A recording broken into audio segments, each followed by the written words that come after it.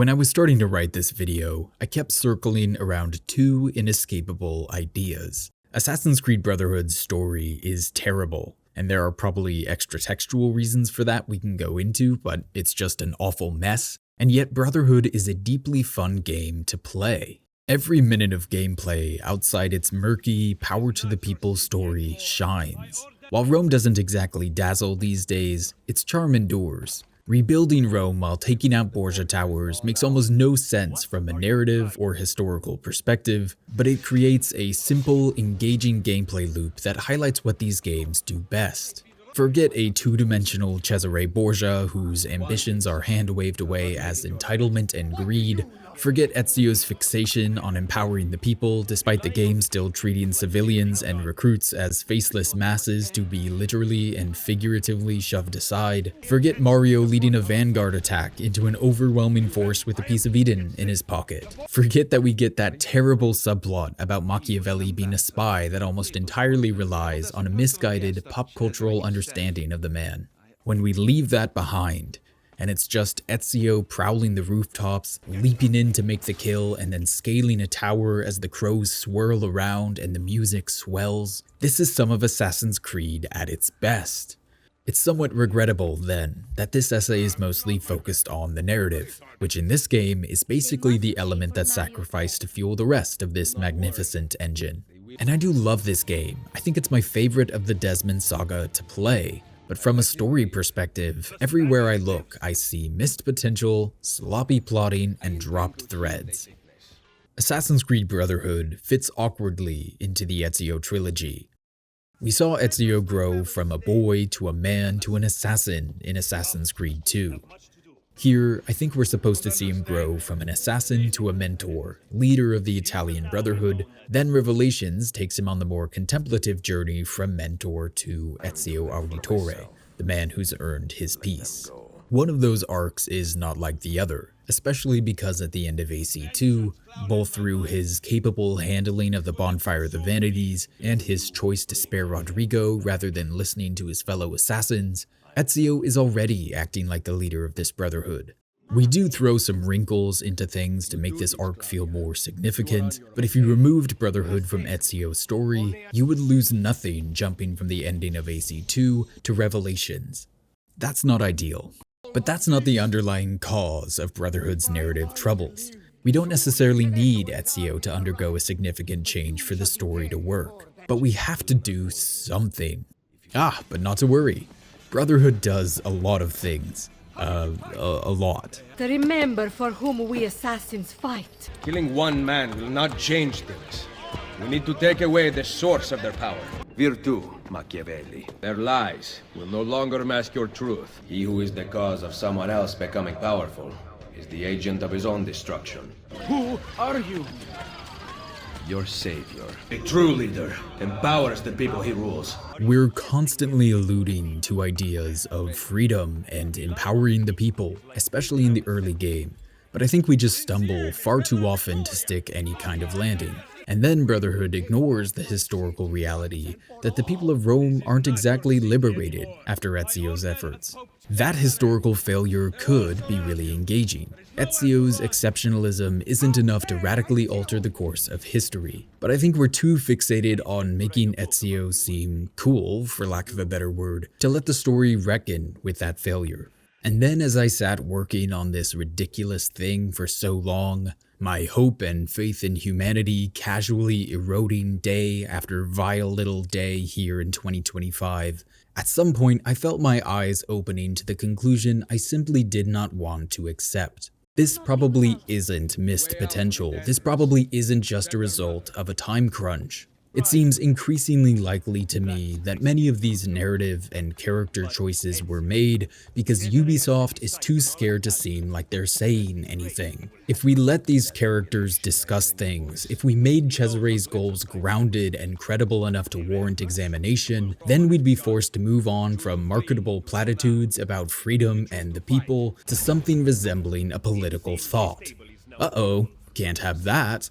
And once I started thinking about it through that lens, which granted might just be cynicism, but suddenly a lot of the other strange choices this series makes in its stories started to make a lot more sense.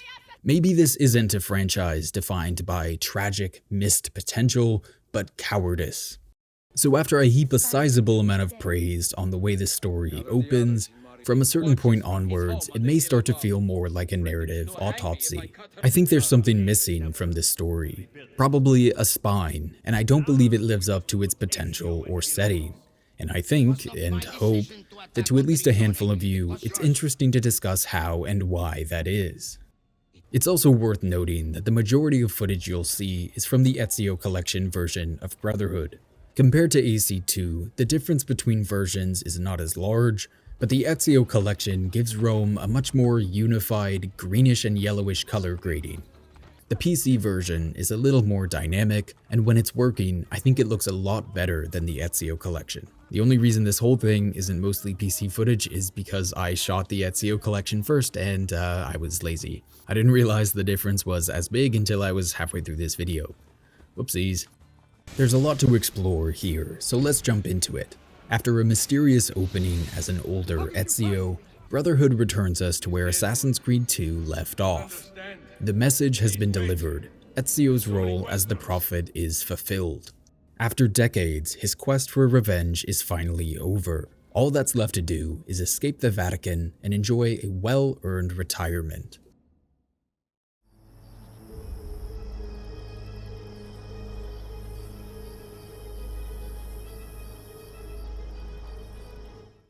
Brotherhood gets off to an extremely strong start, with some caveats.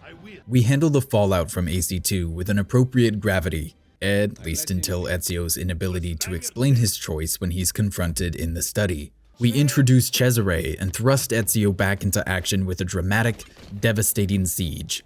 That's undermined by the way the assassins lose the apple. We get a great modern-day mission that, well, actually this one doesn't have a drawback. It's genuinely one of my favorite moments in the series, and I would argue is up there as one of the best ways we've seen the modern and historical storylines integrated. But the narrative emphasis is now clearly and heavily on the historical storyline. The modern day will only ever be a brief interregnum in the historical romp, cementing a trend AC2 began, and a trend the franchise will continue through the latest games in the series. Brotherhood is also the first game in the series that feels better to analyze through a 5-act structure rather than the 3-act structure I typically default to. It's mostly semantics. Games as a medium don't often cling to traditional narrative framings, and for understandable reasons. But I find it adds some helpful structure to analysis to break it down into logical chunks, even if the fit is occasionally imperfect.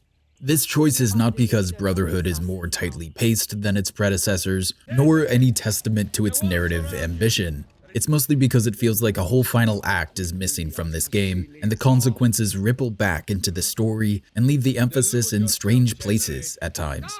Breaking it into these 5 pieces feels right to me. I mean, not really. Something still feels off about this whole thing, but this is how I'll be talking about it moving forward. There's a point early in this game where I think almost everything before it is brilliant, and then almost everything afterwards is middling to bad. If you've played Brotherhood before, somewhat recently, you probably have a similar line in this story. Maybe they're in the same place, we'll see. I don't think it's a controversial take to claim that this game's story kind of collapses in the back half. And we start at the end. Ezio charging down the man we'll come to learn is Cesare Borgia in the middle of a battlefield. How did you find me? Mario Auditore, let me hear. We need this in Medias Res style opening as a shortcut to bring the historical story we want to tell in alignment with the modern day story. Ideally, Desmond and the team wouldn't have to pick up from Ezio in the vault just to locate his apple's final resting place. It would be logical to jump ahead, and they try.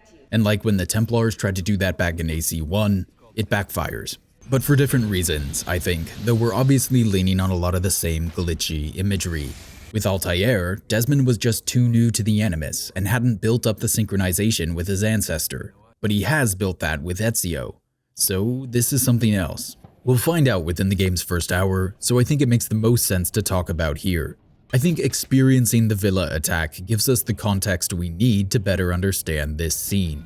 Ezio has intense emotions in this moment. This assassination attempt is the culmination of 6 years of work. We can understand his fixation on revenge, or so we expect. More on that a little later. It wasn't until I was writing this that I paid attention to the specific moment we lose access to this memory. We're ripped back from the Cesare confrontation into Ezio's arrival at this battlefield. Siege towers crawling across the plains, and the sounds of cannons firing into flesh and dirt. That part he can process. It's when he looks up at the town and the castle that his emotions grow so intense and we lose him. Rebecca, what's going on? I have to run some diagnostics. I'll get back to you. That's a touch I really like. He's thinking of Monteregione here, of the home he lost to Cesare and the consequences of its sacking. That's when we can't connect with Ezio, and I love this touch because it's honoring the end of his arc from Assassin's Creed 2. I think a young Ezio here would be overwhelmed with his desire for revenge, for bloodshed. The memory would reject Desmond because he's not yet compatible with that level of violence and rage. But our older Ezio here seems to be overcome by a flash of grief. He's reminded of another home and another father figure that was taken from him. It's me, Mario! I love this opening. It's efficient, it's creative. I love the fragments of memories from his journey leaking into this moment. It's a great visual that really sells the frantic, climactic nature of this confrontation. I slowed it down to see if there was anything unusual in the stills. It's mostly just marketing screenshots or snapshots from the cinematic trailer, but one of the clearest images of the entire section is Ezio defending the villa with the cannons. That'd be really cool if it was intentional, because of course he's thinking of that in this moment, but I don't know. So Rebecca takes Desmond back to the latest stable point they have, and it's right where AZ2 left us. Rodrigo is gone, and the vault claims the papal staff. Better in the hands of the earth than in the hands of man. Uncle. What can I say? We sent a single man against an entire army. I was worried. In 10 seconds, we've reintroduced Mario and reintroduced this relationship, both crucial components of Brotherhood's opening. I love the added detail that once Ezio climbs out and he's reporting to a fellow assassin, he doesn't address him as uncle the way he does earlier. You would not believe the things I have seen, Mario. Then be sure to stay alive that I might hear of them. It's funny because there's a 90% chance that the reason it was scripted this way was because players needed to be reminded of this guy's name. They didn't just want to introduce him in a database pop-up, but it also works as a representation of their shifting intimacy. When Mario checks on him and Ezio has just encountered something earth-shatteringly bonkers, he's uncle. When Ezio regains more of his composure and starts to share crucial information with a fellow assassin, he's Mario. It's really tight writing. That's one of the most frustrating things about Brotherhood. Its opening is so well executed in so many ways before we just descend into this doomed spiral of nonsense that ends with a blade in Lucy's gut. There's a detail in this opening that is either genius or absurd self-indulgence. I'm still not sure which. On the way out, Ezio and Mario run through a group of cardinals, and we hear, against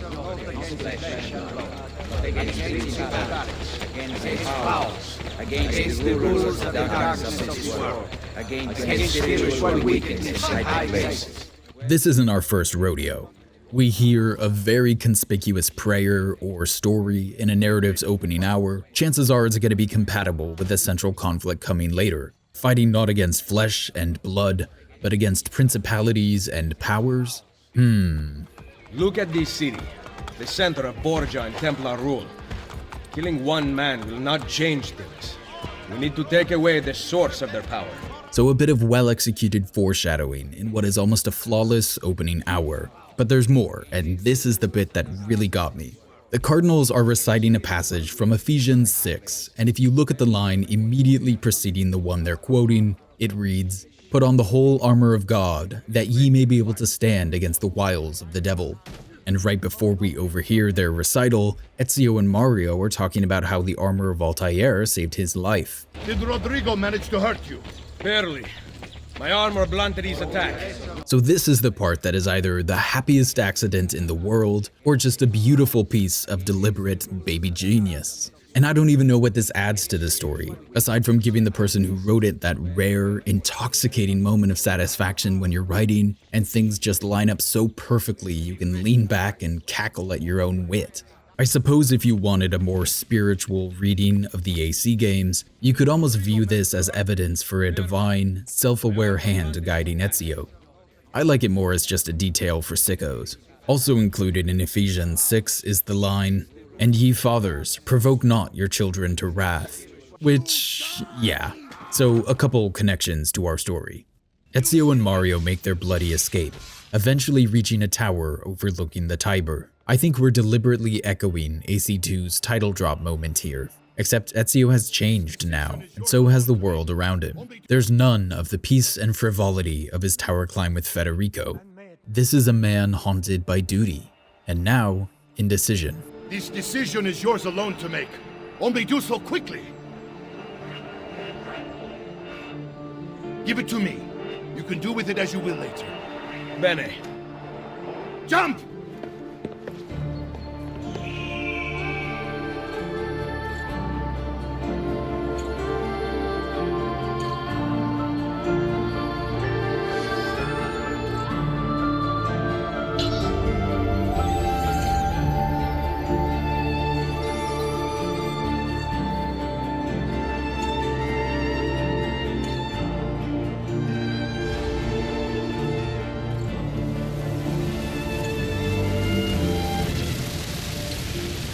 It says so much about Ezio's perspective on power that his first instinct was to just cast the apple into the river. He's seen what it can do, first in Florence and then in his battle with Rodrigo, and now he's seen it play some part in his hearing of the prophecy. Yet his first instinct here seems to be to throw it away. Ezio's relationship to the apple is really interesting, but ultimately underexplored in this game, and there are two huge beats that I find really engaging, but that happen so fast you can miss them pretty easily. When you build Ezio's sync up to 80%, I think, you unlock the last Christina mission, showing her death during the bonfire of the vanities. This apple that he's holding right now directly empowered Savonarola and led to the death of the woman he loved. Later in the game, when he beats Cesare to the apple's hiding place, the full sync objective is for Ezio to not lose health. Something I don't think you can accomplish if you use the apple against the guards. Any use of it long enough to be useful will drain Ezio's health. So the first time Ezio finally gets his hands on the apple after it was stolen, he puts his own life at greater risk by trying to escape without using it, instead of just turning it on the guards and killing everyone in sight. That's a really interesting dynamic on paper. He's aware of this power and of mankind's inability to wield it responsibly. Perhaps some part of him hates it for the role it played in his family's death and Christina's death. There's a great tension there that is present, but I think underexplored. And then it's undermined by this game's last sequence. This disaster piece of a closing hour that bounces Ezio from tedious battle to tedious battle, clumsily using the apple without a second thought. Brotherhood is maybe the best game in the series at integrating its modern day and historical storylines. Black Flag gives it a run for its money, and there's a more recent game that's done some really interesting things too, but it's really cool to hear Ezio and Mario talk about the danger that Desmond and his team are facing centuries in the future. We'll connect these worlds a lot more literally in a few minutes, obviously, but for now, connecting these two plots this explicitly is really cool. It's exciting. We're not ashamed of the lore or the modern day story yet. We're just letting this strange little beat happen, and because we let it happen with sincerity, it works. And then Minerva talked about the sun. She told of a disaster that occurred long ago, and another that is coming. Sometime far in the future, Vero. Then we need not worry about it. See. Perhaps our work is finished. Would that be so bad? Ezio is greeted like a hero by the people of Monteriggioni, says hi to Claudia, and we have 3 little tutorial missions to ease players back into his boots. He hears a woman who needs help and just stops to help her, while acting both flirtatious and self-reflective. It's a charming moment. He's letting his hair down a bit for the first time in decades. We're seeing this synthesis of the old Florentine princeling with the new, wiser man he was forced to become. Outside the walls, he chases down Mario's horse for the older stable keep. Promise me you will enjoy your good health. Do not spend as much time in battle as your Uncle Mario. My battles have already been won. But while Ezio relaxes into his life of peace, the world keeps preparing for war. We do not want to waste your time. It is not any trouble. I have all the time in the world now. In a happier story, the last 30 minutes of gameplay, the Vatican and this return, would be giving us closure, giving us peace. This would be the conclusion of AC2 instead of the start of a new game. Our hero returns, changed, wiser but weary, bearing an artifact from another world. That story has been written 1,000 times. But Brotherhood is planting these creeping seeds from its opening minutes. This is still a world of turmoil. Lurking in the background of all of this is another question. Can a man like Ezio, with the responsibilities he has, ever know peace? We'll wrestle with that question in Revelations. But that looming, almost unstoppable, encroaching darkness is most prominent in this canon mission. Rodrigo may have been dealt with, but there are other threats in the world. Monteriggioni will not be spared just because Ezio's mission is complete. Imagine firing a cannon from your hands. That is the future. Death is just hanging over this entire mission. First with that little line of foreshadowing, then we ended with... Thanks for your help. If you hear the cannons tomorrow, do not worry. We will be practicing at dawn. Ezio is at peace, but war looms so large that his men will still practice with cannons at dawn. And there's a reason I'm hitting this point so hard. I think the biggest missed opportunity with Cesare was in Ubisoft's decision to make him this cartoonish, power-mad lunatic instead of the Ezio of the Templar Order. Because Cesare is a great character to make this point that I'm kind of dancing around, and that Sequence 1 is kind of dancing around. There can be no peace for a man like Ezio in an Italy that is this unstable. I'll let Brotherhood introduce Cesare properly before I sketch out how big I think this missed opportunity was, but this first sequence is just bursting with small details and pieces of foreshadowing that would have supported a much more intellectually engaged story. These villa missions are just little glimpses into a life Ezio can never have. There's too much darkness on the horizon. Caterina knows it too. She's come to solicit an alliance from Ezio. I desire an allegiance. The papal armies have resumed their march on Forli. Your mercenaries would be a great asset to my cause. It is likely that I can give you what you seek. But we will talk later. So Ezio tells his allies about the events in the vault, including the fate of Rodrigo. I touched on this moment in AC2. I think Ezio's choice doesn't make sense for his arc in that game, and if he did have so significant of a shift in logic, he should have the resolve to defend that choice here. He doesn't. Tell me how it ended with Borgia. Did Rodrigo beg forgiveness? Make excuses? Promise power in return? No, none of those things. Interesting. I'm surprised he remained so composed. I let him leave. The Spaniard lives? Once our enemies are dead, we can speak of vaults and gods and ancient places. You should have killed him. We're sure to suffer for it. I am not here to debate the past. Together, we should discuss the future. No. I am leaving immediately for Roma. To be fair, Brotherhood does come up with a reason for why Ezio spares Rodrigo, it just doesn't want to share it now. I think because it's a little self-conscious at how unsupported this idea was by AC2. For our sake, here it is. Let us talk openly then. Rodrigo Borgia's death would not have solved anything. I am inclined to disagree. Look at this city, the center of Borgia and Templar rule. Killing one man will not change things. We need to take away the source of their power.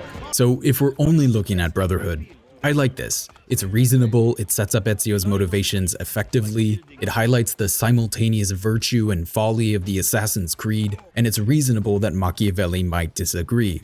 The problem is that Ezio showed in AC2 that killing one man does change things, again and again and again and again, and while yes, the world around him is still dark and unjust, we ended his journey in that game on a note of intense hope. He saves Florence from Savonarola, gives them this big, absurd chance to choose for themselves, and they do. Now the Republic of Florence is going to have a rough time of things, but Ezio doesn't know that yet. His perspective in Rome is supported by a broader view of history, but not really supported by the Assassin's Creed games to this point, where problems are effectively solved by just stabbing the right person at the right time. Neither AC2 nor Brotherhood has told or shown us that Ezio's efforts across Italy have been ineffective. It's believable that they might be, that just hasn't been the story they've been telling so far. So this perspective is believable and consistent with the creed of the Assassins. It's just coming out of nowhere for Ezio, and kind of coming out of nowhere for this series, especially if you hadn't played the extra content back in AC2. But if we take it on its own terms, I think it's really interesting. That night, Ezio hangs up his armor. He's interrupted earlier in the study when he says, "Together, we should discuss the future." But then we cut to this, and I think this is what he meant. He wants to be done. This is the first time we've seen him hang up his robes since he put them on back in AC2. It's a dramatic gesture. The assassin is at rest, and Ezio is just going to let himself be Ezio for a night. Which means making pop-pop. The mere fact that you call making love pop-up tells me you're not ready. It's so corny, but I kinda like this line from Katerina in the morning. One should always have the freedom to choose. It's a little taste of her wit here. This is Ezio's creed, the doctrine that has driven his life's work, and she's folding it into flirtatious, horny banter. It's not mocking, but she's clearly not taking it that seriously either. I just enjoy it. It's a fun piece of characterization. Then the cannons fire, and the piece is shattered. Shh. What's that? Probably just training exercises.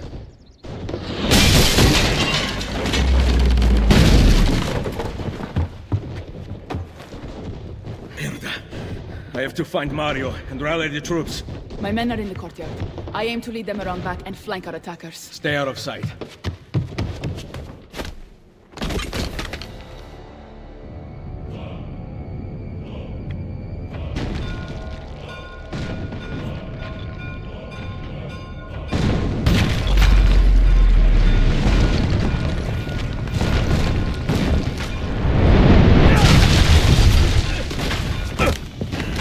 It's the Borgia! How did we not see this? They must have massed to the east during the night. We need to hold them off until the townspeople have escaped.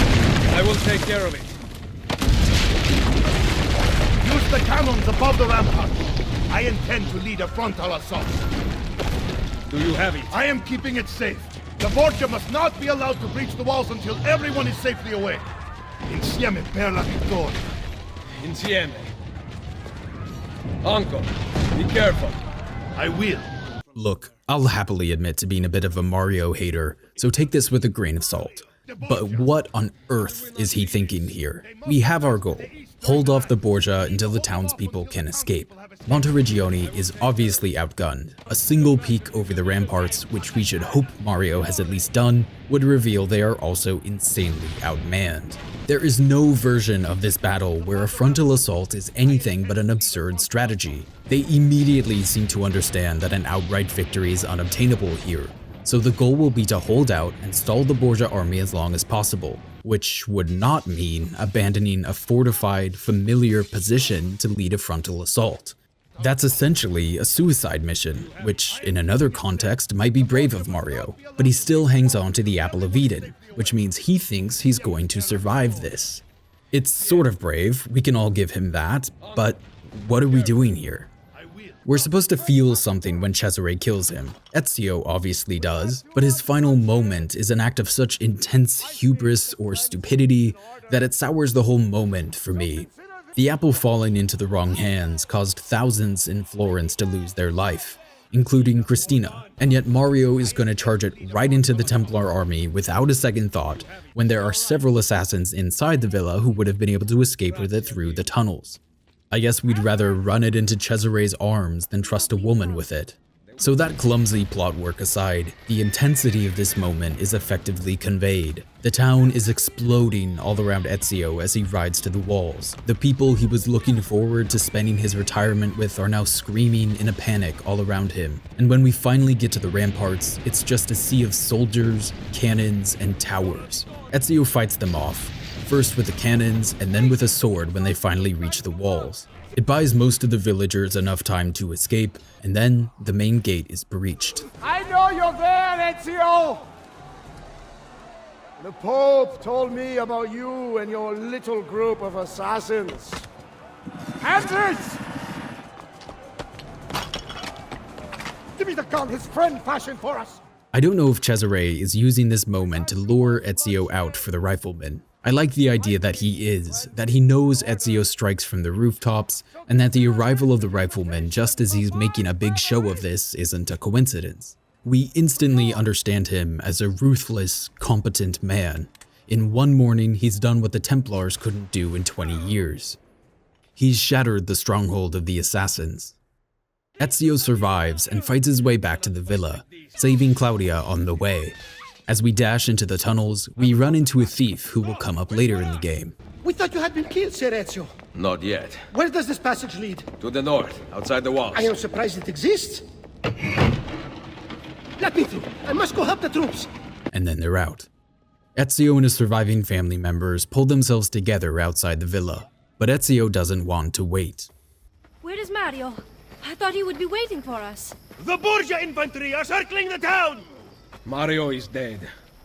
You must leave this place. Take Mother to Firenze. Get me a horse! You are not coming with us. Where are you riding? To Roma! Go, my son. Destroy them. But remember for whom we assassins fight. So a lot here. I like this little tiny clue about the spy. We hear a mercenary shout that the Borgia infantry are circling the town, as by now they have likely been informed about the secret escape tunnel. Then we have that line from Maria to end this part. Remember for whom we assassins fight. And this is surprisingly quaint for what I think is such an important line for Ezio. There's no music swelling, the camera doesn't really linger that long on it. She just kind of drops it, and it's not even clear if Ezio heard her because he just charges away. The assassins fight for the people. Ezio has been doing it accidentally for most of his life, but on purpose for the last few years. And now when the cards were down, and Mario and Ezio had to choose between survival or dying to defend the people, they both chose the people. I like the idea that this moment is the reason Ezio has an answer for why he spared Rodrigo when he's talking about it in Rome, and why he didn't necessarily have one earlier here at the villa. He didn't really know. But this moment and this line from his mother crystallizes it for him. The people are what matters.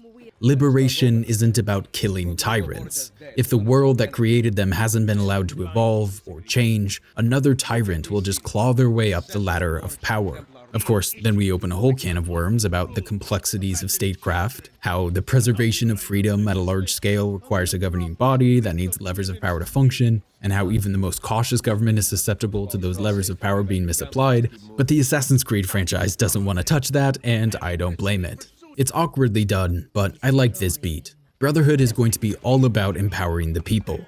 On paper, at least. I think this upcoming moment might be crucial to tracking Ezio's little arc in this game. He's been shot, he's exhausted, Borgia scouts are still prowling the countryside, but he's so determined to strike back that he rides off alone. And it's foolish. He collapses from a combination of blood loss and exhaustion.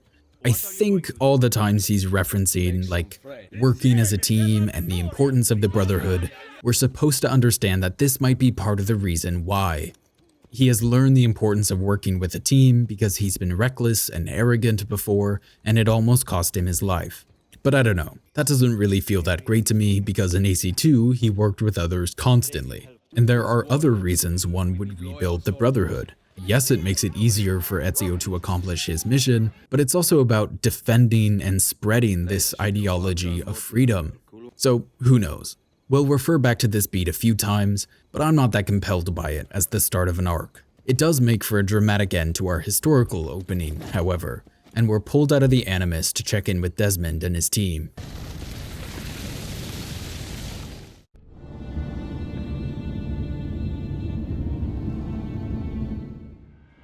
Because of the kind of silly way this story ends, in this game and then Assassin's Creed 3, it's tempting to just hand-wave these sections away when considering Brotherhood.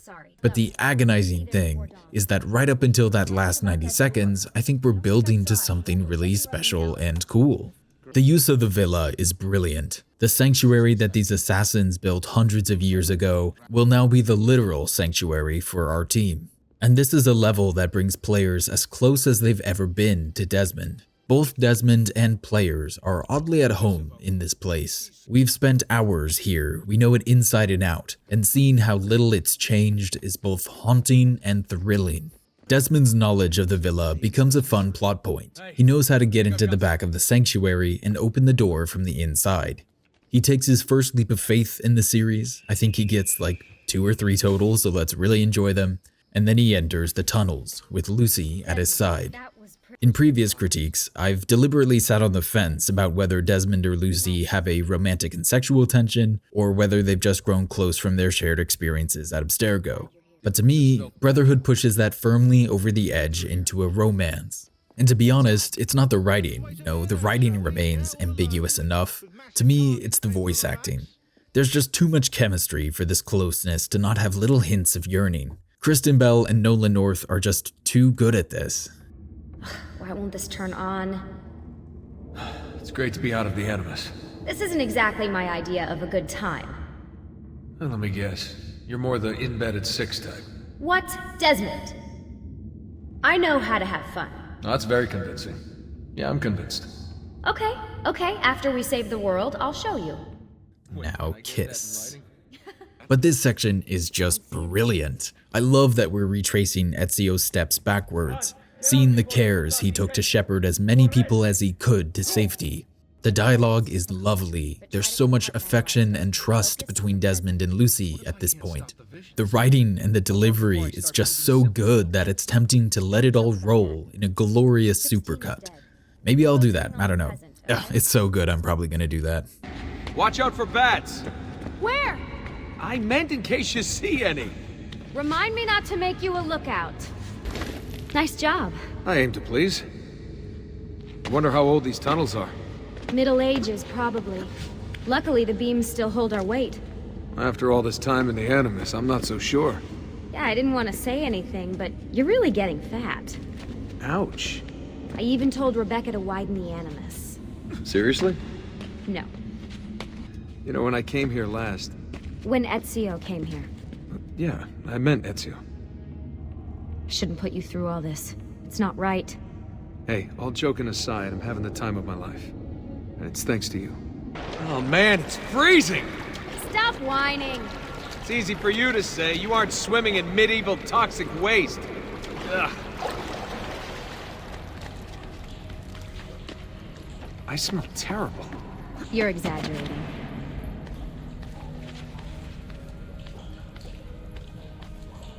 Remember, this is the time of your life. Yeah. How come you don't have to get wet? Because you're here, Charming. aren't I? You go on ahead. I'll just stay here to die in the dark with the bats.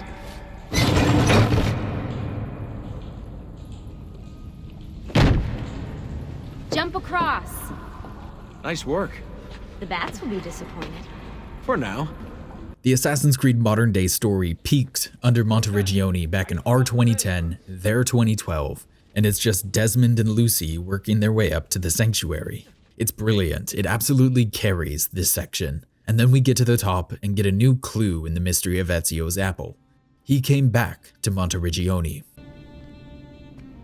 Wow.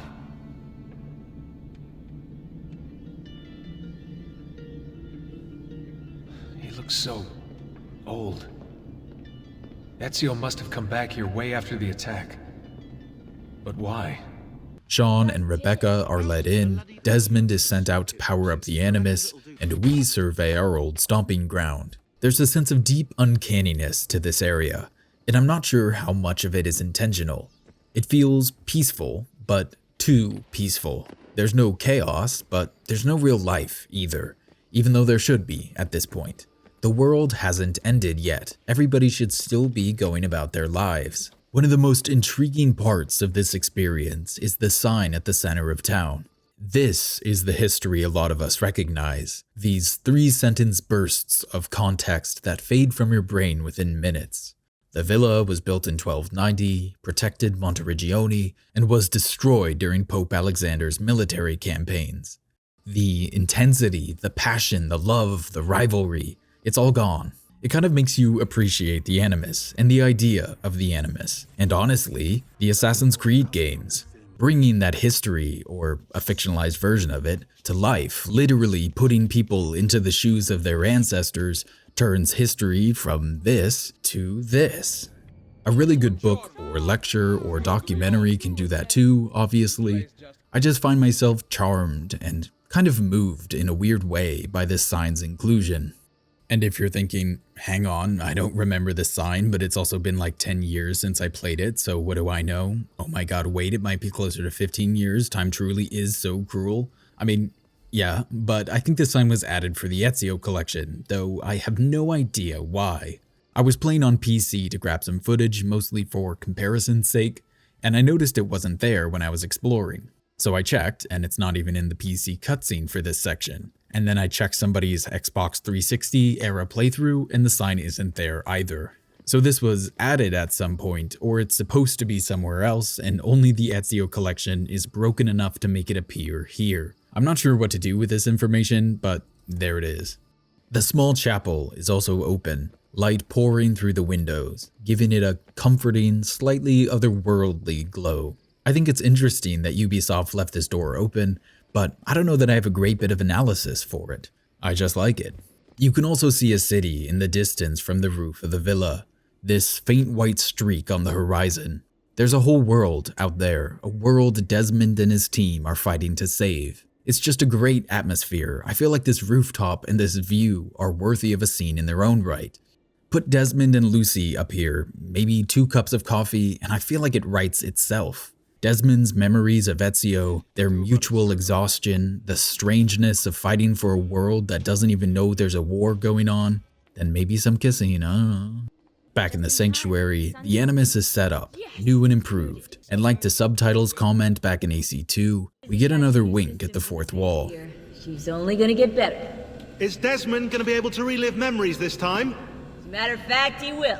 You can check in with Sean about the mysterious numbers, Rebecca about her past, and Lucy about the Templar satellite launch that Ubisoft would rather we forget now that the whole sun thing came up. And then it's time to return to Ezio. We left him passed out on the road, exhausted and bleeding from the impact of 2 bullets. He'll wake up in Rome. How and why will be mysteries for us to uncover as the game plays out. Not a great mystery though, it's Machiavelli. He brings you to Rome to help stop the Borgia, and weirdly lies about it so that we don't have a piece of counter evidence for the obnoxious spy plot that's going to unfold throughout the game. Oh well. And even here, in an opening that I broadly enjoy, there's a number of clues that this story doesn't seem that meticulously planned. The Apple of Eden is not lost in a clever or even a logical way. It's marched right into Borgia arms in the coat pocket of the veteran leading the vanguard. I guess we're supposed to believe that Mario either thinks he's going to survive leading a vanguard against a vastly superior army, unlikely, but this isn't the brightest man, or we're supposed to think they're in too much of a rush to consider handing it off to any of the assassins or villagers already heading for the tunnels. Also unlikely, given the apple is one of the first things Ezio asks about. They know how important it is. In retrospect, it's hard to not feel like we lose it really quickly and carelessly because the story demands we lose it quickly and carelessly. And then Exhibit B, Maria's line to Ezio as he leaves for Rome. Go, my son. Destroy them. But remember for whom we assassins fight. Notice anything weird about this? It sure sounds like the original line might have stopped at destroy them, and then at some point we circled back to this because we realized we wanted to set up this loftier, less revengey tone for this story. But this could be an indication of where the story was originally going to go, in a more retready, revengey direction, which could explain why I think we quickly abandoned the power to the people ideas Ezio will bring up with Machiavelli. This line here, and Ezio's conversation with Machiavelli, sets the stage rather effectively for a more complicated, almost philosophical story about fighting for the right reasons and with more sustainable methods. Depending on how seriously you take the recruits as a narrative entity, and just speaking for myself, I don't find them that compelling, that element essentially vanishes from the story after Sequence 2. Then, Lucy, the greatest victim of Ubisoft's inability to plan or elegantly adapt their stories. I really enjoy that section of the game, but gazing upon it with hindsight, it feels like a lot of time was wasted here. Wasted might be too strong of a word. We certainly cement a bond and a deep affection. To me, this is the moment it feels more flirtatious and romantic, which adds another layer of tragedy to the end. But could we have done that while also setting up the twist in an organic and subtle way? I think so. So while Brotherhood's opening works for me in a lot of ways, it's difficult to not look back and see a number of narrative warning signs. But off we go to Rome.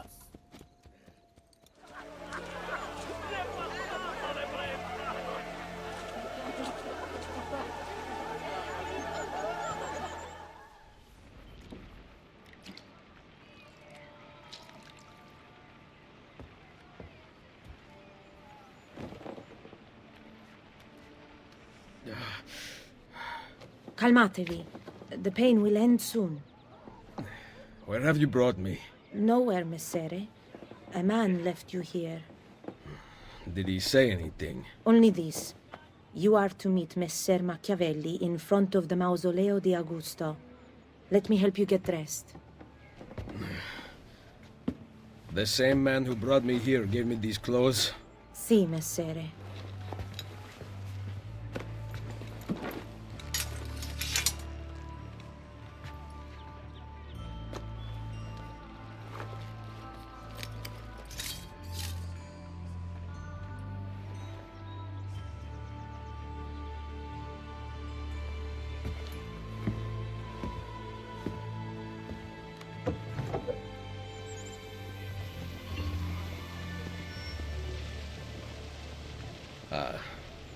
Roma. Yes, or what is left of it since the Borgia came to power. Welcome to Rome. I love this scene. The lighting is absurd and gorgeous, and Ezio dons his robes with none of the fanfare and empowerment of AC2.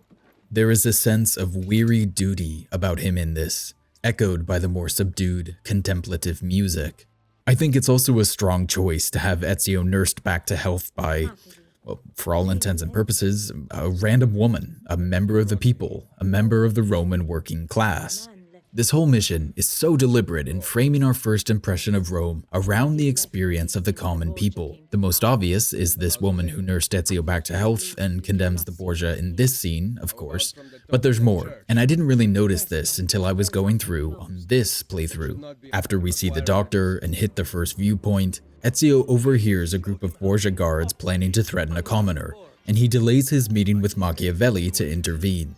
As you tail the guards, you can overhear these little snatches of conversation from groups of people, almost all of whom are complaining about life under the Borgia. I tried begging in front of San Lorenzo fuori le mura, but my face is becoming too well known out there, and the guard will soon making me nervous. Not only do we have to pay to support their wars, but now we must pay an indemnity for their subsistence. There is no money left. How can there be business? They taxed it all away to no good use. Sorry for your loss. Your father was a good man. I hear the Cardinale has abandoned his mission to build a chiesa here. It's an effective way to further establish this atmosphere of oppression and despair. These people are outraged, indignant, and frightened, but most notable of all is the ubiquity. So many of them seem to feel this way. The Borgia have lost the trust and the faith of the people of Rome. Fear seems to be all that holds the city together now. This tale culminates in Ezio's first direct battle with the Borgia guards, as he fights to defend this dissident. The peasant resisting arrest is just a husband grieving his wife. She was beautiful. She was, until that porco defiled her. I wish he'd just killed her. I wish he'd just killed la mia amata. People who saw her grow up cheered when he spat on her. Smiles on their faces when her neck... I understand. How can you? My Livia was innocent. I have lost family to the rope, to treachery. Il Carnefice watches from his home on the hill above. He threatens to hang me if I cut her rope. So there's deliberate echoes of AC2 here. But I think this moment is meant to be more significant than Ezio just helping a man get revenge and closure. I had to come back to this scene after doing the video edit a bit, because my initial analysis didn't do this justice. In a different game, if Brotherhood's writing wasn't about to take a nosedive, this would be one of our narrative touchstones. Maria sent us off to Rome with the "Remember for whom we assassins fight" line. We've just walked the streets of Rome and heard their fear, their outrage, and to a lesser extent, their wisdom. Ezio is about to tell Machiavelli that his plan is to appeal to the people to liberate Rome. Machiavelli will say, and sorry in advance because at this point I've now edited about half this video and I know just how many times I've showed this clip. Relying on the people is like building on the sand. And this moment right here is why it's rational for someone like Machiavelli to think that. Why it's not crazy to suggest that Ezio's approach might be risky and flawed. People who saw her grow up cheered when he spat on her. Smiles on their faces when her neck... The people are not necessarily virtuous just because they happen to be oppressed. This is not just good versus evil. It's more complex than that, and it's always going to be. Ezio knows that. He watched crowds cheer at his own family's execution, watched the people of Florence be easily swayed, first by Savonarola, then by the Assassin Rebellion. This scene, which immediately follows that lengthy tailing in which Ezio overhears the people, is a fascinating complication. This is what interesting texts do. Ezio's views are challenged by this.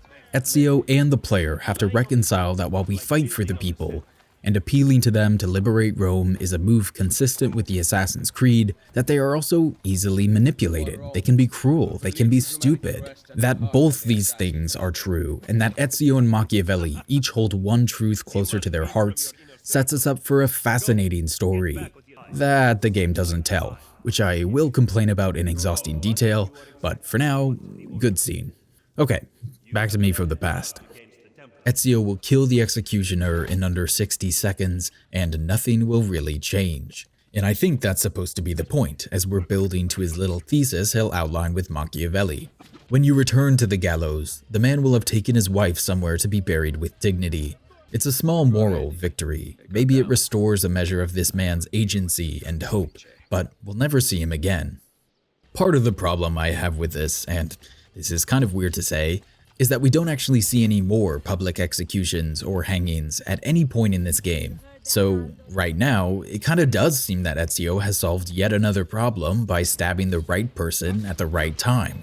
If we're supposed to interpret this as this borderline quixotic assault on the symptoms rather than the cause, as would better fit the story they're trying to tell, they kind of bungle it. I mentioned before that there was a moment where I think the writing starts its long plummet down into utter mediocrity. For me, it's right here.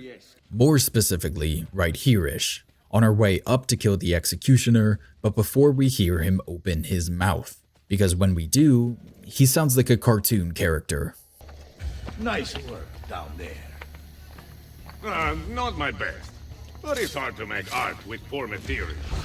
Is it not significantly more interesting, not to mention more thematically aligned with the "we have to address the true source of the evil" story that you're trying to tell, if you actually let this man just be a fairly normal part of the Borgia justice system? I'm not saying you have to, give him a wife and kids, like someone calling him in for dinner just before Ezio lands a killing blow, but what if he's just talking to his fellow guards about their next assignment, noting how the number of executions has shot up in the city as of late?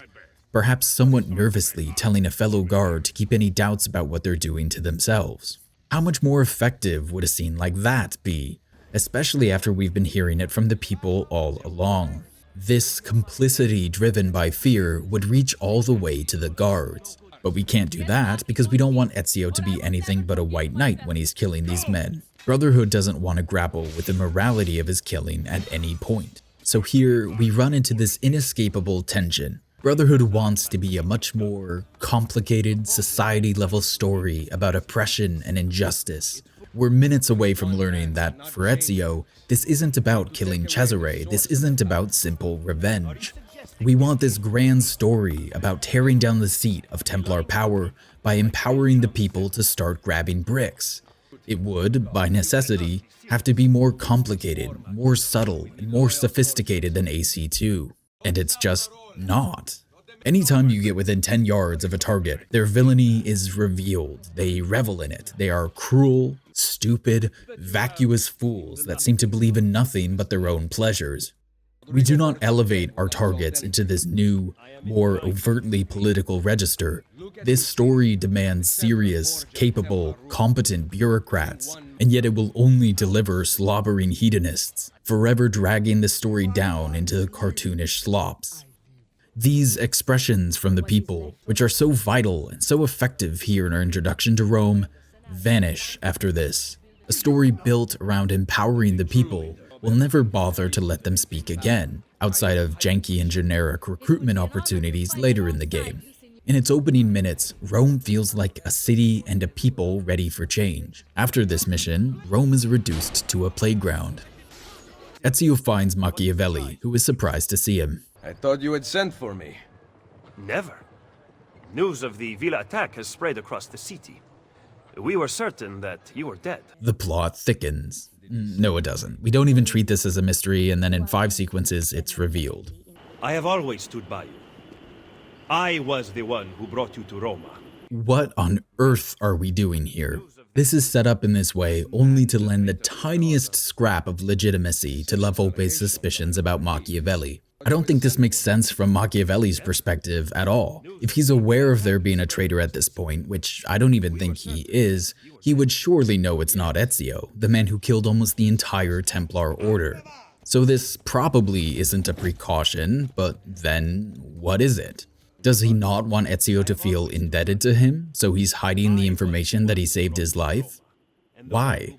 Aren't they adults? Couldn't he just tell Ezio, you would have done the same for me, now go if you wish? But also, he probably would want Ezio to feel indebted to him. In a minute, we'll hear him say, While you are in my debt, perhaps you will listen to reason. There are characters for whom this level of secrecy might make sense, but it's not these two, not in this story.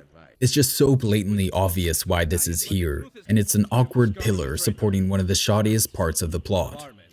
The first part of the walk with Machiavelli does 3 things rather quickly.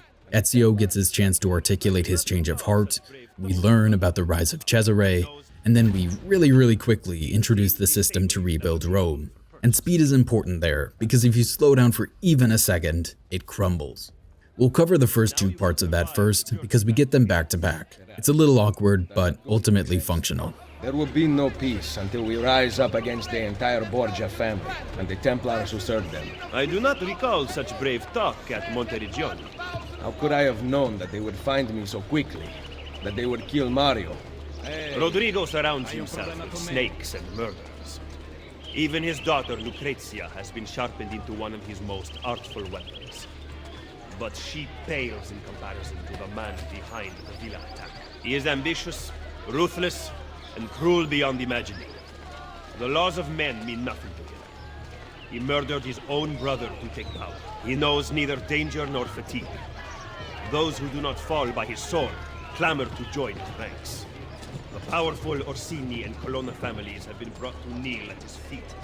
The King of France stands at his side. Give me his name. Cesare, head of the papal armies. What does he intend to do with his power?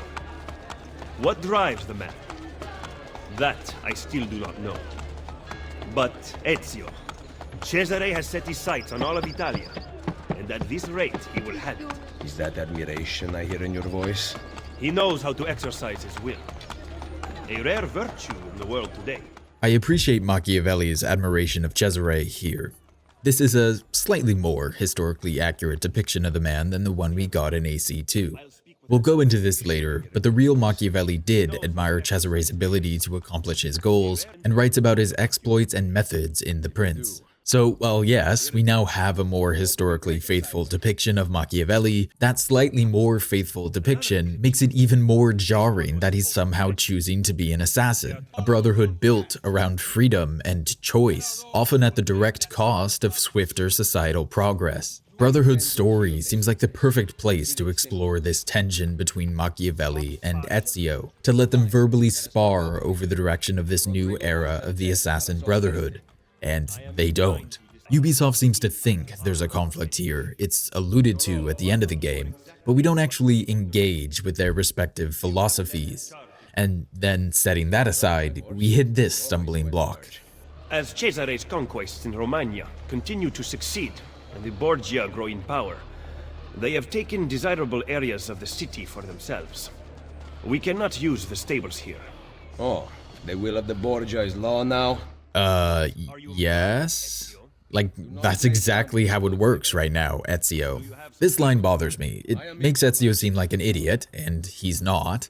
So maybe the problem is me. Maybe I'm missing something. You know, that happens. That happens a lot, I bet. I try to find more information about how exactly the political and legal power was split in Rome in 1500 towards the end of Rodrigo's time as Pope. And I couldn't really find anything specific to those years. So then I turned to the game's own database, which I trust less than a real-world source, so take it with a grain of salt. But in the entry for Senator Troche, Sean writes, Egidio attempted to bring back the era of the Roman commune when the Senate, the Conservatory, stood at the head of a democracy. Problem was, the papacy wanted Rome all for itself. As the century came to a close, the Pope seized control of Rome's urban planning, public works, and finances, leaving the Conservatory with little more to do than plan festivals. So, according to this, the will of the Borgia is quite literally law now. But Ezio's tone implies that this is almost laughable, this idea that the Pope essentially controls Roman politics and governance. But why? The problem is that neither Ezio nor anyone in Assassin's Creed Brotherhood properly contextualizes when this usurpation of the Conservatory happened, how long or difficult that process was, and, most importantly, how the Roman people feel about it. The people we passed earlier in the sequence were afraid of Borgia cruelty, not specifically the idea of a more centralized ruling structure. This isn't semantics, this is fundamental to establishing the stakes of this story. Is Ezio shocked that the Republic form of government in Rome has been undermined by papal forces? I guess he seems to be, but we don't know for sure. Was the previous, less popey ruling of Rome more to Ezio or Machiavelli's liking? Do the common people of Rome feel a strong connection to their republic? Are they afraid of the Borgia specifically, or do they also know enough to fear the centralization of power in the hands of a ruler they have no hand in electing? We don't know, and that's kind of a problem. This game is about the liberation of Rome. Ezio will say it half a dozen times to recruits. We're liberating Rome from Borgia rule. But then what? We're freeing it to return to what? A city where you could use a stable without being a Borgia soldier, I suppose. But it's so frustrating that the story that's trying to be about these grand ideas of people, power, and oppression doesn't bother to contextualize this conflict in the narrative. Probably because it would fall apart. Deeper into the draft, I realized I kept bringing this up, stumbling across more and more jarring little moments that just made no sense. So let's group them all together here in one big, skippable chunk. The TLDW, Brotherhood's Rome can't really be this dilapidated, impoverished, oppressed place and this bastion of Templar power that wildly enriches them. Let's talk about why, bring in some history, but if you want to skip this, Godspeed. I try to be helpful with the chapter markers.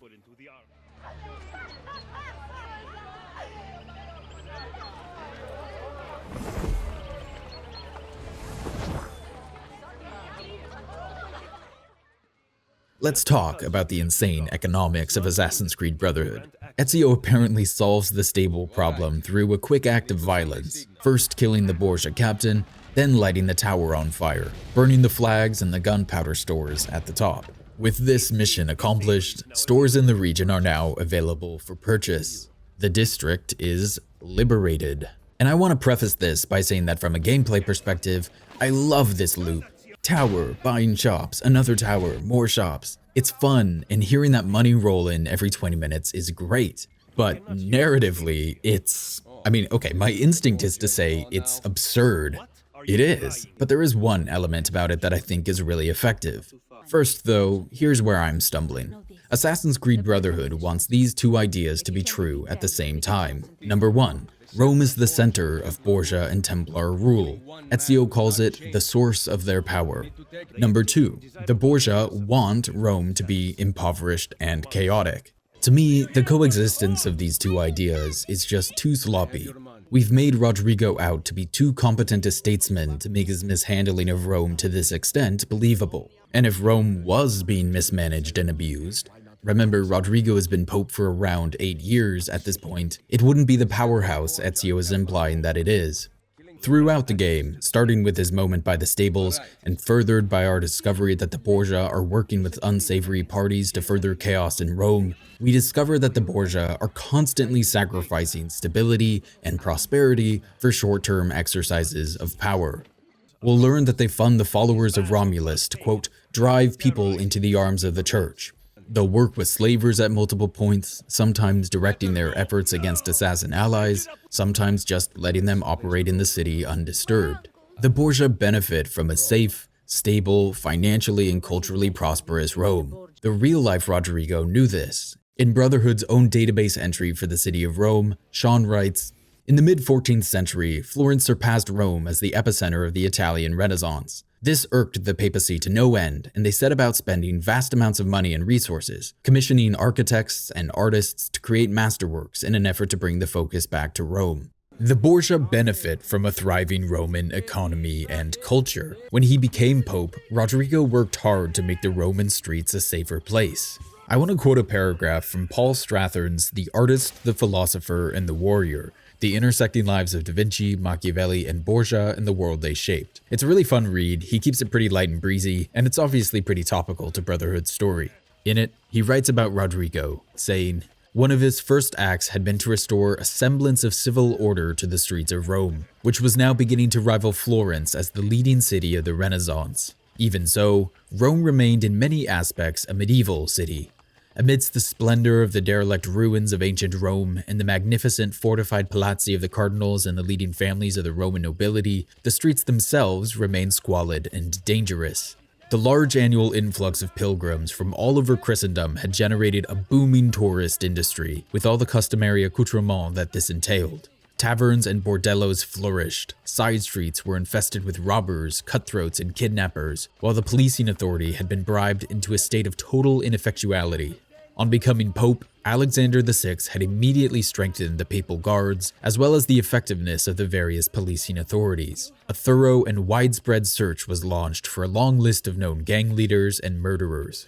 So, logically, it doesn't really make a ton of sense that Brotherhood's Borgia are not only happy to let Rome rot under their watch, but are actively accelerating it. They want a strong seat of power, and money and cultural influence are a huge part of that. They'd want these stables open, they'd want these banks open, they'd want these streets as safe as possible. You're not shutting down districts to establish dominance over some peasants. Now, in Ubisoft's defense, this is what this franchise does. It creates new motivations and characters and waves of history. So maybe we're meant to understand the Reformation of Rome attributed to Rodrigo's efforts is actually the result of Ezio's, working from the shadows to empower and liberate. Maybe that works for you. It is kind of cool, but I personally can't get over this implication that the Borgia want it this way. That a terrible Roman economy is a price they're fine paying. We can't have the city be a poverty-stricken, oppressed death trap with the majority of businesses closed to the public, while still calling it this stronghold of Templar and Borgia power. But I think we can see the problem. It is much more complicated for Ezio to liberate Rome if its rulers are not so overtly villainous. If we didn't have Lucrezia screaming at people in the streets, guards beating dissidents, executioners gloating about how they tormented a condemned woman. Instead of Ezio telling his recruits, "The liberation of Roma has begun," it'd have to be like, "The liberation of Roma has begun. I know things actually look pretty safe, and your lives have probably improved under Rodrigo's rule, and we're kind of wedged between great powers as France, Spain, and the Ottoman Empire might be existential threats to our existence, so revolution could have catastrophic consequences, but we have to cast off this tyrannical government because we all have the freedom to choose. Let us fight and die together for an abstract idea of freedom that even we assassins can't seem to agree on. Let's go, brother." Like, it gets messy, obviously. But I would argue that's more interesting than the story Brotherhood will go on to tell. For one, half the recruits would just give you a weird look, like, "Oh yeah, no thanks, man." But we'd actually be wrestling with why the assassins are constantly losing to the Templars. The people, the precious people this game pretends to take seriously in a way that previous entries haven't, historically respond really well to stability and order, or more often and usually more insidiously, the perception of stability and order, two pillars of the Templar approach. It's why it's always been believable to me that the Templars are just better at taking and holding power. The real Cesare could appreciate this as well. Probably.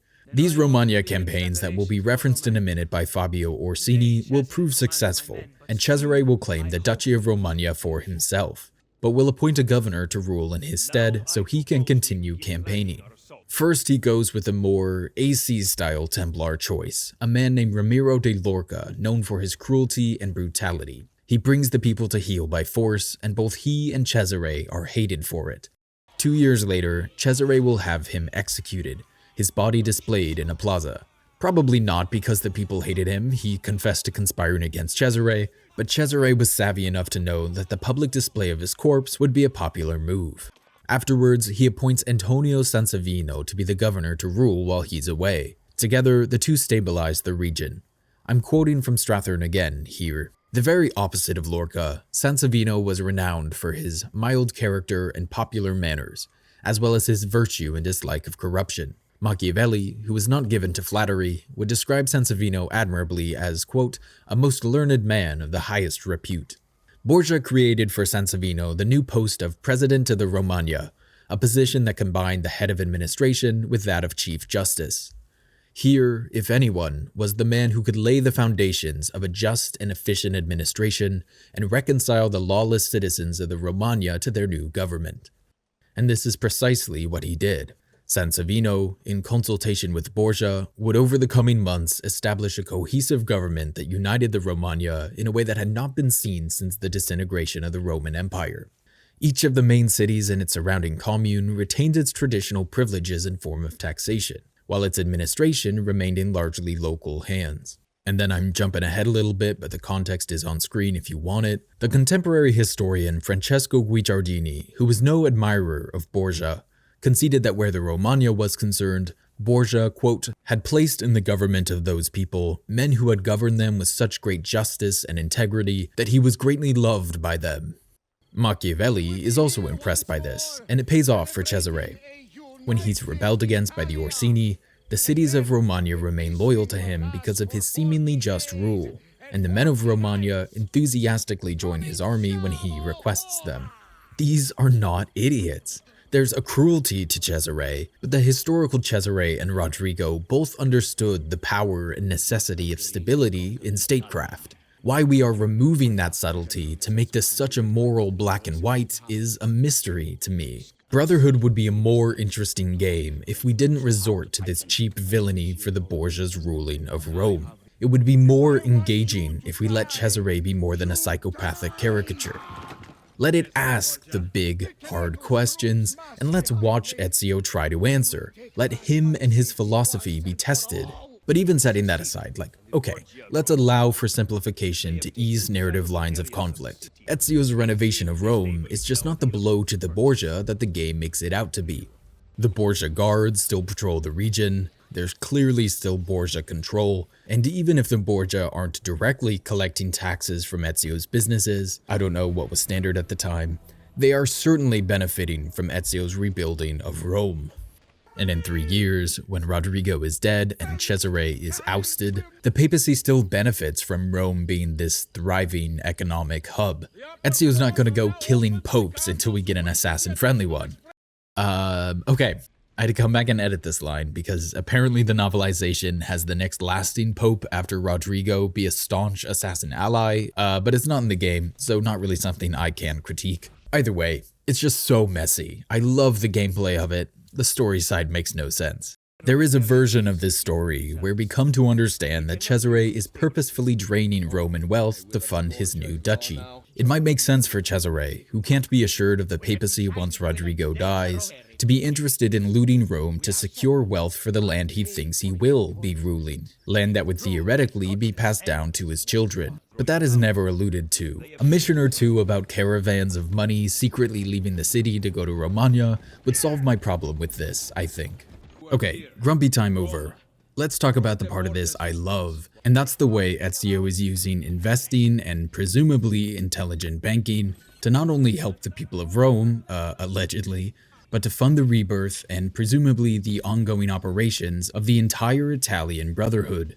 When his father wasn't running around the rooftops of Florence and Venice, he was a banker. This is in Ezio's blood. We're not renovating a small villa in the Tuscan hills anymore. Ezio will grow to run a huge business empire right under the Borgia's nose, making thousands and thousands of florins, and almost all of it is going right into the war against the Templars.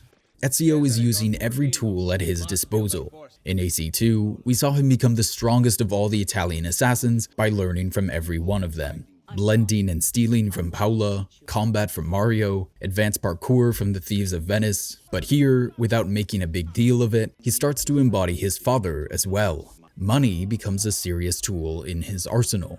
And I wish that it came up more than once in this game's main quest.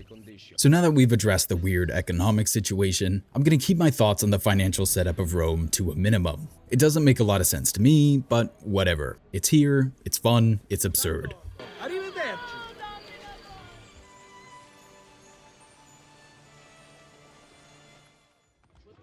With the stables open, Ezio and Machiavelli continue their discussion. And this is where we finally hear Ezio's justification for sparing Rodrigo, as well as his plan to stop Cesare by liberating Rome.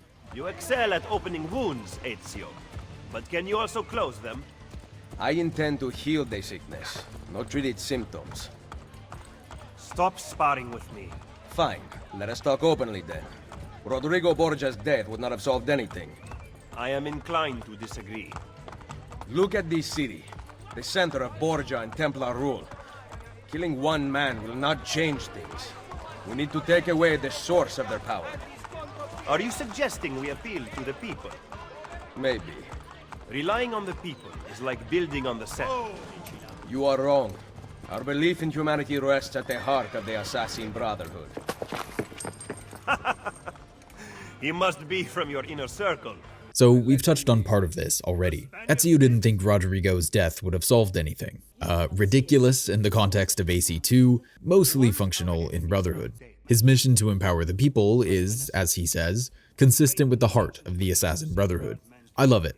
But then, we are right on the cusp of an argument between Ezio Auditore, gentleman assassin, and Niccolò Machiavelli, like writer, diplomat, also assassin I guess, about the reliability of the people. Remember, Machiavelli was at Ezio's side for the Bonfire of the Vanities. They've both seen the people at their worst. We'll later learn Christina dies in this chaos. And they were both there when all the people looked on with shock and confusion when Ezio tries to give them a choice, when he gets up on those gallows and refuses to lead them.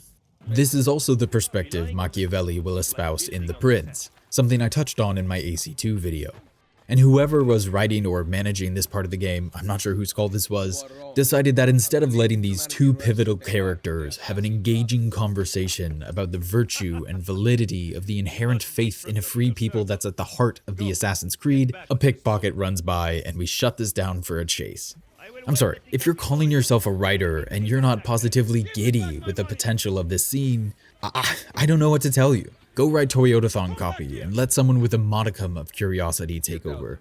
We will later allude to this big ideological conflict between Ezio and Machiavelli. We gestured to it here, it's not totally coming out of nowhere, but we had the perfect opportunity to just let these two characters talk to each other. Keep it in a cutscene so the grubby iPad children can skip it if they want. But how are we expected to take this story and this franchise seriously when they decide that instead of this thematically relevant battle of wits between Italy's two most powerful assassins, we need a pickpocket chase? It's just so embarrassing.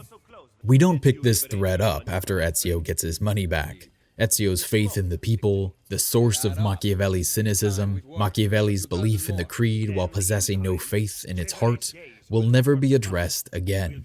And the most generous possible interpretation of this scene is that this is the counterpoint. This pickpocket is one of the people in whom Ezio is placing his faith, and we're organically proving Machiavelli's counterpoint here by showing that many people will steal and lie and cheat whenever possible. They cannot be relied upon en masse. That's not without merit, and it works with the broader themes of the story, But that's not really an idea we build up organically in other ways after this moment.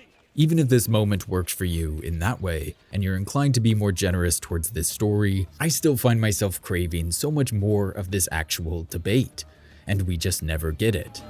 Look at these facades masquerading as government. The Pope is very clever to keep this place in business. Okay, with the caveat that I might be an idiot, I think this line was originally meant to be voiced by Machiavelli at the start of this mission. The two meet up on Capitoline Hill, which according to our database became the city's center of civic government from the Middle Ages on. That is a facade masquerading as government. That line in its proper setting might help us establish some stakes for what's happening in Rome. Instead, we hear this right as we pass under the Arch of Titus, which has no civic significance that I can find. My guess is that they originally did have this line at the start of the mission by the relevant buildings, but realized it would be a more awkward ride to just have silence after that as we gallop down to the Colosseum. But there's a very easy solution here to just write more. There is so much natural conflict here. They've endured the Siege of Forli together, the Bonfire of the Vanities. With Mario dead, they're essentially alone, the next generation of the Brotherhood, and nothing? We have nothing? Okay. Ezio pursues the Borgia courier and is ambushed by the followers of Romulus. We explore their hideout, my gamer cred takes a huge hit, and Ezio returns to Machiavelli with a letter. Machiavelli can't read the letter without a cipher, but I like this line from Ezio. Sometimes logic is not the only way to win a war. This is followed by the introduction of the Tiber Island hideout, and Fabio Orsini, an assassin ally serving in Cesare's army. Ezio fills Machiavelli in on the real cost of the villa attack, including the loss of the apple, the capture of Caterina, and the likely death of the nice flower woman with whom Ezio is going to have casual relations. What? This is also a good time to talk about one of the more interesting parts of this story, half of which happens without Ezio's direction, and half of which is a result of his leadership. While EC Brotherhood rarely explicitly explores the titular Brotherhood, and I think is constantly bungling these conversations with Ezio, Machiavelli, La Volpe, Claudia, and others, the one thing it does do somewhat successfully is show us a small part of the evolution of this organization. Our new hideout is in the heart of the city in a mundane tower notable only for its height. Otherwise, it blends right into the skyline. It couldn't be more different from the Castello and its massive flag that looms over all. Couldn't be more different from the obvious luxury and opulence of the Vatican. And also couldn't really be more different than Monteriggioni or Masayoff. In a story that is so often claiming to be about the people, this is one element where we truly have grown closer to them. It just happens outside of Ezio's control and direction, almost by accident. Fabio has lent us an unused storeroom on Isola Tiberina. I know you were used to better accommodations in Toscana. It is perfect. Ezio's approval of this headquarters puts him in alignment with Altair's perspective in the Codex. On page 6, Altair writes, "It's made me realize that our tactics too must change. It means an end to our fortresses, to our penchant for spectacular displays of public assassinations. We must weave our webs quietly, and we must do so differently than we have in the past. Though I ask my brothers now to abandon their rituals, I do not ask that they abandon the creed. This is what makes us assassins. Not the removal of a finger, not the false promise of paradise, not the prohibition of poison. Our duty is to the people, not to custom." This feels like such a relevant passage to the events of this game, yet I don't even think Altair's codex or vision for the assassins is ever referenced in this story. But we've just seen another fortress fall, assaulted by the Templars, and now Ezio is going to reshape this Brotherhood, bring it closer to the people, make it less about the style and symbols and more about the spirit of what it means to work in the dark to serve the light. It just feels like such a rich narrative thread on which to tug, and we just don't. With leads on our classic assassin supporting pillars, mercenaries, courtesans, and thieves, Ezio sets off to make some friends. I've been pretty hard on Sequence 2. It's setting up the most satisfying part of the gameplay, Borgia towers and the rebuilding of Rome, but it's constantly tripping over its own feet while doing so. We needed to explore where Ezio's change of heart came from. It's important we understand why this isn't just a revenge mission, why we're not going to charge Cesare every time we see him. We have to understand why liberating Rome, and not just stabbing these Borgia men, is the key here, and we just don't. We established that Rome is oppressed by the Borgia effectively, but there are too many clashing statements about the city in this opening movement. The Machiavelli-Ezio dynamic, so full of philosophical conflict and potential, is breezed over, and we're off to play the hits with the thieves, courtesans, and mercenaries. The first of 2 times Brotherhood will lean on that structure. The game moves forward from here as if it has logically established the power dynamics of Rome, and it hasn't. It moves forward from here as though it has spelled out this deep, ideological conflict between Ezio and Machiavelli, and it hasn't. But most crucially of all, it is essentially done listening to the people of Rome, and that just isn't setting this plot up for narrative success down the line.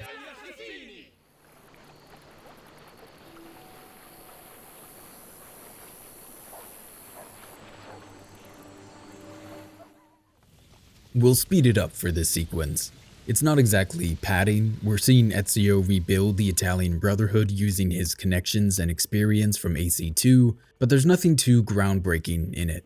Much of it gives us the opportunity to interact with what this game does best, parkouring around and taking down Borgia towers. So while we're not really pushing this story forward in interesting ways, you're still probably having a pretty fun time. I like the joke when Ezio goes to meet Bartolomeo, and we reference the moment in AC2 when he refers to his sword as Bianca. Ezio thinks he's doing something like that again here. Wait here! You have to meet my wife! Fantasilea! Fantasilea! Where is she? Did you check behind the table?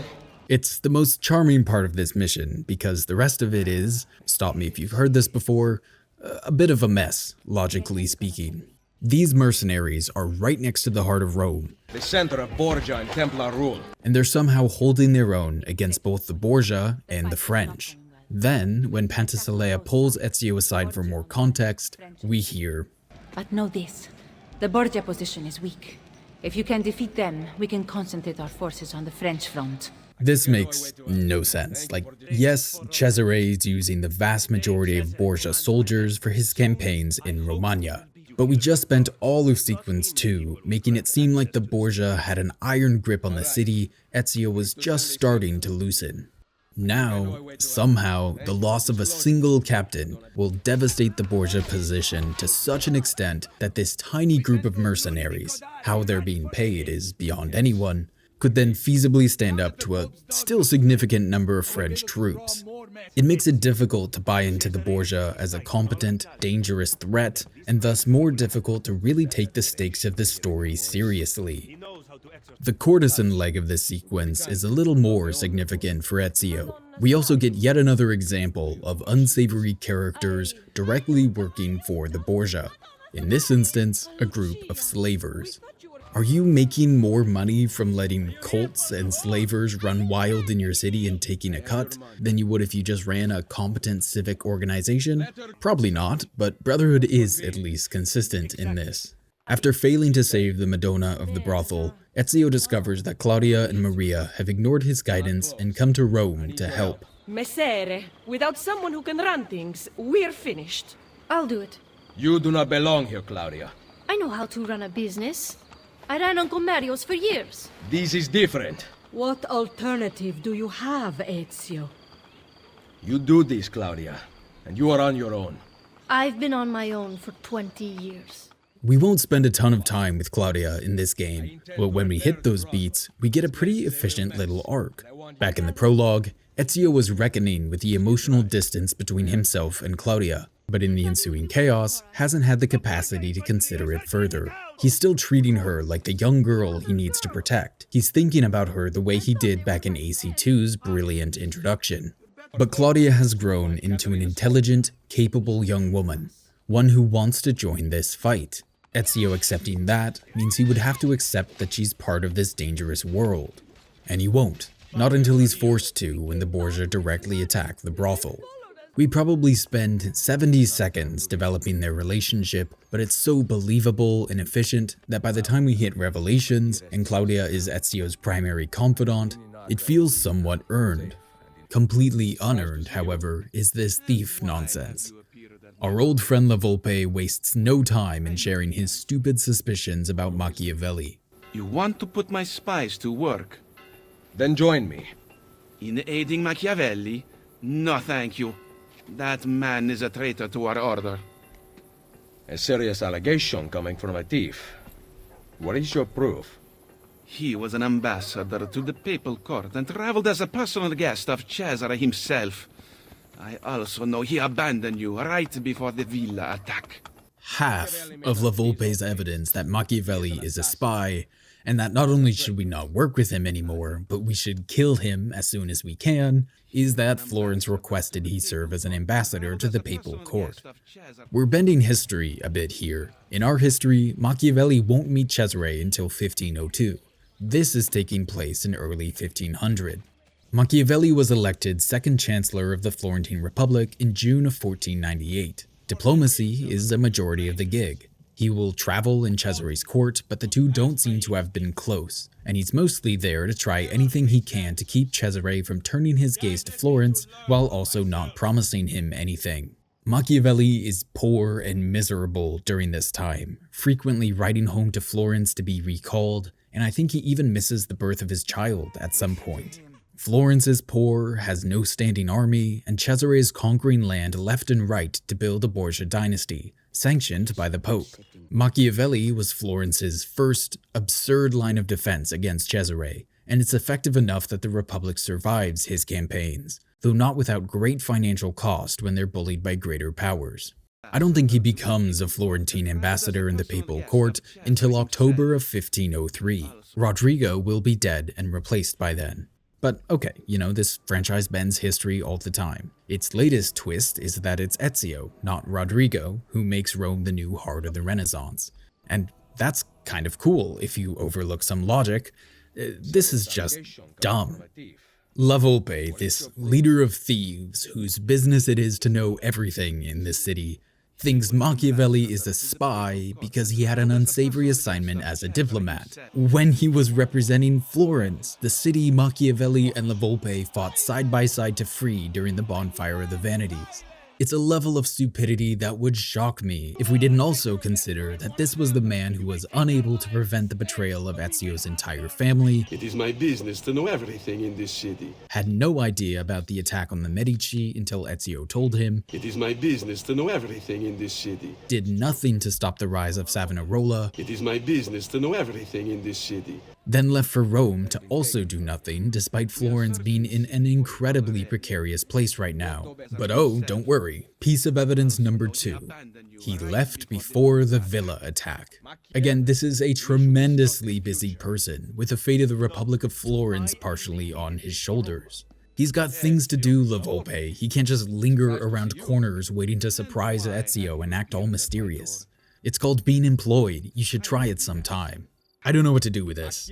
This whole plotline is so stupid, and you wouldn't dare try to write a betrayal plot this shallow if the central suspect wasn't Niccolo Machiavelli. If this was Gary the assassin at Ezio's side in Venice, Forli, and Florence, who then took the difficult, terrifying leap into state building instead of just running away after stabbing people, we wouldn't entertain this for a second. La Volpe wouldn't entertain this for a second. Of course you wouldn't suspect Gary just because he's got a second job. Oh, but very suspicious, we see Machiavelli, spy master for the assassins, have a brief conversation with one of 100 Borgia guards. Not a captain either, just some grunt. He'll share the intel he learns from this with Ezio in an upcoming mission. This information came from a city guard. Yes. How did you know? If we're supposed to plausibly suspect Machiavelli as players at this point, I think they're doing a terrible job. I like what follows. Anytime an assassin directly saves someone as they're pursuing a larger mission, I think it's just nice. We're kind of playing the hits here again. I looked for Rosa callbacks, Ezio guiding a wounded thief to safety. I'm not sure I see any outside of the obvious, but maybe I'm missing something.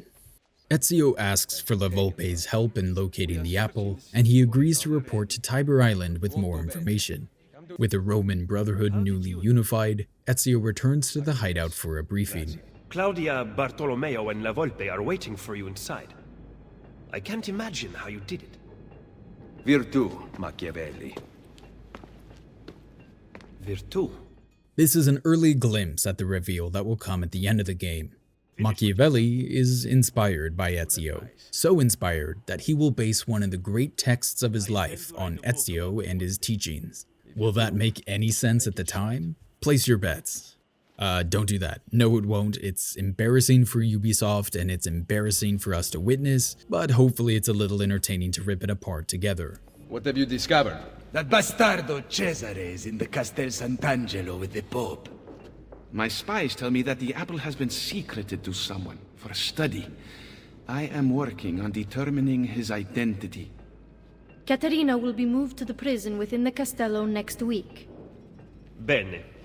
So the Castello it is. Roma will heal quickly with Cesare and Rodrigo gone. Only if the opportunity to assassinate them arises will I take it. Do not repeat your mistake in the vault. You must kill them now. I'm with Machiavelli, Ezio. We should not wait. Bartolomeo is right. They must pay for Mario's death. Do not worry. They will die. You have my word. We'll go into this, but it's my interpretation that Ezio has zero intentions of actually killing Cesare and Rodrigo during this rescue attempt. I think he wants to get in and rescue Caterina, and then get out and continue his ground-up liberation efforts. If you also think that, then his phrasing here is a little funny. They will die. You have my word. He's not saying, I will kill them, he's saying, they will die. Because it's true, they both will die, but he's making no explicit guarantees that he himself will do it, or that it will happen during his raid on the Castello. It's a very strange little beat, but I find it silly and kind of charming in isolation, though somewhat frustrating as part of his arc from assassin to mentor. If he disagrees with Machiavelli and the gang, I think he should be honest about that. This is a man of big, bold actions. His plan to end the Borgia by liberating the Roman people instead of going for Cesare or Rodrigo's head is a radical one, especially in a brotherhood that's used to inciting change by just killing the fellow at the top. So why doesn't he say something here? We've touched on this already, but at the end of the game, when we're inducting Claudia into the Brotherhood and setting up the final act, Machiavelli will allude to conflict between himself and Ezio. You and I have not seen eye to eye on many issues. But there's really no specific example outside of the initial villa spat, and to some extent their opening ride, that comes close to direct conflict between these two men. When Ezio starts to seriously implement his plan to free Rome by liberating the people, Machiavelli is surprised, but again, there's no real clash there, just mild derision and skepticism. We also don't see or understand what Machiavelli's plan is. So like so much of this sequence, it feels like a wasted opportunity to actually develop Ezio's ideas and to show us the type of leader he wants to be. The most generous interpretation of this is that Ezio just wants to lead quietly and lead by example. But he's not so much leading by example as being the only assassin who seems to have any agency in this story at all. The one time we see a fellow assassin do something significant, it's La Volpe deciding to kill Machiavelli based on groundless suspicions Ezio does nothing to disprove. Machiavelli dies if the real traitor doesn't happen to run right by Ezio at the perfect moment, all because Ezio is either incapable or unwilling to actually try to solve this problem. And there is a lot of potential richness there, because a brotherhood built on freedom and choice likely wants to choose and elect its leader. Ezio just seizing the reins would be antithetical to the principles at the heart of the creed. But then, in a game called Assassin's Creed: Brotherhood, explore that, discuss that, and ideally show us why Ezio was chosen to lead. Make it clear that this wasn't just something that needed Machiavelli's approval, and preferably make his selection about more than his strength and physical exceptionalism. We don't, really. Ezio seems to be chosen because he's the main character. He's stronger and faster and luckier than everyone. He's sort of the only one who does anything. It's not Machiavellian virtue when you're just the only character allowed to take action in a story. His rebuilding of Rome isn't addressed in the main story, nor is it even required to complete the game, so I'm not sure how seriously to take it. His rebuilding of the Brotherhood with the recruits is also optional after the first one or two. It's not clear how much they contribute to the liberation of Rome, and how much of their work and liberation around Europe is supposed to be canon. We've still accomplished something throughout Sequence 2 and 3 though. We've introduced Rome, established the Borgia, and demonstrated that for Ezio, this is not going to be about revenge. He's going to help the Roman people free themselves, despite Machiavelli's skepticism, and that central mission is going to guide us through the rest of this story. We've explored the city, struck an early blow, established a base of operations, and regrouped with our allies. Now, it's time to send a stronger message. Machiavelli there. You'll be waiting for me. What about you?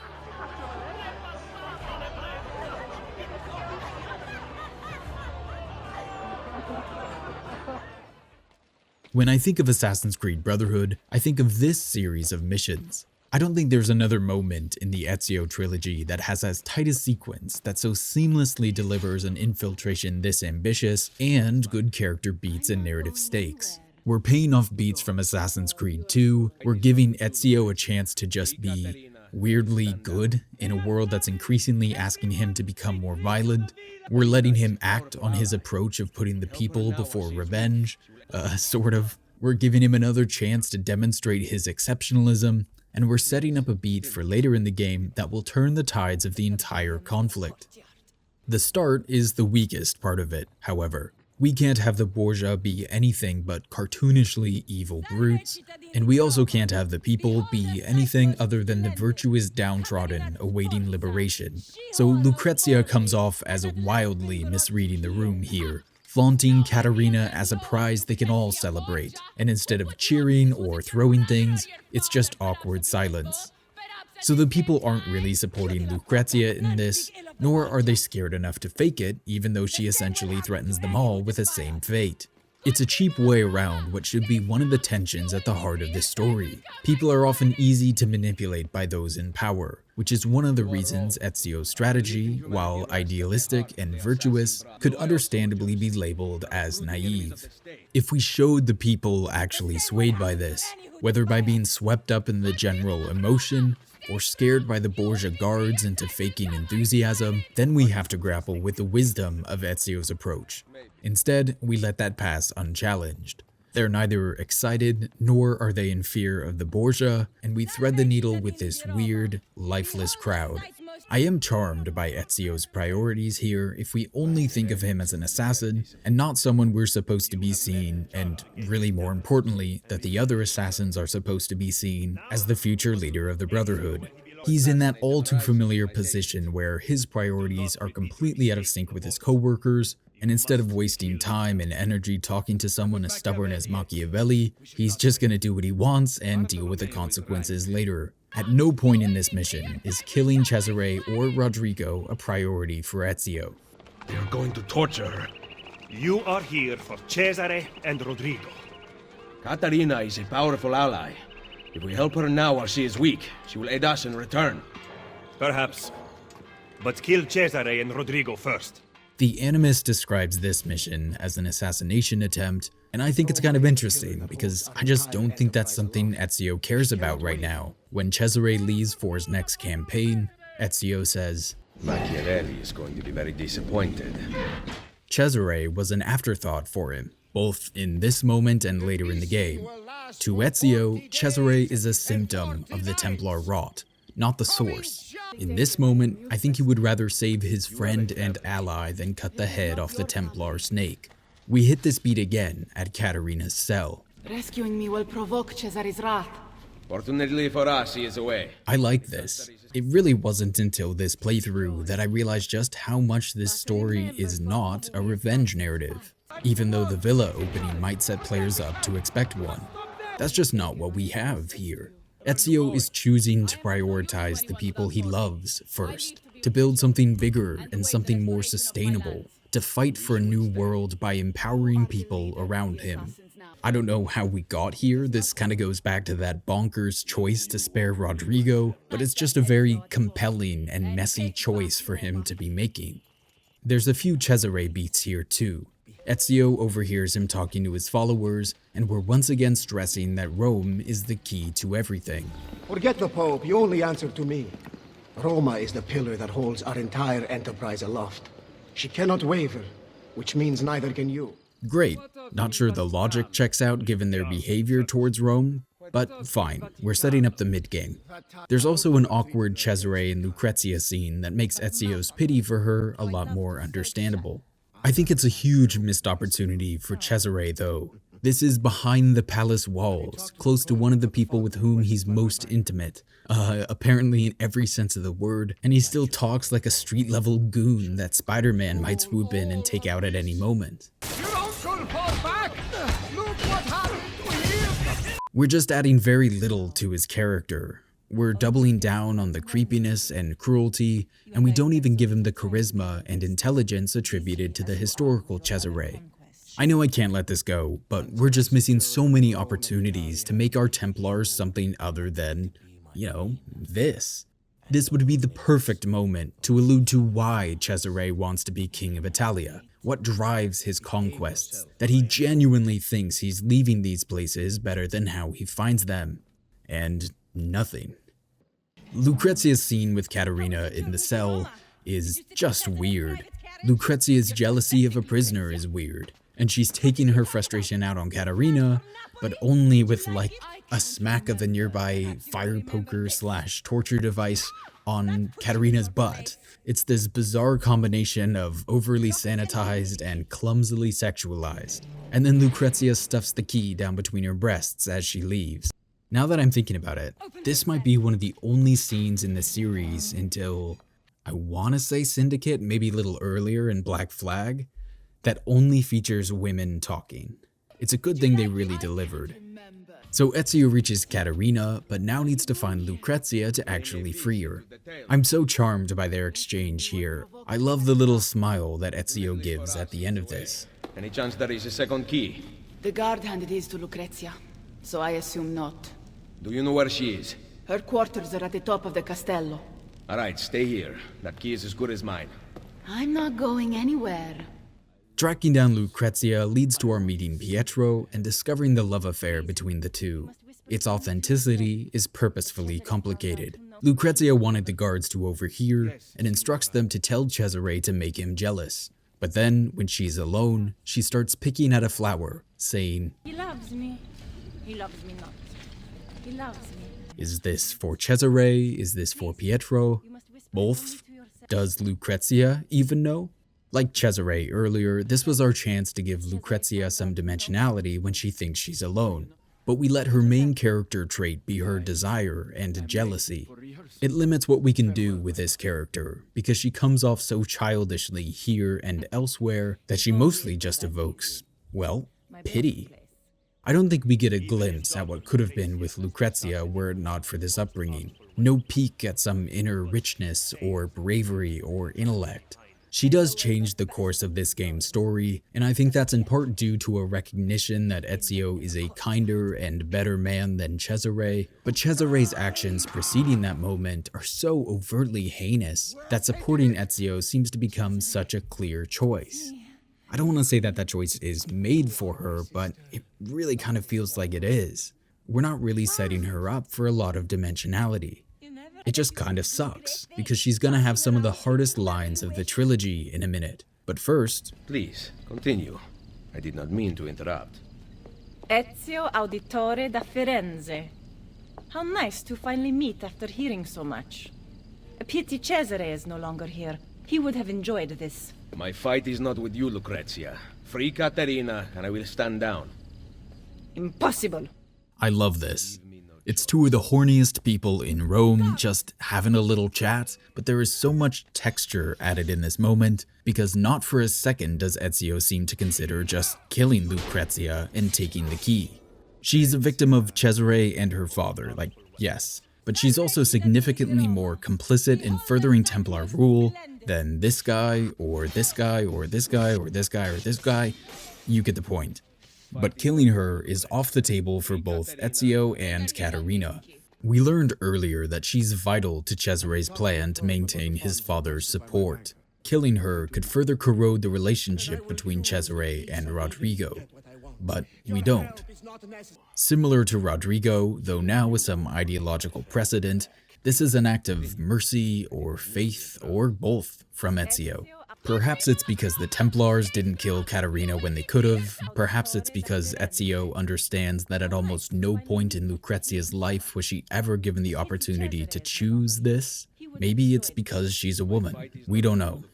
Caterina and Ezio had an opportunity to talk about why they both do this, whether during the escape or afterwards, and we just don't bring it up. As a standalone act of goodness from Ezio, I like this. The difference in violence applied to Lucrezia versus the guards, though, does highlight the hypocrisy at the heart of the story. More than any game in the series so far, we are holding up the people as an entity to be respected and empowered.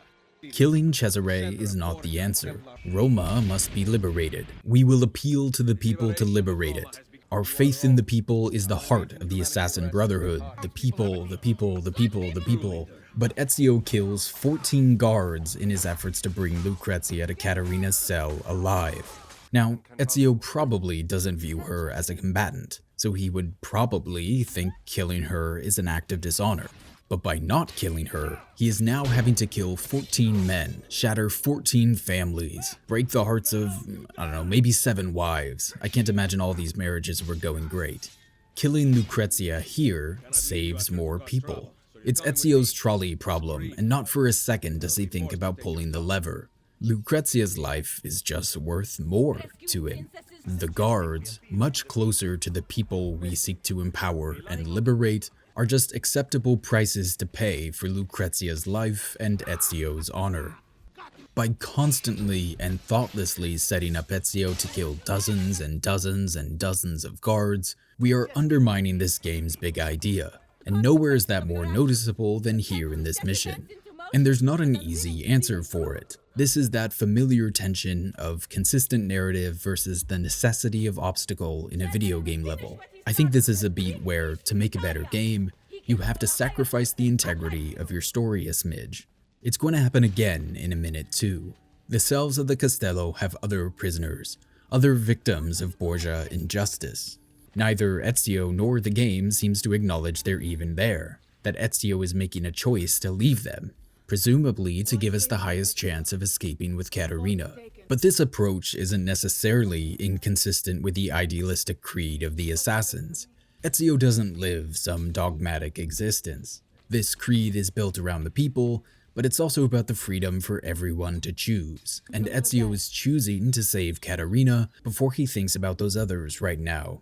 What are you doing, Ezio? And even when they don't have to make difficult choices, their fight for freedom and choice is constantly leading to chaos, often with more lives being lost in the short term. And surprisingly, we're finally going to get a character in this game with something to say about that.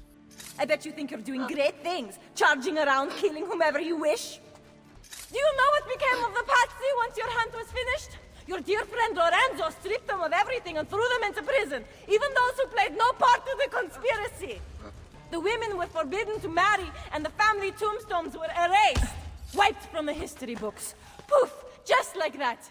Some of this dialogue sounds like it's from a completely different game, and I mean that in a good way. You ignored the consequences of your actions, content to set events into motion, but unwilling to see them through. This is the conflict that we need more of in this series, but only AC1 and AC3 really give it any significant amount of time. Brotherhood is the perfect story for it, with both Cesare and Machiavelli right there as foils for Ezio. But only through Lucrezia, of all people, do we even gesture towards this conflict. And her chastisement is flawed. Leading with Lorenzo's actions towards the Pazzi isn't a great argument against Ezio, because he doesn't fight for Medici rule. In his speech at the end of the Bonfire of the Vanities, he specifically calls them out as an entity to not be followed blindly. But there is merit to her critique of the assassin approach. killing those in power is not enough. That can lead to short-term liberation, but true, sustainable change is complex. It takes time, it often fails, it may be unpopular, or even more innocent lives can be lost in the ensuing chaos. But this is not a critique of the writing here. I think we're meant to recognize that Lucrezia is wrong. Brotherhood is pushing us to reflect on how much the assassins have evolved, specifically two of them, Machiavelli and Ezio. We don't really explore this with Machiavelli, but he is currently working tirelessly to maintain the new Republic of Florence, and he'll do so for the next decade plus, until it falls in 1512. Ezio liberated, Machiavelli is working to see it through. Then there's Ezio. He could have tried to kill Cesare earlier. He doesn't.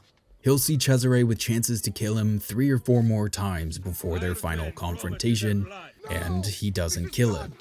In this game's final act, had Cesare not killed Rodrigo before Ezio arrives, I think Ezio would have let him live again. Ezio is taking a completely different approach here in Rome. He doesn't want to just defeat the Borgia, he wants the people of Rome to be empowered enough to reject them. He wants to shepherd the world into an age where men like Rodrigo and Cesare can never gain power. So as wild as it is that we're squeezing this huge ideological conflict next to what I think is another Mario reference, Rescuing princesses from castles now? I like that it's here. There are little chunks of what might have been a really interesting and thoughtful story here. Lines that gesture back to this more contemplative narrative that I think the first act of this story sets up rather elegantly. But they just get fewer and farther between as we barrel through the mid-game and vanish almost altogether by the end. So Lucrezia goes into the cell, Caterina out, and we slowly and carefully make our escape. Why save me, Ezio? With Forli taken, I am useless to you. You have a family. It is not your family. Is this really why Ezio saves Caterina here? Ezio cares about keeping families together, cares about protecting people from what he went through? Unless you're a guard conscripted into a force with minimal alternatives, then you're just fodder for cool kill animations. I don't really believe him here. I always interpreted this moment as more of a, I care deeply about you and I'm sick of losing people that I love, and secondary to that, you're a powerful and sophisticated player we need in the endless struggle for true liberty kind of thing. But that's like obviously a bit more of a mouthful when you're in the midst of an escape attempt. Caterina seems to pick up on Ezio's oversimplification as well. That night at the villa, I had to ensure our allegiance to protect Forli. Do you understand, Ezio? E la politica. Of course. I knew it. You did not explain. I suppose we can't have Ezio and Caterina ending up together, so we formalize the emotional distance here. Not to worry though, they will have one last roll around in the hay, and like so many doomed couples, they even bring in a third. Sorry, dumb joke. And then we reach the stables. Ezio and Caterina ride to freedom in an act of dramatic and joyous defiance. Go to Isola Tiberina. Find Machiavelli there. He will be waiting for me. What about you? Someone has to stay here and distract the guards. Get back in one piece, or I will never forgive myself. I wish the full sync objective for this was do not kill anyone instead of encouraging kill streaks, because I think what follows somewhat undermines Ezio's upcoming efforts to recruit new assassins and rebuild the Brotherhood. Ezio kills a small army by himself, quickly and easily, and depending on how soon you choose to run once you've bought Caterina enough time, you could end this mission surrounded by 30 Borgia bodies. I say somewhat, because it still sort of works. To me, this emphasizes that Ezio's choice to rebuild the Brotherhood is more about stability and long-term change than immediate need. I just wish he made that more clear. In the upcoming recruiting bit, he says they need soldiers in their war against the Borgia. But they don't, really. Ezio can win this war on his own. He's done it before. The recruits improve the long-term viability of liberation, and the geographical extent of liberation if you choose to engage in the pigeon coop missions, but we never outright express that because we don't want to look at the history and realize that the assassins are destined to fail for another 2 centuries. With Caterina now free, the gang reunites back at the Tiber Island hideout. That is odd. Rodrigo is usually at the Castello. Very odd indeed. What a waste. No offense. None taken. With Cesare gone to Urbino, we must build our forces. I thought we intended to strike now. Impossible. Cesare commands a massive army in Romagna. You would never reach him. I say we work here, in Roma. Erode the Borgia's influence while restoring our own. And in fact, I want to begin right now. Volpe, bring Claudia and Bartolomeo here. Machiavelli, meet me outside. So we see another little moment where La Volpe becomes more suspicious of Machiavelli, and Ezio lays out his plan to rebuild assassin influence in Rome. Much to Machiavelli's chagrin, he's gonna start with the first dissident he sees. Look, the Borgia rob everything from the people to maintain power. What do you intend to do? We will recruit him to our cause. You cannot be serious. To win this war, Machiavelli, we need loyal soldiers. By recruiting enemies of the state, we arm those who have been disarmed by the Borgia. Go then. Recruit our first novices. I think I share Machiavelli's skepticism. The Assassin's Creed is kind of strange and idealistic, so turning people into assassins at a 100% success rate strains credulity a bit. It also undermines Ezio's faith in the people's ability to choose when all of them choose to join him. Although we don't even try to have Ezio make the philosophical case for joining, he just appeals to the rebellion of it. Assassin! The liberation of Roma has begun. If you choose to flee, do so now. But if you choose to fight, stand with me against the Borgia. I am tired of hiding in the shadows. I will join you. Then seek Niccolo Machiavelli on Isola Tiberina, and we will make you one of us. Their lies will no longer mask your truth. I've looked at that last line from a few different angles to try to find a generous light in which to see it, and I just don't know that I can get there. Their lies will no longer mask your truth just sounds terrible. We're probably appealing to this idea of the illusion, and if we strip away the Templar illusion, people will be able to choose and be able to see that they have a choice, but that relies on a familiarity with the Assassin's Creed that these Ren people obviously don't have.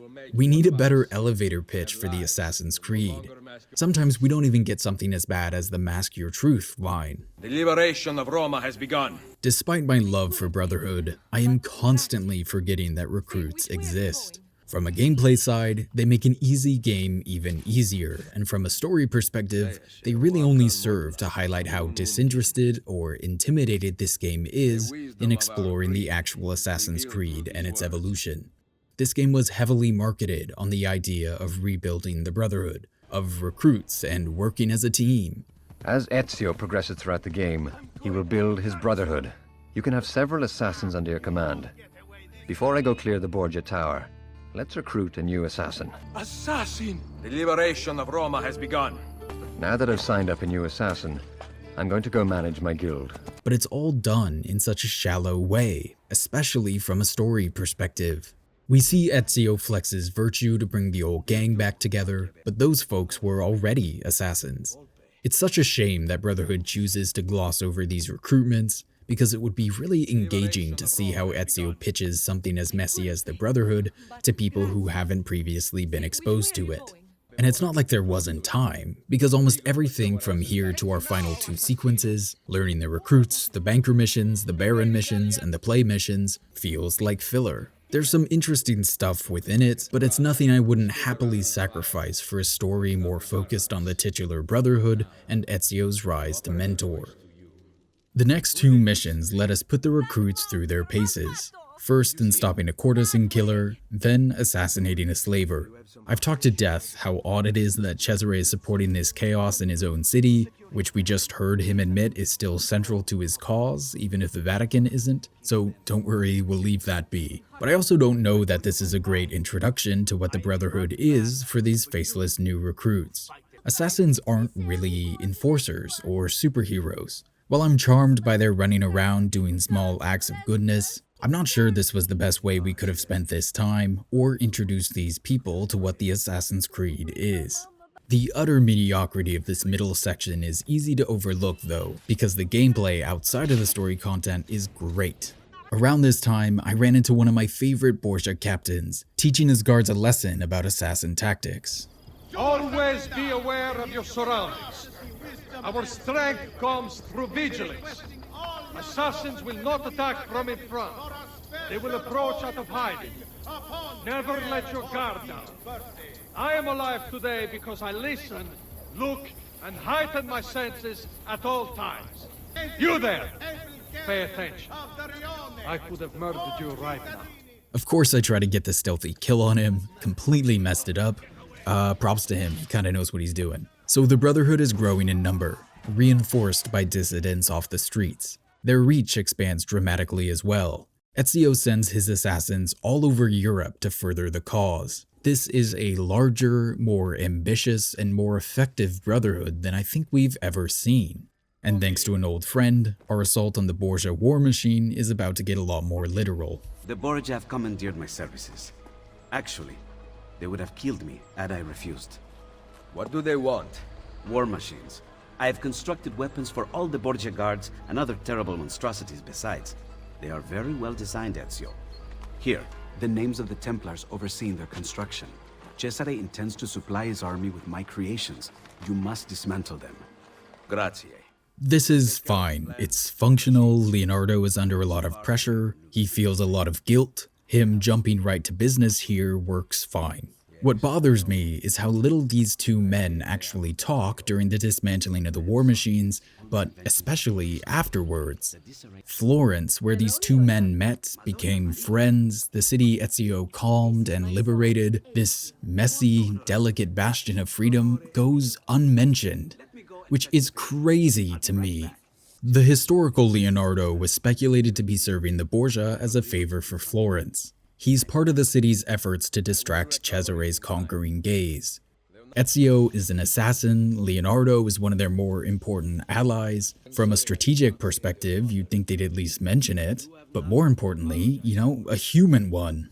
As an assassin and a hardened veteran at this point, it's reasonable that Ezio isn't leading conversations by leaning back on the bench and asking, "Do you ever think of Firenze, of the Arno in the spring?" But Leonardo is still a civilian, an individual of singular passion and curiosity, and we get nothing from him, not here and not at the end of these little quests. It's just such a waste. We're missing an opportunity to develop this friendship, to give Ezio's fight some emotional stakes.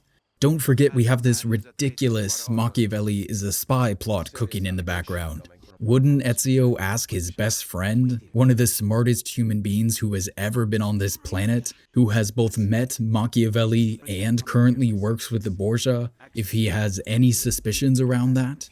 Maria introduced the two of them back in AC2, and she's like 500 yards away right now. Maybe Leonardo would ask about her. It's just a little sad. Ezio was developed so thoughtfully in AC2, and we get that big, merciful twist at the end. And now we've just sort of stopped. He has become the assassin, capital T, capital A. He's more the robes and the blade than a man at this point. And that's really interesting if the game took it seriously.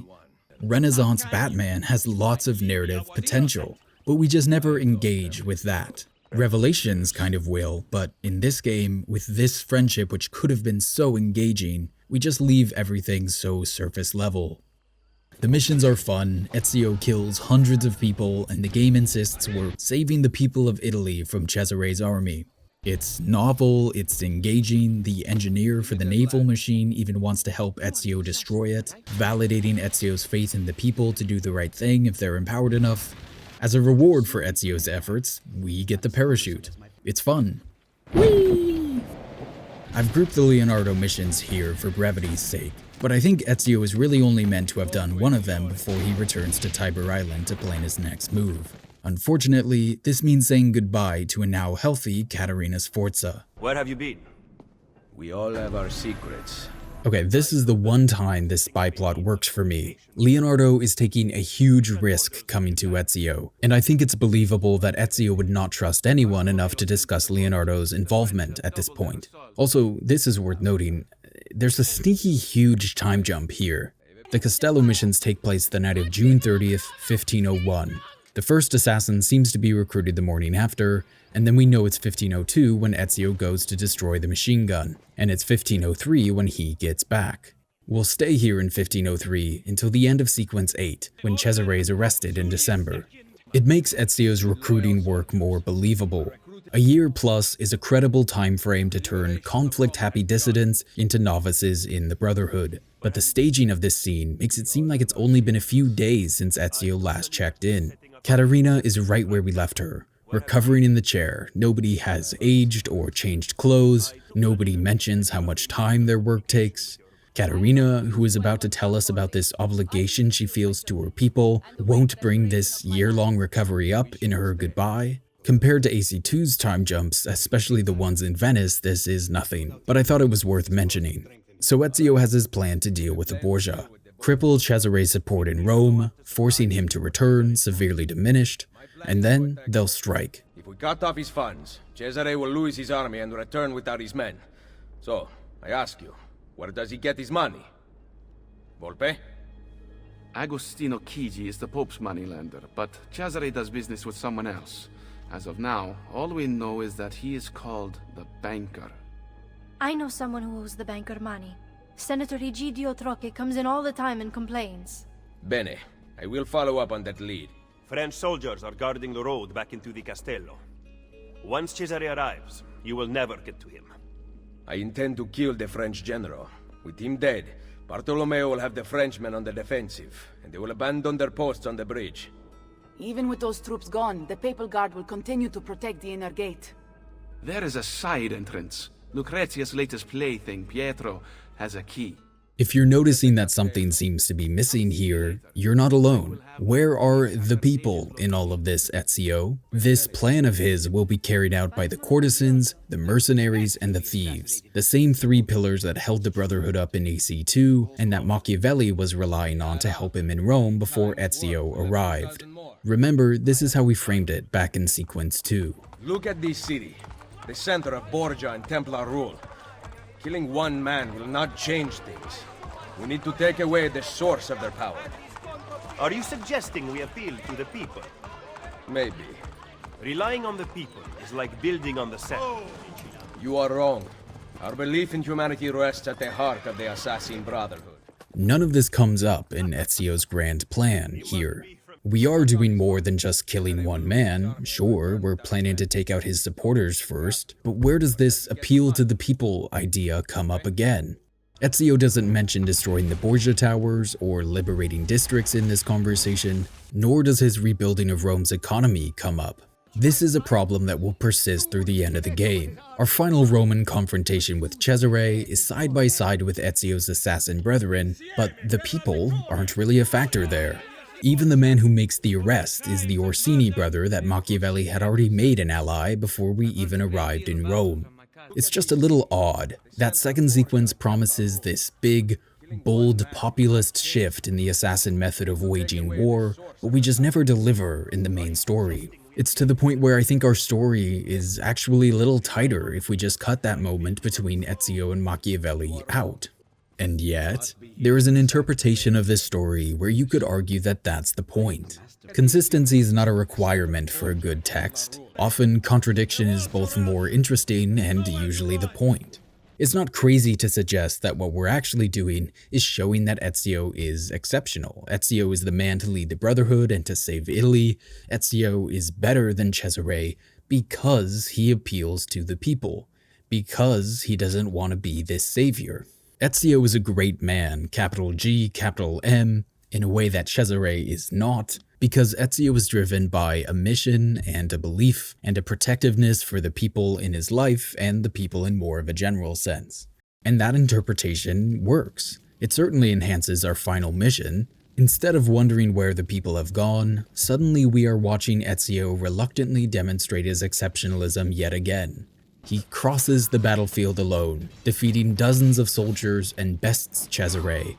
And in their final confrontation, he says that a true leader empowers the people he rules. And suddenly, it's very clear how this could connect to the rest of the game. Instead of feeling like this is a half-written story, we get something somewhat cohesive. Ezio is a true leader because he seeks to empower the people. His goal was never to do it himself. He's trying to elevate others, but when it still isn't enough, he answers the call. And the main reason why that isn't my interpretation of this story, why to me it feels like there's just a rushed back half with a lot of story missing, Is that the whole reluctant assassin is a better man and better leader than the Borgia guy, and exactly who this era needs in part because he isn't trying to be any of those things, is almost exactly what we did in Assassin's Creed 2. I couldn't care less about your prophet. He never showed up. No? But you did. We don't really learn anything about Ezio in this game that we didn't know already by the end of his speech in Bonfire. So there's certainly a valid interpretation of this story where you don't feel like the people are missing from either this scene or the sequences that are yet to come. I'm not sure that I can get there though. I think the story was building towards an exploration of Ezio as a leader and of the Assassin's Creed itself, and we just didn't get there in time. The goodbye between Caterina and Ezio is a bittersweet one. Like their exchanges in the Castello, you kind of have to look for the honesty behind the non sequiturs. Where are you going? I am of no use to anyone without Forli. I leave to be with my children, and await the restoration of my lands. I wish you would stay. You are the leader of the assassins now. Unite them, Ezio Auditore, and take back Roma. I wish you would stay is deflected. She responds, you're the leader of the assassins now. We have to come along on that tactical leap in logic with her and just work backwards. Since you are the de facto leader of the Assassin Brotherhood at this pivotal moment in history, we can't be together. My staying is not an option. And while the feelings of Caterina and Ezio benefit from their not lingering on this tragic fact, I'm not sure that Brotherhood really does.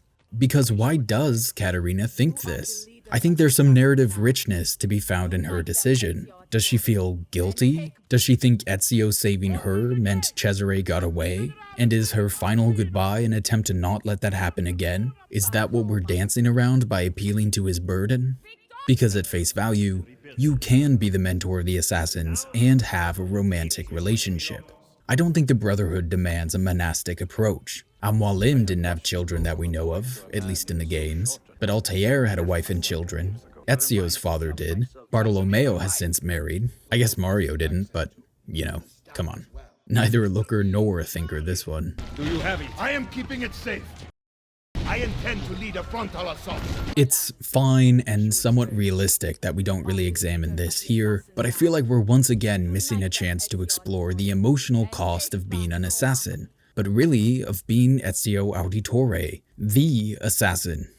Revelations, to its credit, picks this thread up a little bit, but if only Ezio had a trusted friend in the city who knew Caterina and how Ezio felt about her, who is aware of the distinction between Ezio the man and Ezio the assassin, who probably understands the sacrifices people make in the name of the greater good, and we could maybe have a brief moment of introspection between these two old friends. But, shoot, who would possibly fit that description? I can kill double the guards. I also really like the performance here, the softness that flows into Caterina's voice after Ezio asks her to stay. And await the restoration of my lands. I wish you would stay. You are the leader of the assassins now. It's a purposefully anticlimactic final beat for Caterina Sforza in our story. Outside of the Animus, Desmond will ask about her, and Sean gives us the end of the tale. She went back to Florence and petitioned unsuccessfully for the return of her lands. Then she died of pneumonia. That's sad. That's life. Well, that's death, technically, but you take my point. She passes away on May 28th, 1509, at the age of 46. Her death falls between Ezio's placement of the apple inside the vault in 1506 and the start of his travels in Revelations, which we join in 1511. Caterina's midnight ride marks the midpoint of our story. All our major players have been introduced, and the conflict, while murky and somewhat contradictory, now seems redirected for the back half. Cut off Cesare's support in Rome, destroy his war machines outside of it, and lure him back to the city in a weakened state to take him down for good. And I guess rebuild Rome and the Brotherhood while we're at it. The threat of the people that we hit surprisingly well in our early time in Rome has been abandoned by this point, but the gameplay around this repositioning is still so good that it's difficult to care when you're actually playing the game. But when you're not burning down Borgia towers or rebuilding the Roman aqueducts, the creepy narrative mediocrity becomes harder and harder to ignore.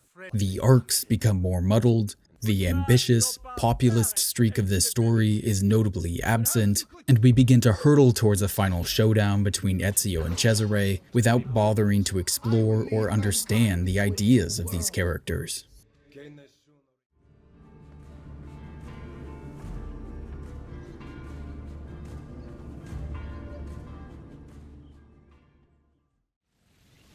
I think the banker is Brotherhood's weakest sequence from a story perspective, and I'm not just saying that because I just had to rewrite my entire opening for what is still a fairly dull series of missions.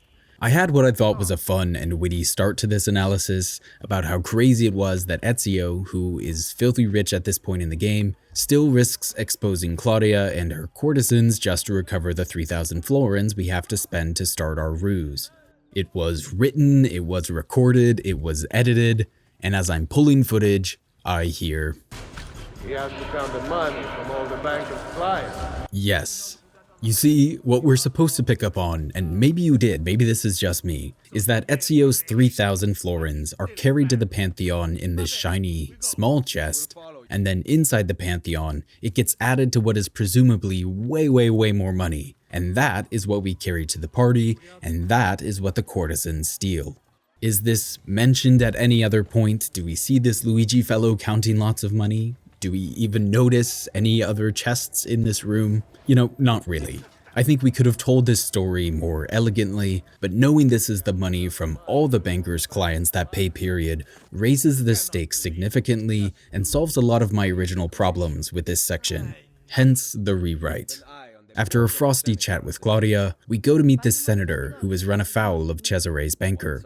As we try to get him to a safe place to chat, we hear a few things that we've sort of had to accept already about the power balance in Rome. The Senate has nothing to do these days. The Borgia have taken all the power. Senators used to petition about real issues like unlawful cruelty, abandoned children. Now we write up legislation on the appropriate width of women's sleeves. From the comfort of the safe house, the two make their bargain. I cannot believe you would just do this. There is a condition. I knew it. Keep an eye on the politics of the city.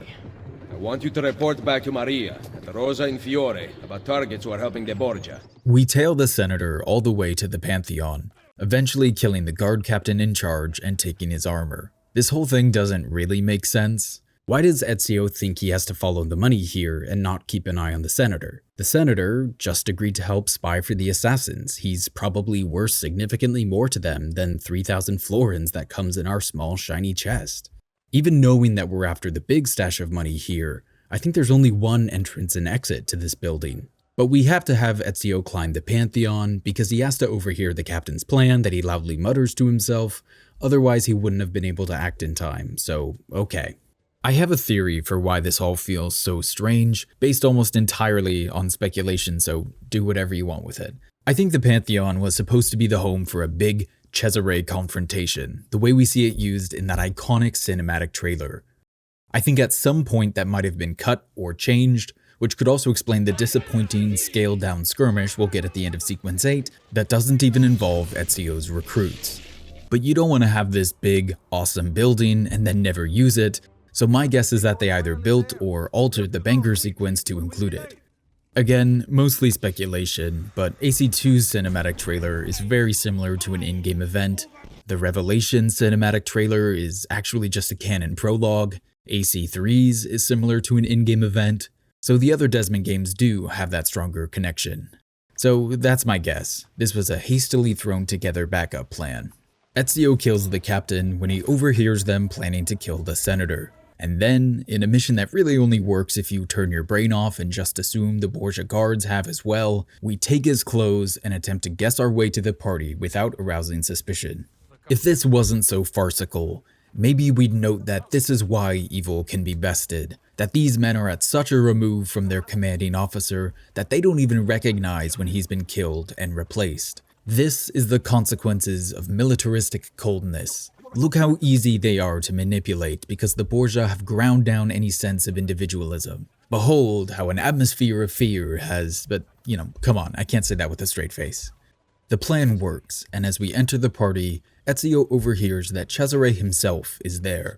Like his mission in the Castello though, he doesn't seem too bothered by this, and it doesn't change his priorities at all. When I was younger, I thought of this as a plot hole, like why isn't he just killing Cesare? But it's not. Brotherhood is doing this intentionally. The problem is that I think it doesn't do a good enough job telling the story about why we have to destroy the machine before the man. So we continue to follow the money until we meet the banker, Juan Borgia, who in his brief appearance comes off like an unstable hedonist. Claudia's courtesans steal the money back, something that will matter in a minute, and Ezio follows Juan through the party to the top of the hill, where Cesare is making a speech. Soon, we will be here once more, celebrating a united Italia. And then, the feasting will last for 40 days and 40 nights. Cominciamo ora!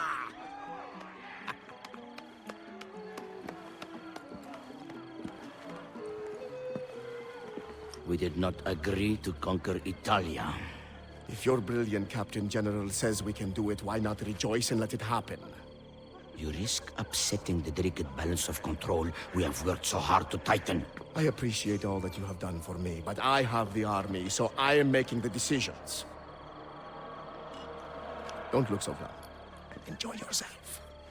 I really like this beat. We're upping the stakes of the Rodrigo-Cesare conflict, and Rodrigo comes off as a significantly wiser, more cautious man than the one we saw in AC2.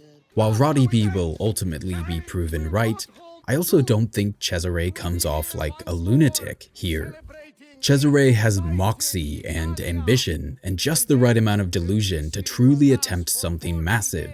And here, Rodrigo just seems to understand that he can't really be reasoned with. Cesare's goal of a united Italy is also not just arrogance, I think. I wish we addressed this in the game, because it would add so much nuance to Cesare, but these Italian states are wedged between these great powers. France looms in the north, the Ottoman Empire is off to the east, and Spain is off to the west. The historical Cesare was friendly with King Louis XII of France. Louis named him a French duke in 1498, and Cesare was present when the French king invaded northwestern Italy in 1499. Rodrigo favored the Spanish more, even contemplating an alliance between the Vatican, Spain, and Venice, but not having an alliance with at least one of these great powers, really just France or Spain. I think the Ottoman Empire was likely out of the question due to religious differences, meant that your independence, or at least your freedom from constant threat and extortion, was not really guaranteed. And so a reasonable person could look at this map and come to the same conclusion that almost every Europa Universalis player does. A very logical path forward, certainly not the only path, but a very logical one, is a united Italy that can defend its sovereignty, that can have a chance against these massive world powers, or at least become significantly more cumbersome to conquer or harass. And the historical Cesare proved that he could rule, or at least appoint someone who could rule effectively. Cesare would have a compelling case if he put forward the idea that he could end the violence and instability in this land by uniting it. It would still be viewed as a conquest by many, Ezio included, but it's not difficult to see it as the lesser of two evils. So not only would clarification about this goal strengthen our central conflict, but it introduces some amount of moral ambiguity to our central antagonist. Win-win, I think. We do this a little bit with Lucrezia back in the Castello, but I just wish we did it more, because it gives Cesare a lot more depth and gravitas. It becomes easier to see why even this Machiavelli would admire him. So Cesare and Rodrigo go into the nearby building, and Ezio kills Juan Borgia. When he returns to the brothel to check on the money, it's clear that something is wrong. Where are Claudia and Maria? We came back with the money. They followed us home.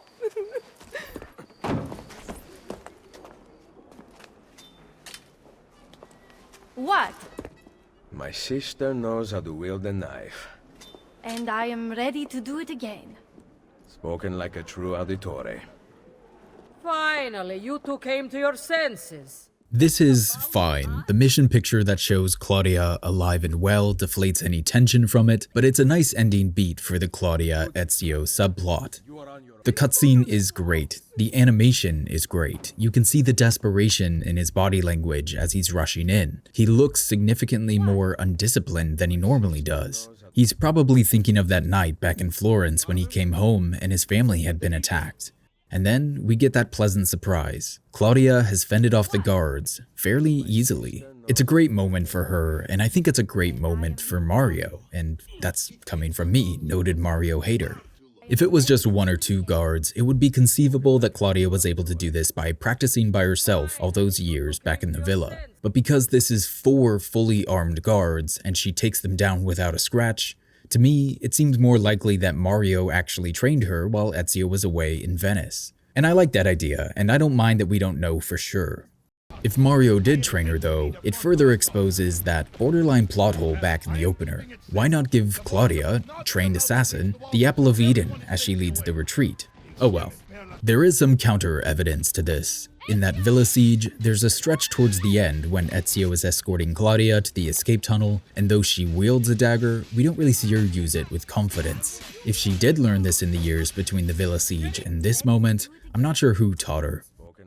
The banker is dead, and the next step in Ezio's plan is undermining Cesare's French connection, which means killing the Baron de Voila. Ezio reaches Bartolomeo's barracks just in time to help him fend off the latest assault, and just when it looks like the day is won, the Baron emerges with Bartolomeo's wife, Pantasilea, held hostage at his side. The Baron demands the mercenaries' unconditional surrender by morning. The scene is fine, but this conflict just feels so ludicrously small scale that it's difficult for me to take it very seriously. I get that the scale of places is weird in these games, but are we really supposed to believe that a small French army has been unable to conquer Bartolomeo's tiny little barracks? They've been trying to take it over for like 2 years at this point. I do like the Baron's parting line. And practice your French. Soon all of Italy will be speaking it. Anything that draws attention to this sword of Damocles looming over Italy's head is just a great addition in my book. We're upping the stakes for Ezio and showing that Cesare is both playing with fire by inviting the French this far into Rome, and that he's possibly justified in his desire for a united Italy. France is clearly something of a threat. Bartolomeo and Ezio give chase, pursuing the French back to their fort. The entrance is thicker with Frenchmen than the streets of Paris. So we will climb the battlements. They cannot be scaled. Pantasilea would know what to do. Maybe this is the end. I enter at dawn bearing gifts, and hope that coward spares her life. Perché non ci ho pensato prima? What did I say? Call your men back to the barracks. I will explain there. Worth noting, since the staging of this scene does not do it any favors, I think when we're talking about the walls being impossible to scale, we're referring to the walls deeper in the fort that Ezio and Bartolomeo won't see until later. That does make sense, because if they're referring to this one, it's like 12 feet high. Ezio can climb it in his sleep. But Bartolomeo's mention of gifts gives Ezio an idea, and he comes up with a plan to pose as French reinforcements and be accepted into the fort with open arms and a lowered guard. It's a little corny, but I like it. I like any time we get to see Ezio fold in that gentlemanly upbringing of his. Giovanni raised his sons to be educated members of the Florentine elite before he even brought up the Brotherhood, at least with Ezio. So I always interpreted that as Giovanni viewing education and refinement as crucial traits for a Renaissance assassin, more important even than the stabbing. And it pays off. Ezio, classically educated, is reminded of Odysseus's plan to make the Trojan horse when Bartolomeo mentions gifts. He'll use his education again to overcome the plan's final hurdle. Que venez-vous faire ici? Mes soldats conduisent le capitaine italien à son excellence le baron. Il vous surround. What part of France are you from? Montreal! Open the gates! They speak French. There were a couple of French girls in Firenze. I am so charmed by this, but I don't buy for a second that Ezio only knows French because a couple of French girls. I think he's being modest in front of Bartolomeo. I don't think it's a crazy interpretation to take Ezio at face value here though, if you want. It is kind of funny and tragically believable that he could string this sentence together based on phrases he learned to seduce women. To take, to want, to surrender are the verbs he uses, which could, depending on the context, have a flirtatious or sexual connotation. It works for me either way, but I think I find the highly educated but being modest about it a richer interpretation here. I'd love to also praise his choice of regions, noting that he picked a southern one that was closer to Spain and thus might explain his accent a bit, but I think the choice of Montreal was more of an Easter egg, a nod to the fact that this game was developed by Ubisoft Montreal, sorry if I'm butchering that. I still like it all the same. So I think Ezio is probably thinking of his father and his education a lot in this section, and he's not alone. Your plan is brillante, but I don't like using this kind of trick. I believe in fair fighting. May the best man win. Cesare and the Baron seem to have a different style. Things you There may will not come a know day you in need. which men no longer cheat each other. And on that day, we will see what mankind is truly capable of. I have heard that before. It is something your father once wrote. I want to like this more than I do. I like this reveal that Bartolomeo, only 4 years older than Ezio, clearly respected and studied Giovanni. I think it's more evidence that Giovanni did want to reform the Brotherhood, to spark this little enlightenment, and was just killed before he could really see that through. There's a dark irony, too, that here we learn that Giovanni lamented mankind's constant cheating and betrayal, and of course, he's ultimately undone by Uberto selling him out to Rodrigo. But Giovanni's legacy lives on in Ezio, who does take this more gentlemanly approach in his later years. We see him liberate Florence in a really nuanced way, spare Rodrigo, then nurture Rome back to health using his financial talents rather than just stabbing all the Borgia he sees. Here, he's using his wits to help his friend and end this little French occupation, and soon he'll let Cesare be arrested at the end of all of this instead of just opening the gate and sticking a blade in his neck. I think there is a gentle in the archaic sense, a gentle streak to Ezio that's effectively done and that we can trace right back to his upbringing. So why don't I like this more? I think it's the context of it. Bartolomeo is quoting this as a rebuttal, outright condemning the combat style of Cesare and the Baron, and to a much lesser extent Ezio, perhaps for stooping to their level in order to beat them. But in doing so, I think he's completely missing the point of this quote. When Giovanni references the day in which men no longer cheat each other, saying that that's when we'll see what mankind is truly capable of, I interpret that as him referring to peaceful, elevated, reformed societies. I don't see how there are kings and dukes and barons without men cheating each other, battles over succession, or land without men cheating each other. I interpret that line as Giovanni pondering a utopia that would truly let humankind showcase their best qualities. I don't really think this line works in this context the way Bartolomeo thinks it does, and, that's fine. But I'd like this moment a lot more if we gave Ezio a rebuttal here, and let him engage with his father's lofty ideas. Break them down and reforge them into something workable in the dark realities of 1500s Italy. He's doing that through his actions. It would just be cool, and I would argue necessary to making him a more engaging protagonist, to have him articulate his logic, share his own little spin on the creed. In the courtyard, Bartolomeo and the Baron exchange words about their titles. Such entitlement from a man born with nothing to his name. Mine is worth its currency, unlike yours, which is counterfeit. How dare you?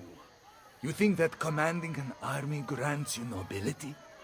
Nobility comes from fighting beside your soldiers, not kidnapping a woman to cheat your way out of battle. When Ezio kills the Baron, it comes up again. I do wish Ezio's goodbye to him was in French.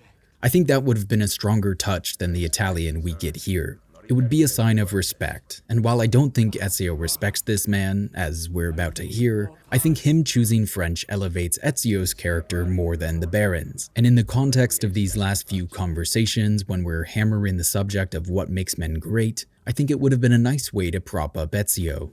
Fantasilea! Don't ever disappear again. I was lost without you. Really? But you rescued me. Ezio came up with a brilliant plan. I did not. It was all your husband's idea. It was? You are my prince. Now I better earn that title. You will. So we elevate Ezio without the French Requiem. He's just quite a good man and friend here, giving all the credit to Bartolomeo, and we hit that idea of titles and respect again one last time. I don't really find that very interesting. Everyone here is both an adult and an assassin, ideally grown beyond the need for titles in both a self-worth sense, and more importantly, titles are part of the illusion, a lie created to elevate certain men above others. We must transcend into a world where everyone is free, kind of way. But that's such a tedious vibe to bring to the celebration, so I don't blame Ezio for not pointing that out and ruining the moment. Sequence 5 and 6 are the weakest in the game for me by a significant margin. I don't think we really set up the importance of these targets very well. I think we're missing a lot of the context, or it just doesn't make sense. Here in this French conflict, we're letting Ezio show off a different, really engaging side of himself, but the setup feels kind of goofy. It's hard to take the French seriously as a threat, and they are supposed to be a huge threat at this point, when they're unable to take this little barracks despite attacking it for about 2 years. Worse still, at no point in this game after the initial villa assault does it feel like the assassins are ever losing, or even at risk of not defeating Cesare. Rome does not feel like a dark, dangerous place. From the first minute, it's essentially a playground for Ezio.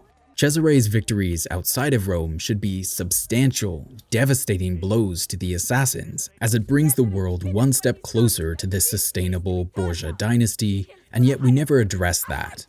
These victories we're seeing pile up in Rome don't feel as meaningful, because at no point after Sequence 1 does it ever feel like the assassins might lose this. Ezio's plans go off without a hitch, and nothing the Borgia do surprise him. Almost all tension vanishes from this story the moment Ezio brings down his first Borgia tower. From then on, he is in control and undefeated for the entire run of the game. It just doesn't make for a very interesting story. This is also why the game's lack of Machiavelli after the second sequence is so frustrating to me. Cesare cannot be in Rome all the time, and for the sake of AC2's ending, we don't just want to run back Rodrigo as a central villain. But Machiavelli is right there as a secondary antagonist. Note, not villain. I know most people know those aren't interchangeable, but it's sometimes helpful to clarify, but an antagonist for Ezio. We could expand that conflict we hinted at earlier in this game. What if Machiavelli was committed to working with governments and institutions to take Cesare down? He could make the case that it is a safer, more sustainable option than just toppling Cesare's support in Rome, and he could certainly argue that it keeps the assassins from being the obvious target if they're hiding behind these greater powers. That's a logic that's consistent with our Machiavelli. He's already alluded to that earlier in the game. And in time, Cesare's gaze will return to us, and we'll be broken again. So then we'd have a real clash between these two men. Ezio doing it from the ground up, Machiavelli from the top down, and both might think the other's approach impedes and imperils their own. Having a character Ezio interacts with on a semi-regular basis be involved in high-level statecraft would give us so many chances to contextualize Cesare's actions, victories, and future plans, something the story desperately needs. The first time we learn Cesare is going to try to be the next pope is 5 seconds after we're told he's not getting it, and when it's clear that Ezio already has this man on the run. There are ways to get around the fact that we can't have Cesare as a constant villainous presence in this game. We can create and contextualize conflict with the characters we have, but Brotherhood just doesn't. We get a terrible spy plot and Ezio steamrolling armies. I guess that's the best one can hope for when a game has to be written and shipped in like a year or something. Sequence 7 starts to right the ship, however. I think it has an added urgency and gravitas, which is why I've split it out from the other two, even though I think we're still in the same general movement of the story. It starts slow, but it picks it up, and I think we end in an interesting place. So let's just hop right in.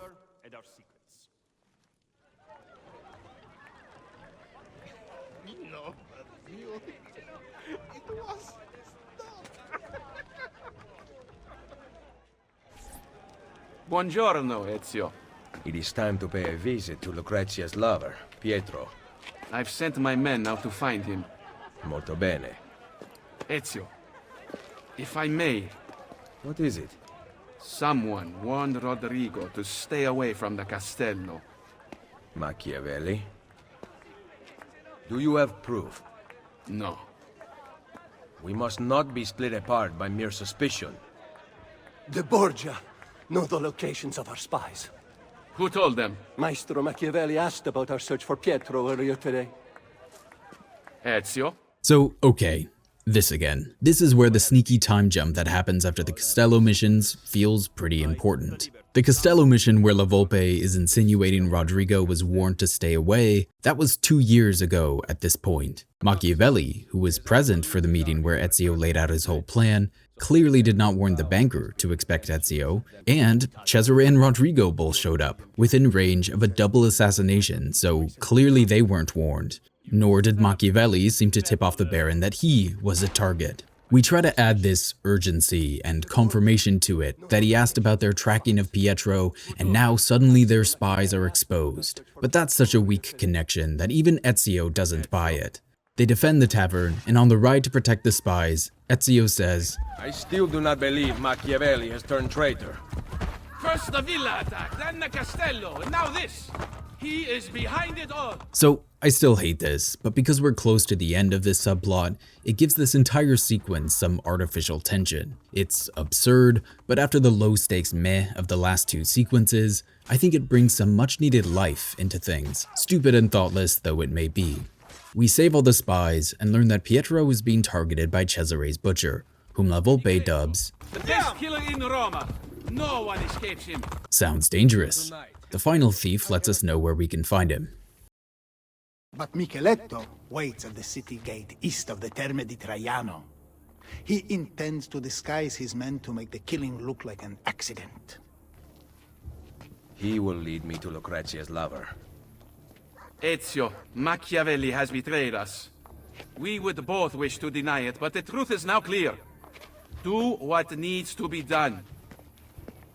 If you don't, I will. Cool, so what La Volpe means by this is that he's going to kill Machiavelli tonight, personally, with no interrogation, no questioning, just a little stab in the old back. This is essentially our chief intelligence officer. Suddenly the Florentine Brotherhood's total unpreparedness for the betrayal in AC2 is starting to make a lot more sense. There's also something to be said for the elitism in La Volpe's thinking here. Not once does he suspect that it could just be a normal thief, a rank-and-file member of the informal Brotherhood. No, betrayal on this scale is a great act, capital G, capital A, that can only be done by a great man, capital G, capital M. It's this casual arrogance that we've previously really only associated with Templars. The assassins believe that anyone is capable of change and action and of accomplishing big things if they're empowered. Remember, Ezio says, Our belief in humanity rests at the heart of the Assassin Brotherhood. La Volpe doesn't believe in humanity enough to even consider suspecting someone who isn't a member of the elite? I don't think Brotherhood means to subtly expose this ideological recalcitrance in the pre-Ezio as mentor Brotherhood, but that is kind of what the subplot ends up accomplishing. So as disastrous as I think this whole thing is, there is something salvageable here that applies to Brotherhood's vague broader story, but once the real traitor is discovered, La Volpe's bonkers suspicions will simply go uninterrogated. So Ezio goes to the gate to find Micheletto, and finds him there with Cesare Borgia and the brother of the senator we used to get to the banker. You told your brother about my war plans in Romagna, who contacted the ambassador of Venezia. It was an accident. I am still your servant and ally. Are you demanding that I discount your actions and rely on friendship? I am asking, not demanding. To unite Italia, I must have every institution under my control. And if the church does not fall in line, I will eliminate it entirely. You know that I really work for you, not the Pope. Ah, but do I, Troche? There's only one way I can know that unconditionally now. You intend to kill me? Your most loyal friend? Of course not. Are you letting me go? Thank you, Cesare. You will not regret... Guards! Give Micheletto the costumes for the play. Lucrezia is mine. No one else shall have her. Make doubly sure it is done correctly. Okay, there's a lot here. First, the most glaring. I've been trying to give them a pass on this since I do think they set up that Ezio is not just in this to kill Cesare, he wants to take down the machine that built him, but the whole point of Ezio's plan was to lure Cesare back to Rome in a severely weakened state. Significantly less money, lessened French support, and ideally without the apple. But this feels awfully close. He's back to deal with a betrayal, he has 4 guards around him, and 1 supporter who could probably handle themselves. Ezio has his entire army of recruits, and a pouch full of smoke bombs, poisons, crossbow bolts, bullets. This is almost the exact same circumstance we'll see when Ezio does finally oust Cesare from Rome. I just think this could have been staged differently to not distract from what is otherwise a pretty interesting moment. To unite Italia, I must have every institution under my control. And if the church does not fall in line, I will eliminate it entirely. We haven't really wrestled with this question, because at a certain point it doesn't matter, but to me, this signals that Cesare isn't really a Templar, or if he is, he's just an incredibly dumb and short-sighted one.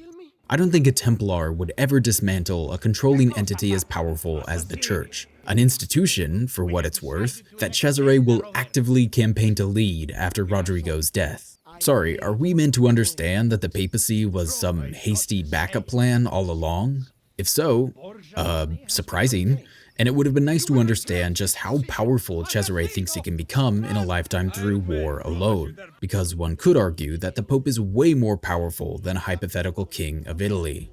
The Church is also instrumental in what the assassins would call the illusion for the majority of Europe. It's such an easy way to control and steer these huge populations that Cesare's willingness to cast it aside betrays the pedestrian nature of his goals. And that's not really a surprise, you know, this is a man who uses the Apple of Eden to build war machines. So, okay, Cesare might dismantle the Church. We've been learning more and more about this rift between Cesare and Rodrigo, and soon we'll see how Rodrigo decides to handle it. It's just frustrating because this rift has so much narrative potential, and we've squandered the majority of this act on filler missions and plain dress-up, so it's not like there wasn't time to explore it. Actually interrogating the Templar philosophy, where and why Cesare seems to break from it to pursue more practical, earthly victories, would fit perfectly alongside Ezio's story, which for the first 2 sequences feels like it's built to ask questions about the Assassin Brotherhood. We don't, so oh well. I am the best fighter who ever lived! Ezio tails Micheletto, using his recruits to steal the costumes, and we end up at the Colosseum. If you haven't already, you can buy it on your way in. It changes nothing, obviously, it's just kind of fun. We take out the sharpshooters and then descend down to join the recruits in disguise. It seems unlikely to be a coincidence that in every sequence of this game's 4th act, Ezio dresses up like a soldier, and yet I struggle to see the intentionality of the repetition. The banker mission is the weakest of the 3. I quite like the way his plan with Bartolomeo lets him show off his education and wits.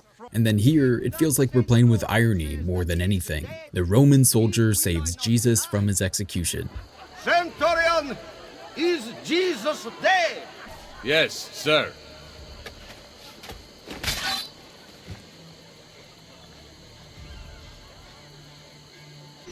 Even Ezio is aware of the whimsy of this particular setup. I'm jumping ahead a bit, but on the way out, when we're taking Pietro to the doctor, we get... Who are you? Your savior.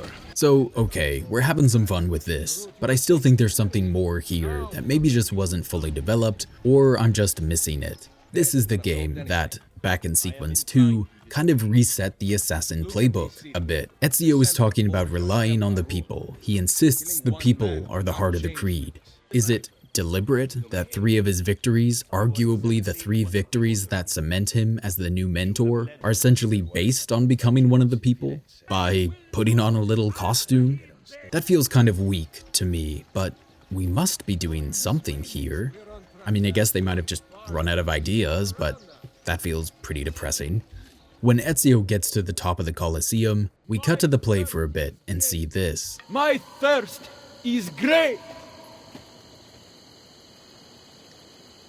Yea, thou shalt drink no more! That moment is given greater context when Ezio identifies Micheletto and stops him. Ha! You cannot save Pietro. The wine he drank was poisoned. As I promised Cesare, I made doubly sure. I am not yet dead. I did not come here to kill you. He who is the cause of someone else becoming powerful is the agent of his own destruction. It's not uncommon for Ezio to spout little platitudes in these requiems, but if this one feels a little awkward here, it's because it's pulled from Machiavelli's The Prince. He hasn't written it yet, and will later make it pretty explicit that Ezio is his inspiration. That's a cool idea in theory, utter and total disaster in execution, but we'll get to that a bit later. In the immediate sense though, this feels very strange. For one, it's a setup for a payoff we'll never see. I haven't read the novelization of this game, but apparently Micheletto is the one to rescue Cesare, and then Cesare kills him at some point later. The back end of this game is so rushed that it wouldn't surprise me if they had planned to pay this off at some point, but in the game we have now, it's kind of an open thread. And there's nothing wrong with an open thread, but this is just one of Ezio's weird, inconsistent mercies rearing its head once again. He just killed 8 or 9 guards to get costumes, and then a few riflemen just stationed around the Colosseum. But Micheletto, who I would argue has significantly more free will and agency than any of the Borgia guards, Micheletto, Cesare's butcher, Micheletto, who we just watched strangle a dude with zero hesitation, is spared because he who is the cause of someone else becoming powerful is the agent of his own destruction. So much of the moral logic of this game only works if you don't consider Borgia soldiers to be human beings. We're not gonna let Rifleman number 5 get his karmic comeuppance.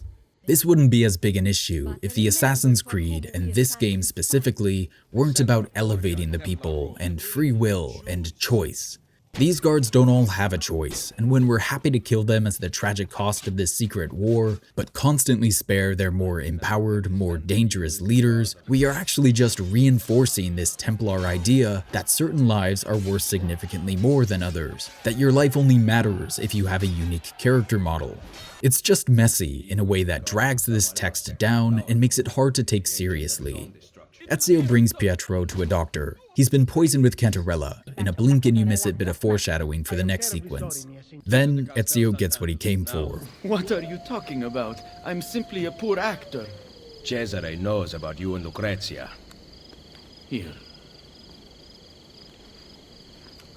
Ezio recognizes this thief, who for some reason is standing in the middle of the road with his knife out, staring at Ezio, and after a brief chase, because this thief who was smart enough to spy undetected for over 3 years is apparently so stupid that his first instinct is to sprint away, Ezio catches him and all is revealed. You are the traitor, not Machiavelli. Long live the Borgia! Merda. I was right. I have to stop La Volpe before he gets to Machiavelli. He has what is apparently an incriminating letter on him that has a Borgia seal, but if he was a thief and spy for the assassins, it wouldn't be unusual for him to have this. I'm sure Ezio would be suspicious that he charged out in the villa attack and somehow survived, but this subplot implies a certain degree of cunning and competence from this guy, and then it's undercut completely in both his moments of screen time. Yeah, let me loudly draw attention to the fact that I didn't know about the secret passageway that the Borgia also don't know about yet. Now, when Ezio recognizes me in Rome, I will run away, ordering the Borgia guards to protect me, instead of buying time or maybe trying to lull Ezio into a false sense of security before trying to trick him or stab him. It's just such a ridiculous bit of luck to bail out the assassins from a problem that we didn't once try to solve or investigate. We won't even ask ourselves what led this probably once loyal member of the Brotherhood to support the Borgia. There's no crisis of faith or trust in the Creed or its supporters. This was it. And he hates the assassins so deeply that he's ready to kill himself rather than be of any use to them, or let himself be the latest subject of Ezio's bizarre mercy. He has a unique character model, so he's eligible. If we ignore the absurd context though, this sprint back to Tiber Island to save our friend is one of the better moments of this game's 4th act. It has momentum, it has stakes, we're building this atmosphere of climax, and I actually quite like this moment between these 3 Florentine assassins. I have discovered the traitor. What? One of our men. He was at the villa attack. Here, he carried this letter. My God. This is good news. More than you know. I am once again in your debt, Ezio. What debt is there amongst friends who trust one another? Yes.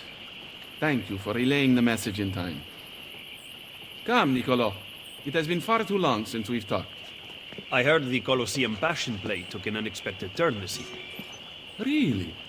It seems Jesu Cristo was resurrected 3 days early. Thank God we finally gave Machiavelli a joke in these games. This was a man with a sense of humor. He was often joking in letters to his friends back home, and later in life, sometime between 1518 and 1524, he writes a 5-act comedy called The Mandrake. Machiavelli wrote a comedy that Tom Hanks would star in 1979. He's got jokes. I'm glad we finally gave him one. And it's just nice to see the warm, friendly dynamic here between people who have worked together for about a decade at this point. Every other time La Volpe refers to Machiavelli, he uses the more formal Machiavelli. I like that we get the more friendly Niccolo here. It's such a small thing. I know I've talked about it before, but I just love when a text plays with that intimacy of addressal. I'm almost always charmed by it. The way we end this act also works for me. We've put a bow on the stupid Machiavelli versus La Volpe subplot. We will imply a resolution in the minuscule philosophical tension between Ezio and Machiavelli. Ezio shows Claudia the respect she's earned, and we'll call back to one of Assassin's Creed 2's better moments with the initiation and the leap. I'm gonna let the cutscene roll, but one of the lines that I stumble on in the first half is this one about Federico. Mario, our father, and our brother once stood around this fire, fighting off the darkness. AC2 does not give us a definitive answer in-game as to whether or not Federico was an assassin, but I guess Brotherhood makes that canon.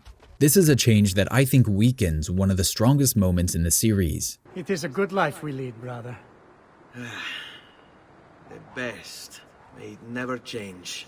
And may it never change us. It's not a shared life that the two of you, aka we, are living if one of you has already been inducted into a secret brotherhood locked in an eternal war, charged with the all-consuming duty to protect mankind's liberty and free will. This moment isn't ruined if we think of Federico as an assassin, but before, it felt like both these men were straddling this line between youthful innocence and deliberate, irresponsible fantasy. It was an endearing, humanizing moment. Federico's awareness of the Creed and the war between the Assassins and Templars makes this moment more disingenuous to me, or like a fiction he's just maintaining on Ezio's behalf, which is sweet, but again, makes it less authentic, less innocent. Of course, Federico doesn't take this war as seriously as he probably should, so to him, being an assassin might just be the parkour and the flashy training, so maybe he really does think he and Ezio have the same kind of life. It also removes one of Giovanni's more interesting choices, at least to me, to raise his sons as educated gentlemen before, presumably, giving them the choice to join the Brotherhood or not. That's a choice I really liked. I feel like that fit in well with this more refined, idealistic, civilized approach he seemed to have. So I don't love Federico's inclusion here, and I wonder if he was always planned to have been an assassin, or if we just did this because the Lineage movie shows that he was sort of in the know. Either way, to me, I think we lose more than we add by making this change. Now, I offer the choice to you. Join us.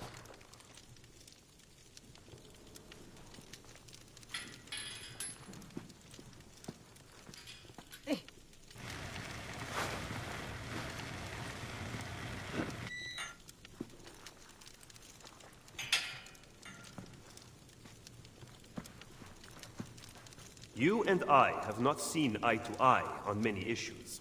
Niccolo! But you are exactly what the Order needed. You have led the charge against the Templars and rebuilt this Brotherhood. Now, we must put Ezio where he belongs. At the head of the Assassins. Ezio Auditore da Firenze. You will now be known as Il Mentore, the guardian of our Order and our secrets.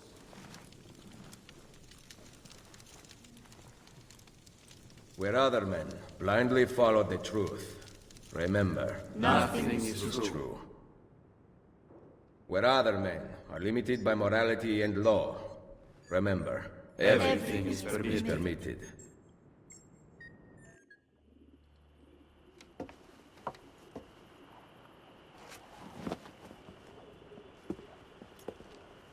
Why this sudden change of heart? I have always stood by you. I was the one who brought you to Roma, and the one who caused the explosion as you fled the Castello. The mercenari who protected you at Il Colosseo were mine as well. You just did not know it. Maestro Machiavelli! Cesare has returned to Roma alone. He rides for the Castel Sant'Angelo. Grazie. Well? The decision is yours, not mine. Niccolò, you better not stop telling me what you think. Why else would I seek the opinion of my most trusted advisor? Go kill them, Mentore. Finish what you started. Good advice. I intend to write a book about you one day. If you do, make it short. That line is among Ezio's most iconic.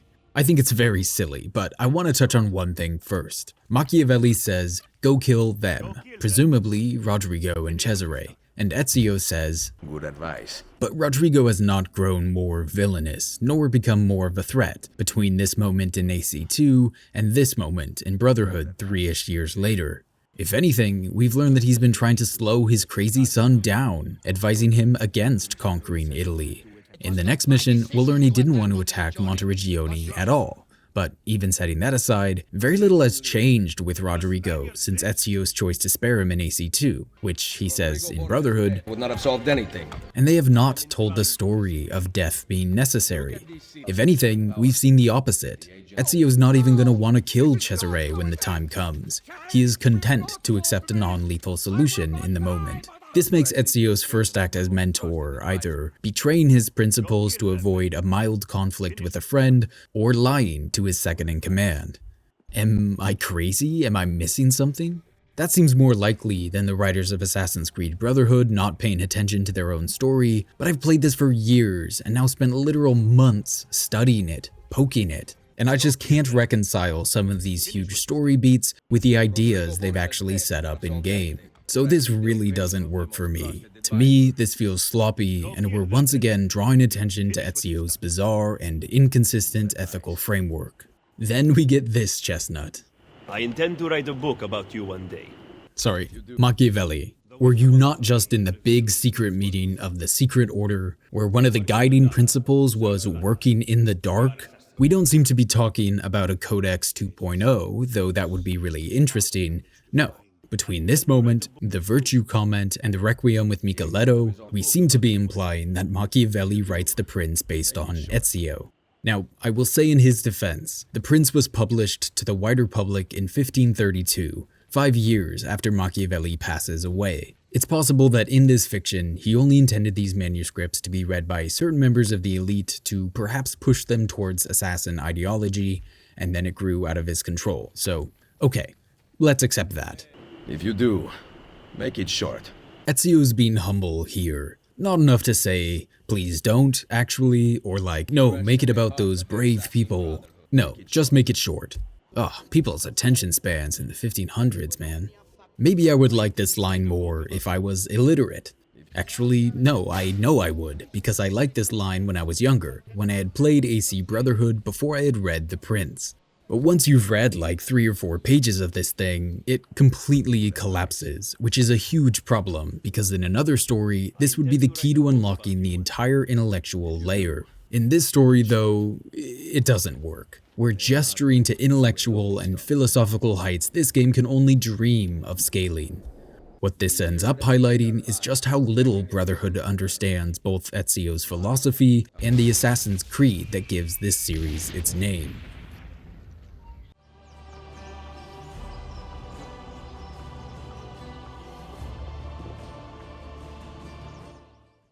Let's start this off with a little behind-the-scenes nugget. I would not have covered The Prince so much in my AC2 critique if I had remembered that Brotherhood connects it so explicitly to Ezio. The last time I had played Brotherhood was when the Ezio collection released back in 2016, and I hadn't read The Prince at that point or been more formally introduced to Machiavelli, the historical figure, so these really quick, glancing references flew right over my head. But I'm a big boy now, and I've read The Prince and casually studied Machiavelli at one point in my mediocre education, so his presence in AC2 seemed kind of out of place. In that critique, I made the somewhat lengthy point that, while it's disputed whether or not the prince represents Machiavelli's true beliefs, its core principles are so far outside of my understanding of the assassin's core principles that I think it's unbelievable that an assassin would ever write it. That was less of an issue when Machiavelli was just a side character, and exploring that contradiction was just indulgence on my part. But Brotherhood triples down on this. At multiple key points in our story, we are building scenes that directly connect Ezio's actions to Machiavelli's future writings. And because we get so little reflection from Ezio on his philosophy as mentor, to me, there's almost a shortcut here, implying that Ezio's philosophy mirrors that of Machiavelli's in The Prince. And I just don't see how that's remotely feasible. It's a distracting, bizarre choice that leads me to one of two conclusions. Number one, these writers either do not understand The Prince, the Assassin's Creed, or both. Number two, I do not understand The Prince, the Assassin's Creed, or both. I think it's number one. At least I hope it is, otherwise this gets very embarrassing for me very quickly.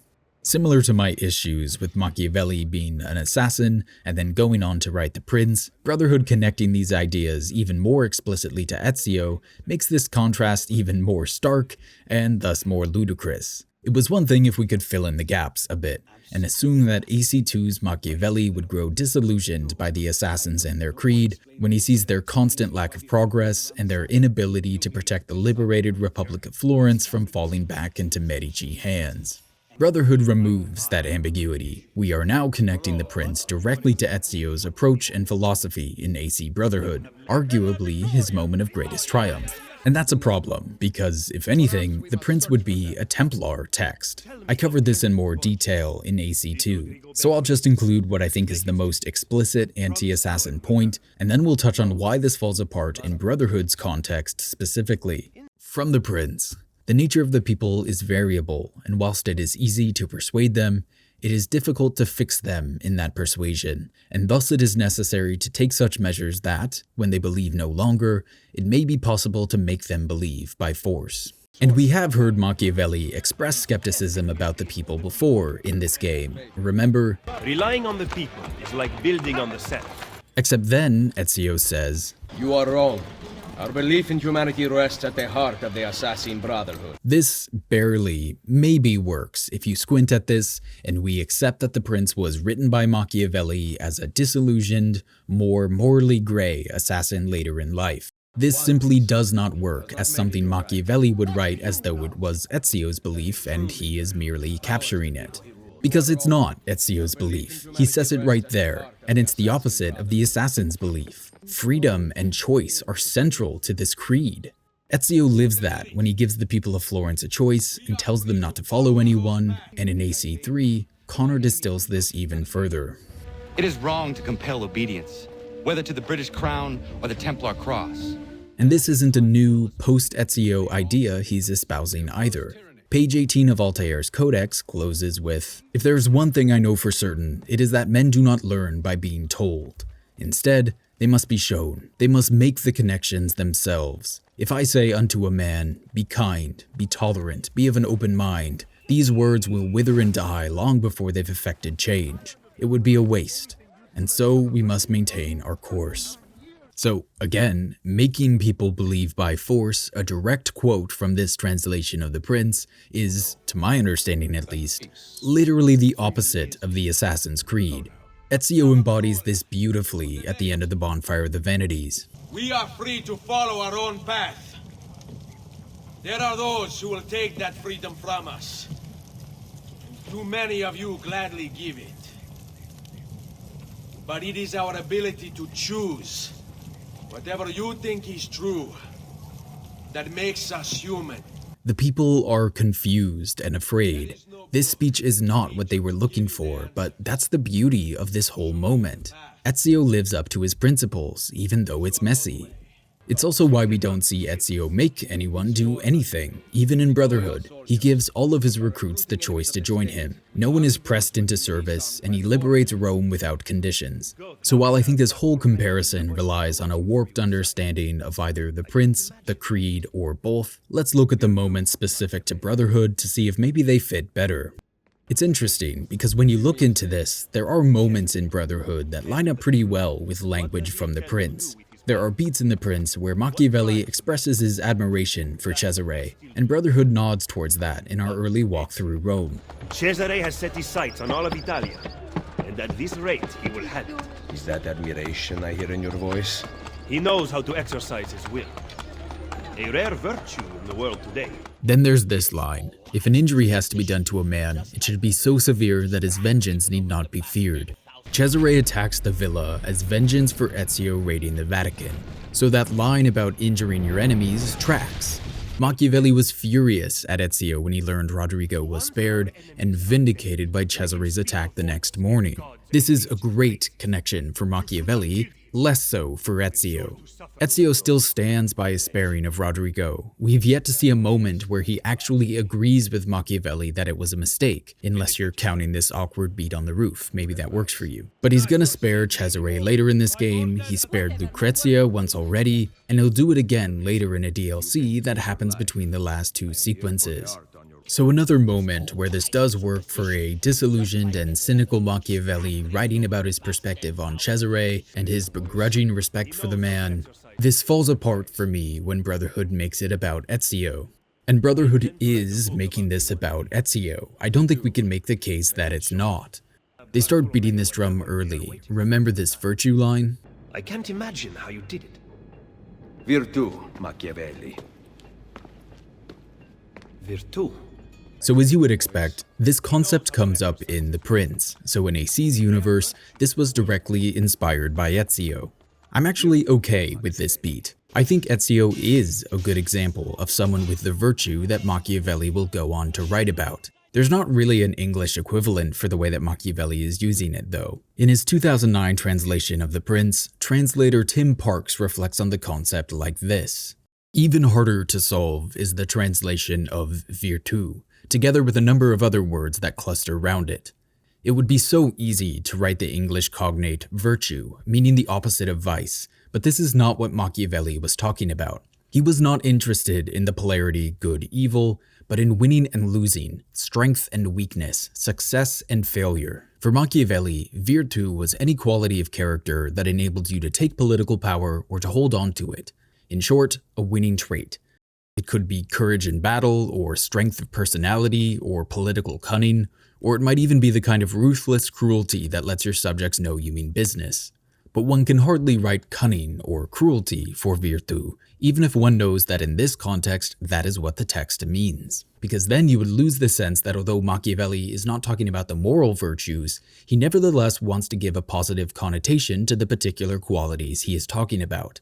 This cruelty is aimed at solving problems, retaining power, and keeping a state strong. Hence, in this context, it is a virtù. Ezio has courage in battle, strength of personality, and a selective cunning. He also does stupid nonsense sometimes, and it constantly pays off for him.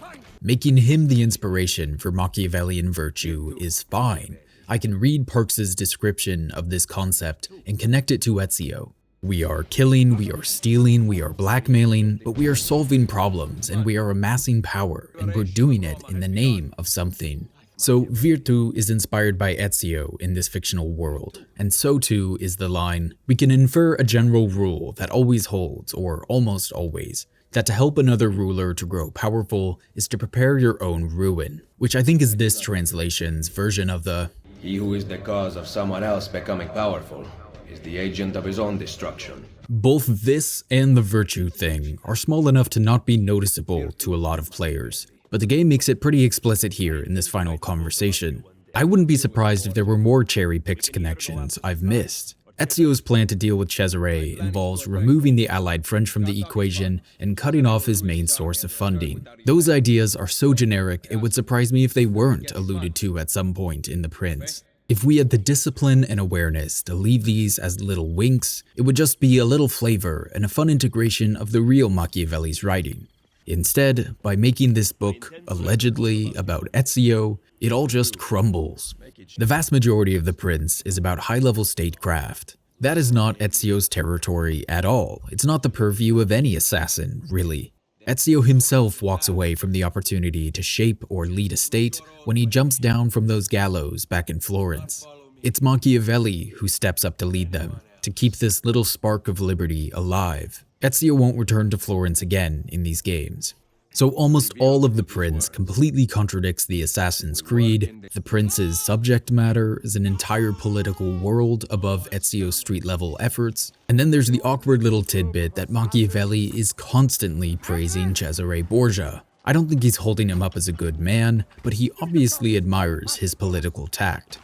If we look carefully at Borgia's strategies, we'll see that he did in fact lay down good foundations for future power. And I think it makes sense to discuss how he did it, because I wouldn't know what better advice to give a ruler new to power than to follow his example. Find no better recent example to study than the policies of Cesare Borgia. As always, Cesare Borgia offers a good example. Cesare Borgia was thought to be cruel, yet his cruelty restored order to Romagna and united it, making the region peaceful and loyal. Sorry, I thought this book was about Ezio. I intend to write a book about you one day. If you do, make it short. I had one last hope for this to be a functional comparison, and it was if it maybe made some sense to replace Cesare's references with Ezio. Perhaps the story we're telling is that while Machiavelli seemed like he was praising Cesare, these were lessons he actually learned on the streets of Rome, watching his friend Ezio operate. And by watching his friend Ezio operate, I mean like having 45-second conversations with him once every 1.5 years. But as you've heard, his praise for Cesare is just that, praise for Cesare, which worked fine on its own. Brotherhood even nods to Machiavelli's respect for him, but it's obviously part of what causes this to crumble in this more explicitly connected context. So this is such an ungainly fit that just in case, I went to go learn more about Machiavelli's Discourses on Livy. I think the full translated title is Discourses on the First Decade of Titus Livius, but when discussed in English, Discourses on Livy is more common, or even just Discourses. That's always how I've heard it referenced, at least. Discourses is largely about a select period of ancient Roman history, about 293 BC, and Machiavelli's analysis of what he's learned. This isn't a logical vessel for Ezio or his philosophy either though, both because we're talking about a very specific period and specific events, but also because even Machiavelli's analysis here is antithetical to the Assassin's Creed. It's less Templary than The Prince, but it's also just practical and almost ruthlessly causal in a way that just doesn't align with the idealistic Assassin's Creed. The biggest disqualifier for why this also wouldn't be a very lore-friendly assassin text is that Machiavelli writes about the importance of religion, citing it as part of how Rome controlled its population. I don't know that he's necessarily making a value statement on that, but passing on this information and noting its efficacy without large caveats about religion being part of an illusion is just not consistent with what an assassin would write, I think. There is, of course, a case to be made for intellectual freedom over proselytizing. If writer Machiavelli as an assassin works for you, maybe you're envisioning a Machiavelli who believes so strongly in freedom of thought and the people's ability to choose that he's comfortable presenting information that undermines his beliefs. When he writes about how important, effective, and uplifting various religions have been in the development and maintenance of a people or a state, perhaps he trusts his readers to have an awareness that that doesn't mean it has to be the only option. Yes, this worked in the past as a unifying, stabilizing agent, but we can choose a more examined, liberated future together. There's something interesting there, something noble even. It's just not something Ubisoft ever hints at, nor does Machiavelli's character seem to have that faith in the people. His cynicism regarding the people is one of his, two character traits in this game. And while I don't think Discourses is the writing we're referencing in this scene here, the more I read it, the more I think it's actually the richer text to consider alongside AC Brotherhood. I want to quote from chapter 58 of book 1 from Discourses. Suddenly, we start to hear something that feels more assassin-y. But as for prudence and stability of purpose, I affirm that a people is more prudent, more stable, and of better judgment than a prince. Nor is it without reason that the voice of the people has been likened to the voice of God, for we see that widespread beliefs fulfill themselves and bring about marvelous results, so as to have the appearance of presaging by some occult quality either weal or woe. Again, as to the justice of their opinions on public affairs, seldom find that after hearing two speakers of equal ability urging them in opposite directions, they do not adopt the sounder view, or are unable to decide on the truth of what they hear. And if, as I have said, a people errs in adopting courses which appear to it bold and advantageous, princes will likewise err when their passions are touched, as is far oftener the case with them than with a people. And then I want to jump ahead a bit.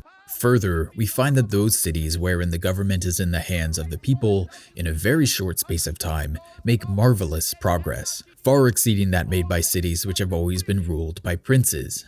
And then one last jump here to end on, quote, "The prejudice which is entertained against the people arises from this, that any man may speak ill of them openly and fearlessly, even when the government is in their hands, whereas princes are always spoken of with 1,000 reserves and a constant eye to consequences." So Machiavelli is acknowledging the people's ability to govern themselves, and he even ends this section by reflecting on why he thinks more democratic or republican forms of rule are more frequently derided. This is great. I read this, and while he's primarily talking about ancient history, it's hard to not think of his real-life work supporting Florence. And it's not too hard to take these ideas and bring them into Brotherhood. Maybe this is the kind of future Machiavelli and Ezio can envision for Rome, the returning of the governance of this city to its people. And yet it's not that simple, and Machiavelli knows it's not that simple. Earlier in Discourses, we find a rhetoric that sounds more familiar. It may be assumed, however, as most certain, that a corrupted city living under a prince can never recover its freedom, even were the prince and all his line to be exterminated. For in such a city, it must necessarily happen that one prince will be replaced by another, and that things will never settle down until a new lord be established, unless, indeed, the combined goodness and valor of some one citizen should maintain freedom, which even then will endure only for his lifetime. As happened twice in Syracuse, first under the rule of Dion, and again under that of Timoleon, whose virtues while they lived kept their city free, but on whose death it fell once more under a tyranny. In the next chapter, he writes about the challenges of keeping a free government in a city where existing institutions are corrupt, which is where we find Rome in this game. Brotherhood has gestured to this twice by my count. We do have some form of republican government, it's just a sham. Machiavelli calls it a facade, and our senator pal tells us that they're not able to legislate anything important anymore. So there's a lot of substantial connections we can make to Machiavelli's writing, especially if we move from the Prince to Discourses. It's not a bad idea that Brotherhood is reaching out to Machiavelli's real-life work, but we end up referencing the less relevant text, and we haven't told a thoughtful or ideologically complex enough story to actually pull any of this off. I don't understand what they thought they were doing here. When I was in like 8th or 9th grade, I wrote a disturbingly long fantasy novel, and afterwards, during the editing process, I was trying to fight back against that slow but sure realization that it was a directionless, self-indulgent mess. When it finally came, that realization was dreadfully inconvenient, because I had spent a year writing this thing and I was already fantasizing about the upcoming movie adaptation because obviously it was going to get one of those, and of course I would also become immensely mysterious and attracted to women, which was probably 30 to 40% of the goal all along. So rather than rewriting months of atrocious, unreadable garbage, to fix this problem, I found that iconic quote from Lord Acton and stuck it in the preface. Power corrupts. Absolute power corrupts absolutely. Aha! This is no longer a sloppy and derivative fantasy novel that introduced vitally important magic amulets in the third act out of nowhere because I did not think of them until the night before. This is a serious, adult meditation on power. Can't you read the front? By the transitive property or something, that gravitas is now mine, and we are dealing with a serious novel for serious people.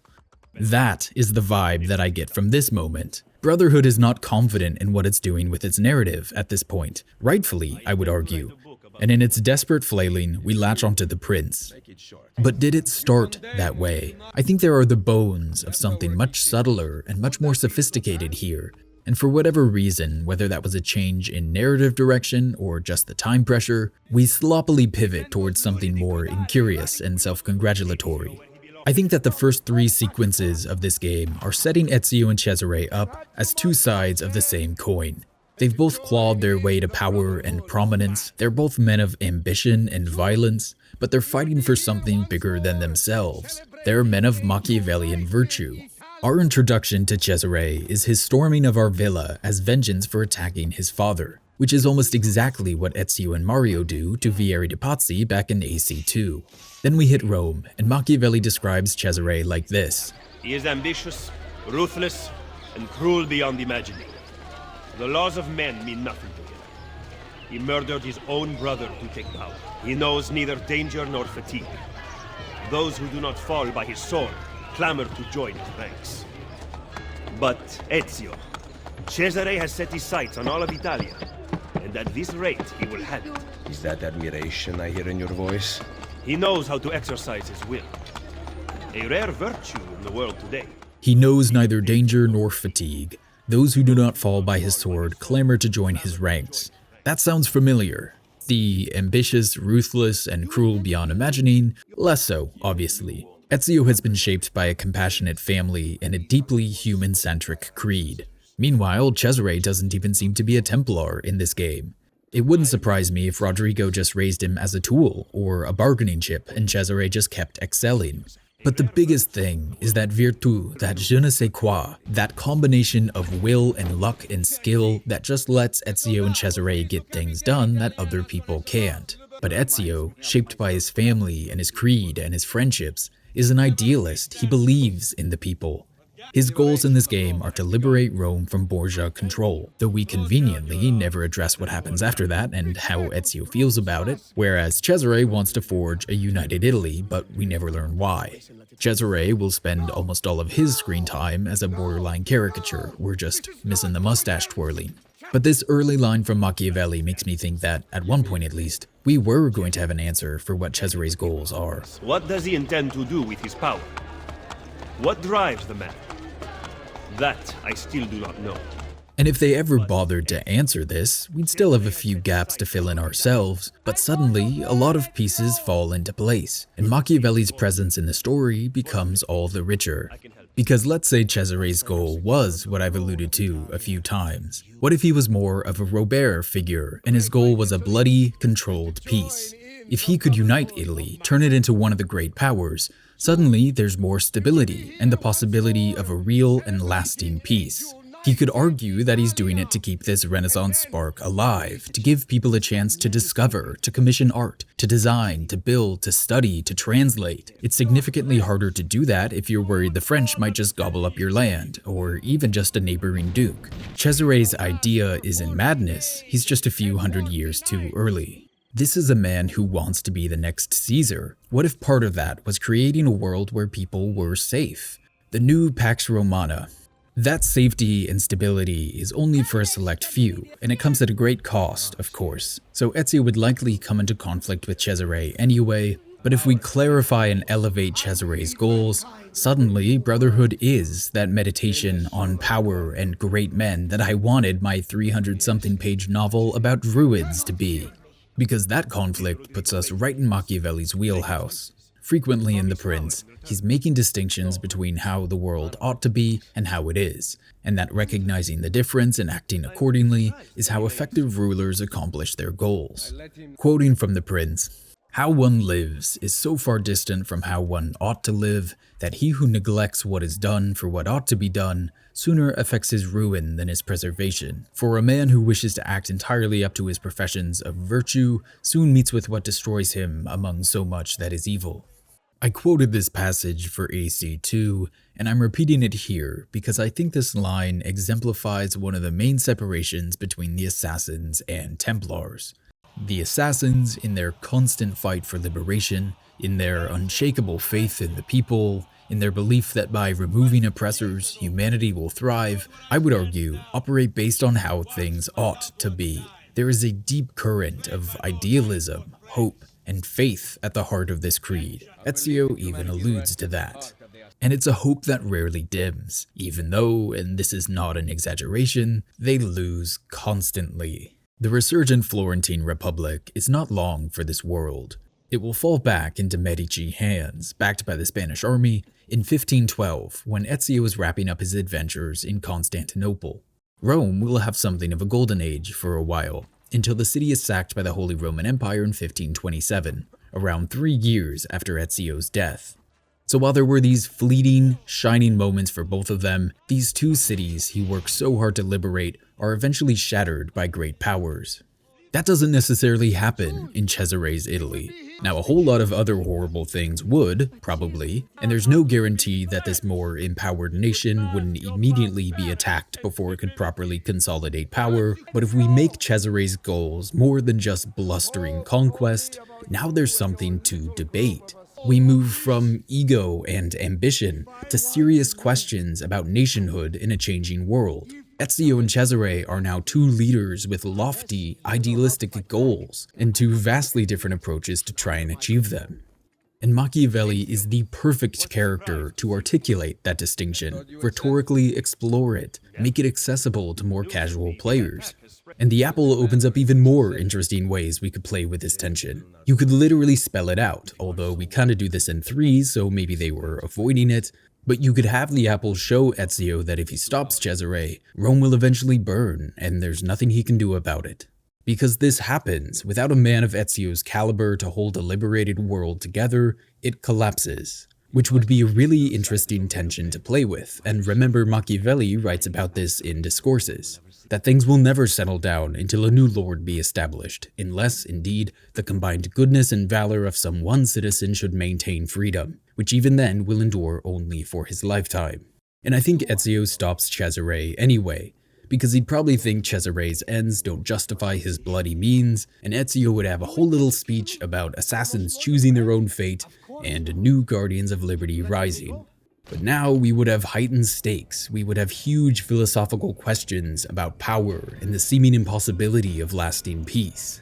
Instead, we get, "If I want to take, I take." Wonderful. So this little revelation is a mess, but we end with our conflict locked for the final act. It's time to kill Cesare and Rodrigo, recover the apple, and finalize the liberation of Rome. Off we go.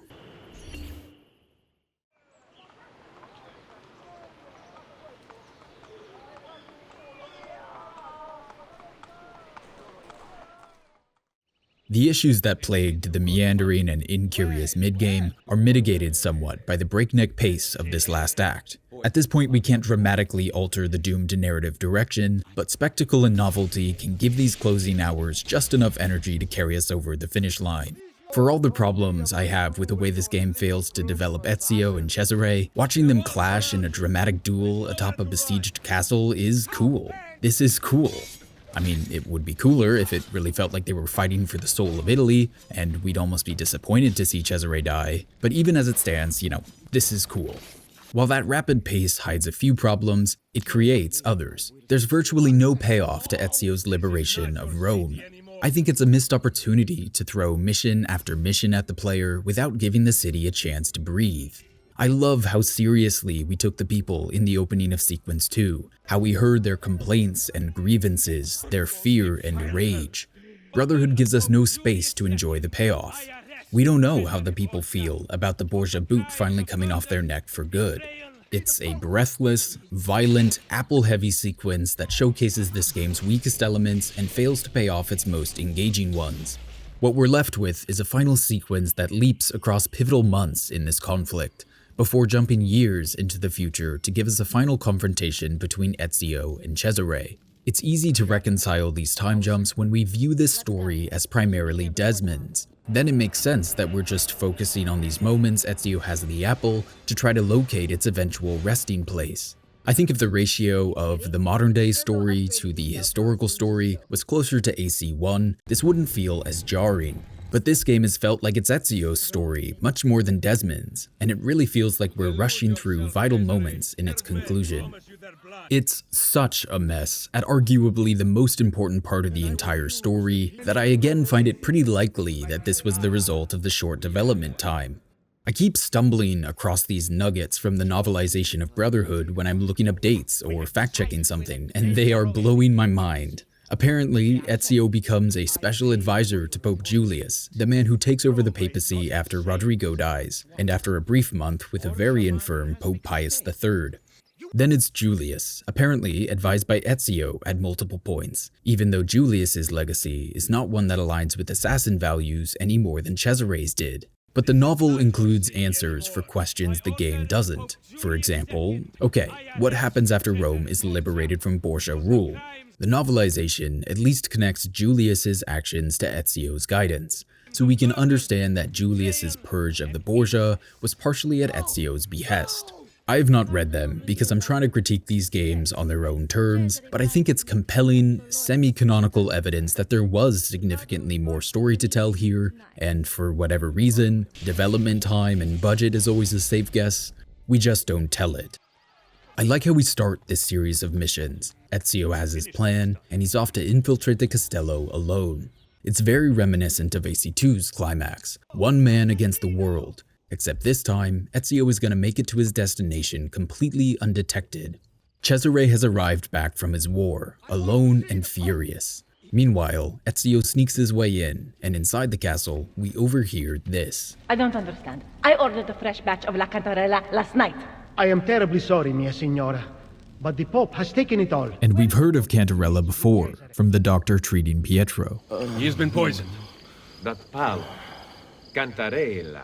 Ezio makes it up to the window, and we eavesdrop on the reunification of Rodrigo and Cesare. What has happened here? I do not know what you mean. My funds, my troops, gone! Financial difficulties strike all of us, even those with an army. You intend to give me money? No, I do not.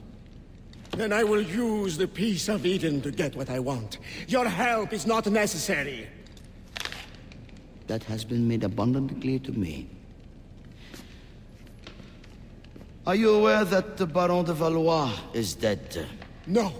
Did you? What reason could I possibly have to kill him? Was he plotting against me with my brilliant, traitorous Captain General? I do not have to stand for this! The assassins murdered him. Why did you not stop them? As if I could! It was not my decision to attack Monteriggione, it was yours!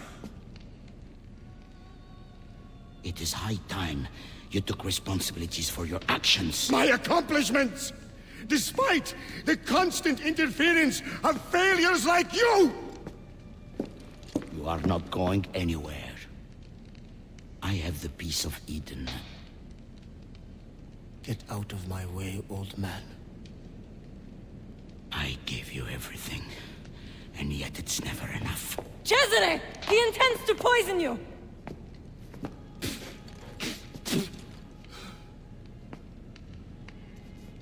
You would not listen to reason. Father, do you not see?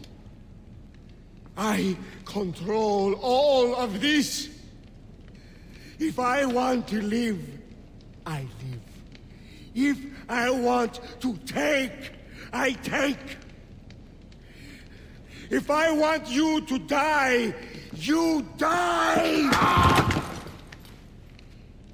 Where is the Peace of Eden? Stop! I know where it is! And you did not tell me he had taken it? Cesare, it's me, your queen.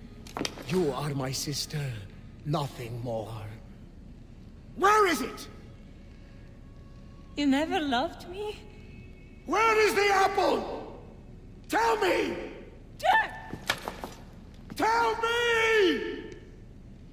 I wanted to let that whole scene roll. I think it's the longest in the game, it's certainly the most consequential of the historical storyline, and though we won't confirm it for another moment, we've just witnessed the final moments of Rodrigo Borgia. But what a compelling final moment it was. We learn that Rodrigo didn't order the attack on Monteriggione, it was Cesare acting alone. It makes Ezio's choice to spare Rodrigo at the end of AC2 seem less absurd. Ezio's gut was right, Rodrigo had accepted some measure of defeat, and it seems like he might have been content to let the war rest. Then, despite Cesare's victories on the battlefield, Rodrigo still thinks he's dangerous enough that he's gonna try to kill his own son. I am of the opinion that Cesare is not a true Templar. I think one of the reasons Rodrigo is ready to do this is because he feels the same. But it's almost more interesting if Cesare is still a Templar, and Rodrigo is willing to essentially end the Templar order in Italy rather than die of old age and leave Cesare's wrath completely untempered. And then what saves Cesare? Not his wit, not his strength, though that comes into play, but his dark charisma, this twisted relationship with Lucrezia that ensures she's loyal to him in this moment. Had Rodrigo been a better man and father, his children don't develop this unsettling intimacy. But all his life, it seems he was a Templar first and a father second. Those priorities give him the will and desire to kill Cesare, his own son, but they're also the reason his plan is thwarted. There's just a sloppy, dark, ironic justice to it, even though I think Rodrigo's choice to kill his own son is a morally understandable one. We hear Cesare interrogating Lucrezia as Ezio climbs his way around the castello and into the room. He's demanding, violent, and desperate. Lucrezia's image of her brother is shattered in this moment, and she gives up the apple's location just before Ezio makes it inside. Smart decision, little sister.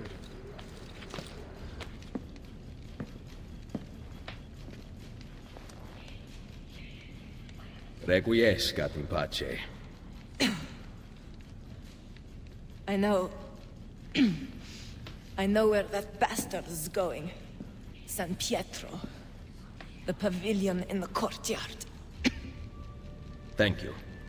I'm not saying this would be an objectively better scene, but I am shocked we don't get a memory corridor with Rodrigo, who is still probably the most iconic villain of this whole series. It is such a restrained decision in a franchise that almost never makes restrained decisions, and it's an effective one. As written, this is mundane. Rodrigo Borgia is dead, but this was not really the man, the Templar Grand Master, that shattered Ezio's life and drove his quest for revenge. This was an old pope, whose desire for violence seemed to have faded after his failure at the vault, and who tried and failed to control a terrifyingly ambitious son. It makes it feel like the Rodrigo of AC2 really did die in the vault, and that Brotherhood's Rodrigo is someone altogether new, someone who tried and failed to be a tempering force, and who paid the price for the sins of his younger self. But I find myself craving more information about this, and that's okay. I think it adds to the tragedy of things. Was this a redemptive moment for Rodrigo? Was he trying to kill Cesare because of some greater revelation about power and responsibility? Or was he just worried that Cesare would, as we heard earlier in the game, risk upsetting the delicate balance of control we have worked so hard to tighten? If you told 100 people to write this scene, Ezio giving Rodrigo last rites, I think the vast majority of writers would keep Rodrigo alive long enough to give Ezio a final moment with him. Because we want those questions answered. Why did he try to kill Cesare? Why was he not going to attack Monteriggioni if he knew what it truly was? Did he have any regrets? But providing answers is going to disappoint some people, and I think the ambiguity is interesting enough that I personally probably would have gone with like a non-verbal arm grab as Ezio lowers him down. Almost a little solidarity, go get him, go kill the monster that is my son, that kind of thing, just as he passes away. That feels nicer, that feels more storybook, there's closure to it, and I think that's why we don't do it. This is just a wild act of violence. Rodrigo's last scheme has backfired, and he dies without another word to Ezio. It's really interesting that we timed and staged this the way we did. It leaves a lot for us to interpret.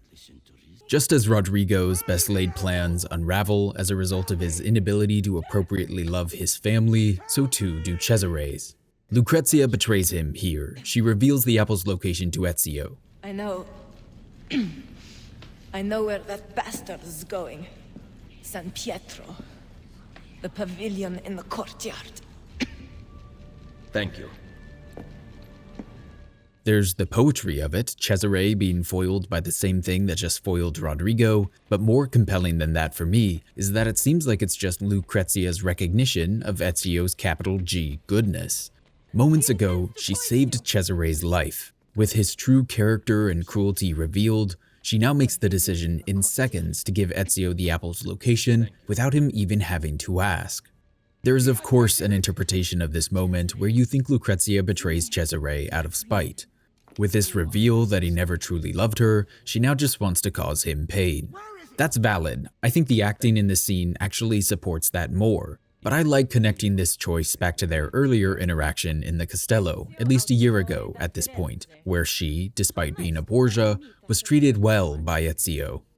I find this moment a lot more interesting if we assume that Lucrezia recognizes Ezio is a different kind of man than Cesare, a more heroically virtuous man, a distinctly non-Machiavellian hero. At their first real meeting, after turning on the charm for a moment, he says, "Scream, however, and I will be forced to take your tongue." She screams, she yells, she calls for a lot of guards, and Ezio doesn't hurt her, even though doing so would likely make achieving his immediate goals easier. He sticks to his strange principles and keeps Lucrezia alive and relatively unharmed. That gentle streak in Ezio, this unquenchable compassion and pity in a world that's been relatively cruel to him, wins him Lucrezia's trust and turns the entire plot on its head. To me, that feels like a richer interpretation that builds on the earlier story in a more satisfying way than this idea that Lucrezia is simply being petty. Though I will admit that the pettiness interpretation is both valid and you could argue, more supported by this specific scene. Even weakened, had Cesare gotten to the apple first, who knows what would have happened. Probably nothing good, even though I suspect Cesare, lacking the same powers as Ezio, would not have been able to use it as effectively. Instead, we now know where it is, and Ezio is going to beat Cesare to its location. The race begins. We reset the starting line by having Ezio and Cesare bump into each other on the way out, but despite Cesare's attempts to trap him, Ezio is Ezio, and before long, he's taken to the skies. It feels deliberate that we are loosely retracing our steps from the introduction, through the streets and rooftops of the Vatican district all the way to the courtyard, where around 3 years earlier, Ezio and Mario emerged at what was supposed to be the end of their respective adventures.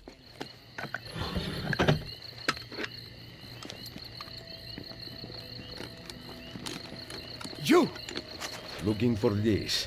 It ends now, assassino! My sword will take your life. Guards! I mentioned this earlier, but I love the detail that the full sync objective is for Ezio to not kill anyone here. For me, that choice explains why he doesn't just pursue Cesare and end this right here. He doesn't want to risk losing the apple again, and he doesn't want to turn its terrible power on these unaware combatants. And that logic holds up for about 30 seconds until the next mission is set up like this. Rodrigo Borgia is dead. And Cesare? Poisoned, but alive. We must not allow him to assemble his remaining supporters. The coming weeks are critical. With your aid, I will hunt him down. My men will patrol the city, but we might need an army. We have one. This is then followed by Ezio hunting Cesare and his captains down, and then using the apple to kill them all while once again letting Cesare escape. This mission and the following mission, where Ezio will tail a cardinal to the Colosseum and once again use the apple to kill almost everyone in a place, are just disastrous across the board. Just from a gameplay note, the apple is less fun and less efficient than Ezio with his normal weaponry, so once the novelty wears off after a minute or so, you're stuck with what is supposed to be this artifact of immense power and deception, but is really outperformed by a stiletto. Narratively, I think these missions undermine both the story of this franchise and then the more specific story of this game. Assassins are meant to be a blade in the crowd. This stealthy approach that targets significant figures is both for their own protection, but also, ideally, to minimize the casualties involved in their fight for liberation. Ezio is just massacring people, likely causing rumors of the apple's power to spread to every corner of the city, instead of just pursuing Cesare and cutting the head off this severely weakened snake. His army in both this mission and the Colosseum one is pitiful. This is not a force that justifies the use of such a weapon, and Ezio's constantly letting Cesare escape just adds to the death toll every time. He should care about that. Guards! Guards!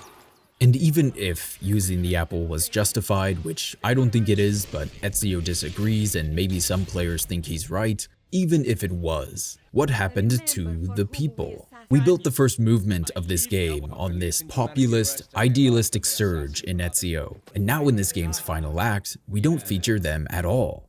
If the people were just his means to an end to secure the apple, is he really any better than the Templars?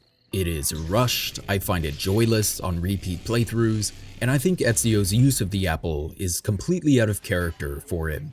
He didn't use it during the Siege of Forli, he didn't use it during the Siege of Monteriggioni, but here he's breaking it out for what are, to Ezio, relatively manageable skirmishes, especially considering the roster of fully trained assassins at his back. Quickly referenced in these missions is the election of a new pope. We gloss over Pope Pius, who died after only 26 days in the office, and allude right to the election of Pope Julius II. Join me and I will take back Roma. We have decided to elect Della Rovere to the papacy. We are sorry. I paid for your appointment. We've touched on this earlier, but it's very frustrating that we only find out in this mission that Cesare had serious aspirations to become the next pope, and also only find out in this mission that he was actually a credible choice. Knowing both of those things much earlier in the story would have raised the stakes quite a bit. It feels like such a missed opportunity that we're only presenting that information here. After the messy fight at the Colosseum, Cesare finally appears to be on his last legs. Bartolomeo comes to Ezio in December of 1503, 4 months after the death of Rodrigo and the reclaiming of the apple. My men tell me Cesare rallies his best soldiers in front of the main gate into Roma. Gather the assassins. We face him together. This, at least, pays off a subplot, though I think it's the least interesting one. Ezio trying to be a lone wolf almost got him killed earlier in the game. When he rides off for Rome with multiple bullet wounds in his chest, he does so alone and would have died had it not been for Machiavelli's intervention. His not trusting Claudia didn't really have consequences, they just fought about it a few times, but okay, a nice little bow on the arc that mostly ended when he inducted her into the Brotherhood. Ezio is working as a team, and as they square off with Cesare, they do a little cheer together, echoing Mario's last words to Ezio. Insieme per la vittoria! Vittoria agli assassini! But where are the people? This simply cannot be plan A for the final act of this story. It is both bizarre and bad on its own terms, but it also completely ignores the plot of the entire game that led up to it. We don't bring the recruits, there isn't a riot of any kind, we haven't stopped at all to note the effect of the Borgia's downfall on the city of Rome. We're just awkwardly fighting some faceless brutes in front of a gate as Cesare shouts from the other side. Ezio once again brings the apple to this fight, even though he's now had it for months, presumably plenty of time to ponder the ethics of using such a weapon. Lots of stabbing ensues, the Brotherhood wins, and Ezio confronts Cesare through the gate. Throw down your arms, Cesare Borgia. Micheletto's troops mass behind me. We will take back my city once and for all. This is not your city anymore. I like that line. It'd be nice if it was supported by the story and we saw evidence of this city-wide rejection of the Borgia, but it's fine. However, Cesare's cockiness here is mind-boggling. Even if this was Micheletto, Ezio brought the apple to this fight. He could kill all these men without breaking a sweat. Cesare is supposed to be this calculating, intelligent military leader, and he is at least aware of the apple's capabilities, having both had it in his possession and having seen Ezio use it against his armies, and plan A in this moment was just to throw more bodies at it. It's a final undermining of Cesare as an antagonist. His desperation is understandable to an extent, but here he just comes across like a brute. This is not a man Machiavelli would spend a novella celebrating. Of course, the army doesn't end up being a problem. It's not Micheletto who has arrived, but our old forgotten pal Fabio Orsini, who arrests Cesare in the name of the new pope. By order of Pope Julius II, I arrest you, Cesare Borgia, for the crimes of murder, betrayal, and incest. No! No! No! No! This is not how it ends! Chains will not hold me! I will not die by the hand of man!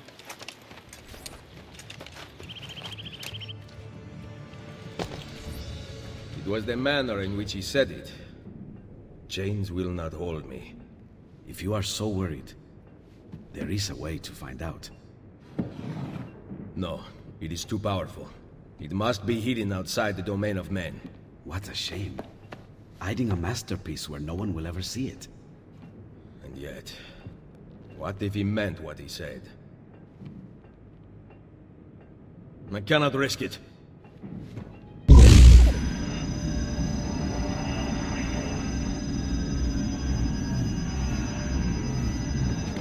Cesare was right. I have to leave. What about your friends? I built this Brotherhood to last, with or without me. What do you intend to do? Plant a seed. Here, a gift. If this is goodbye, then keep your money. I do not want it. We will see each other again. You have my word. Buona fortuna, my oldest friend.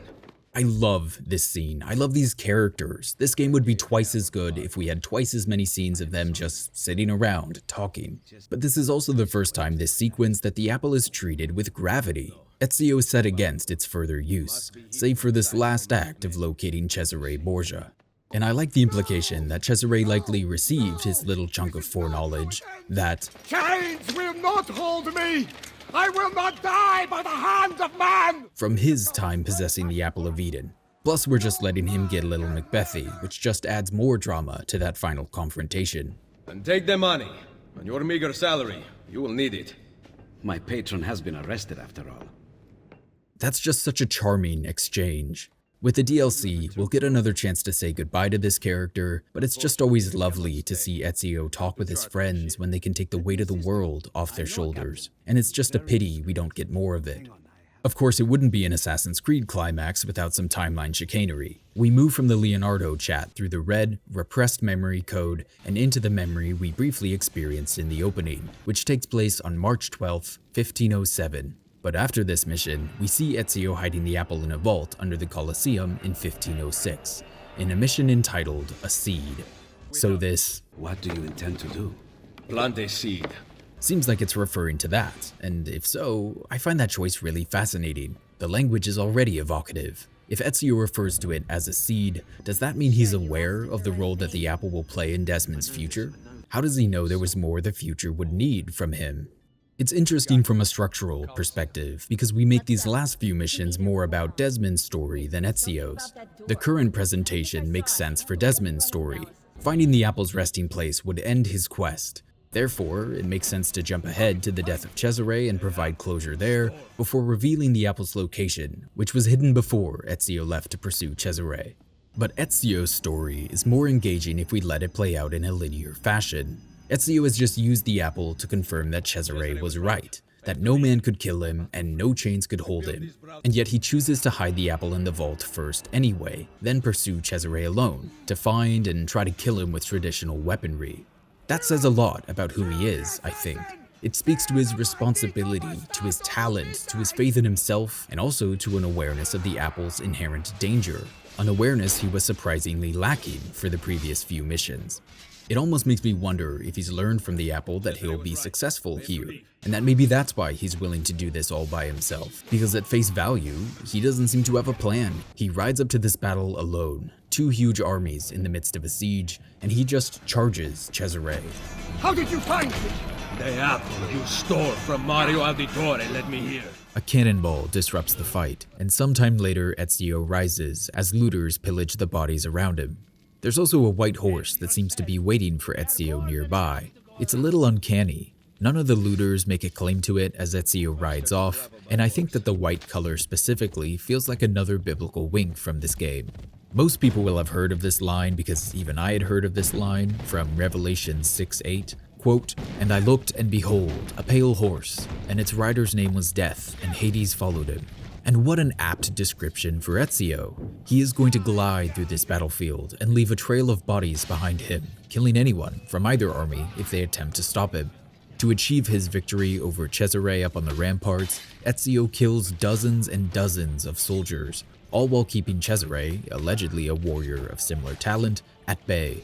Unfortunately, biblical nod or not, our white horse gets shot out from under us, and I reloaded to see if you could save it if you dismount, and no, the cutscene will still show it. Rest in power, little man. As Ezio races through the town, we overhear someone shouting in the middle of the battle. You brought this upon yourselves through sin.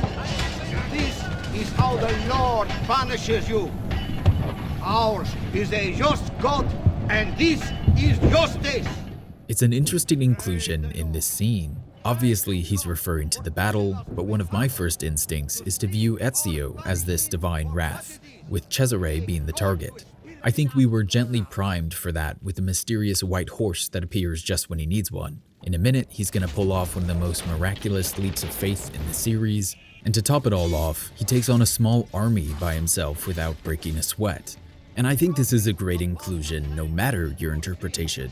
If you're inclined to believe in a god in this universe, that some hand is guiding Altair to go through his entire adventure without ever taking a hit, or besting Al-Mualim even though he had the apple, and to now shepherd Ezio through this chaotic battlefield and then give him the strength to fight Cesare in a small army, this supports that. I think you can almost feel some larger force at play here. Whether it's a divine guidance or a more secular destiny, Ezio seems to be aided by something.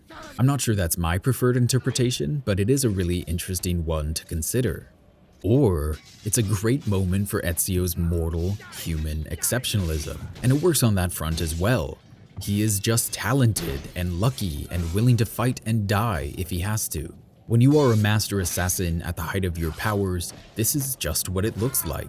This is a champion of free will and liberty making big, bold choices that happen to pay off. Sort of the story of Ezio's life, I guess. There's also another compelling interpretation here, more in the vein of AC1's writing, that this is religion as part of the illusion. This sort of rhetoric is exactly why I think assassins push back against it. This isn't the work of a god. Just warring, flawed humans who are willing to sacrifice lives to accomplish a goal. This obviously isn't justice. Civilians dying in the streets is never justice, and using religion as a cloak in massacre is just moral cowardice. But when people can first blame God or are told to view this as a test, they're less likely to question or challenge the men who are actually pulling the strings of these conflicts. But Ezio isn't here for that, and even if he did have a good 10 to 20 minutes to stop and discuss things, he's not exactly that kind of guy anyway.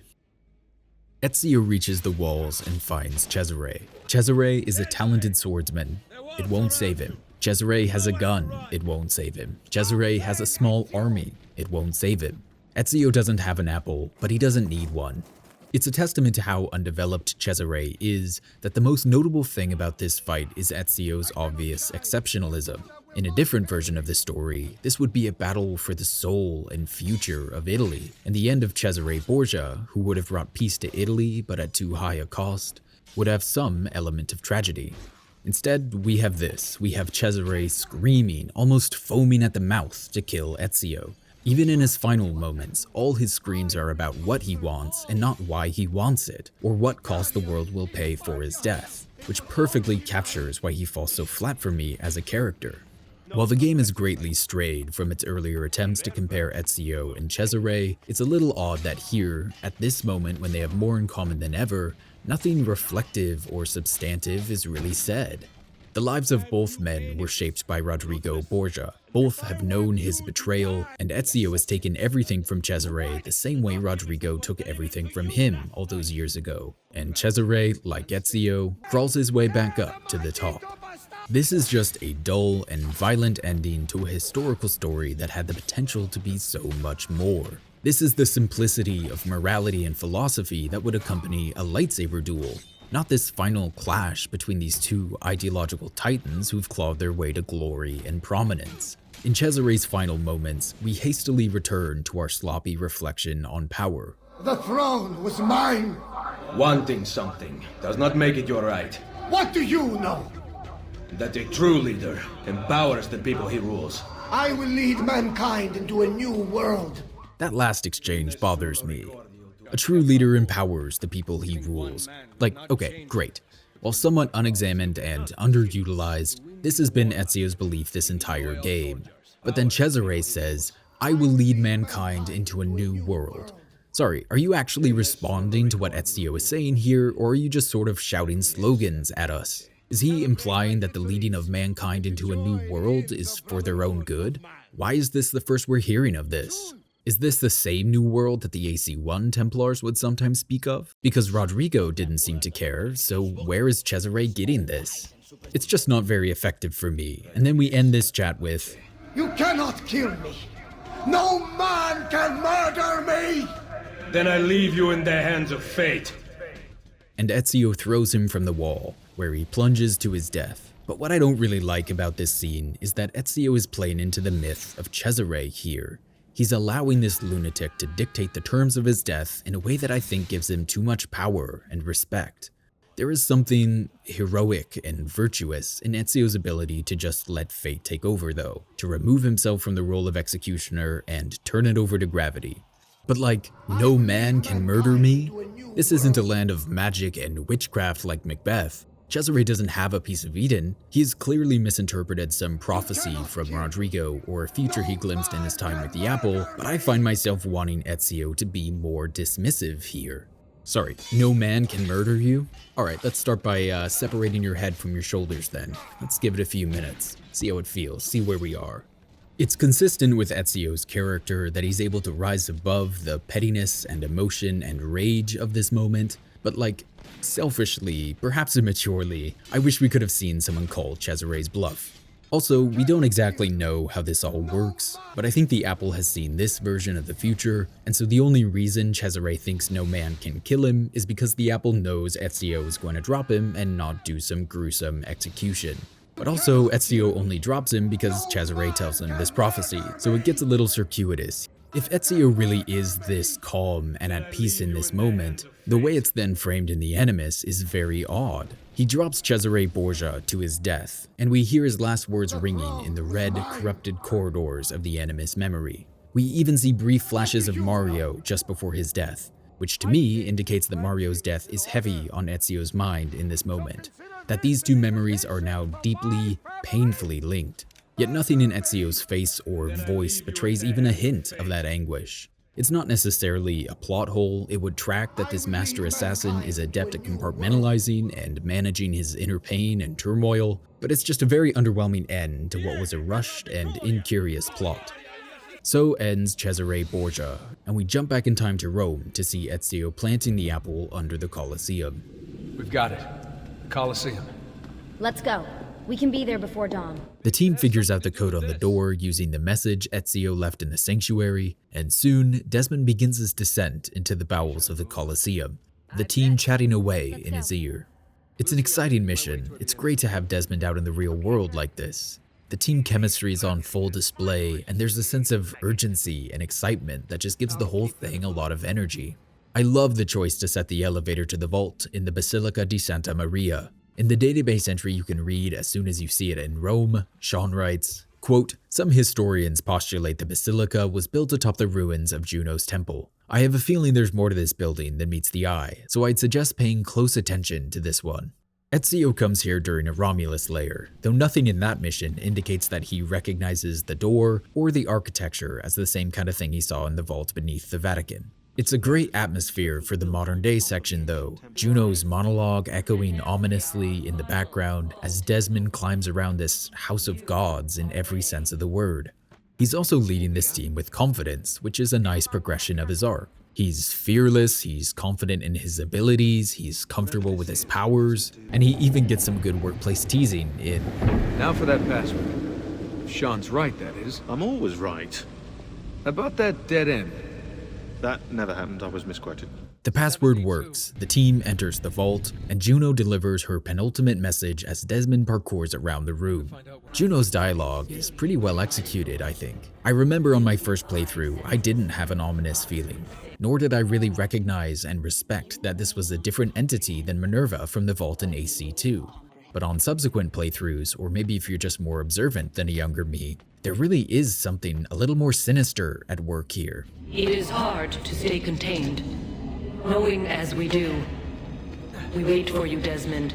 You will come here. You will activate it. You will know only when it is too late. Did you hear any of that? Any of what, Desmond? Because something sinister is about to happen, something that, in my opinion at least, kicks off the implosion of the modern day storyline. So where are the temples? You want me to ask it? Or think it or something.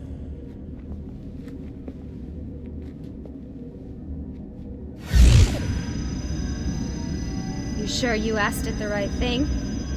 I know this, I know that symbol. That's a Phrygian cap. It stands for freedom, and that's a Masonic eye. Now those two come together in only one place. What's happening? I can't move. Your DNA communes with the apple. You have activated it. Let me go! On the 72nd day before the moment of awakening, You, birthed from our loins and the loins of our enemies. The end and the beginning, who we abhor and honor. The final journey commences. There is one who would accompany you through the gate. She lies not within our sight. The cross darkens the horizon. What are you doing? The path must be opened. You cannot escape your part in this. The scales shall be balanced.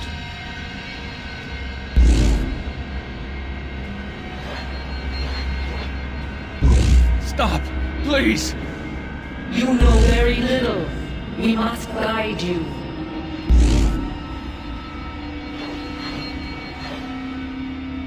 Cease your struggle.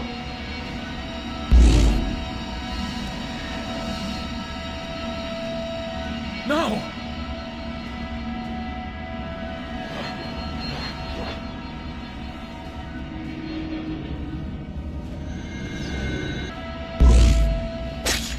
It is done. The way lies all before you. Only she remains to be found. Awaken the sixth. Go, alone! And before I dive into this, I do think it's worth stating that this moment did not necessarily have to be the frustrating failure I think it ends up being in the greater context of the series.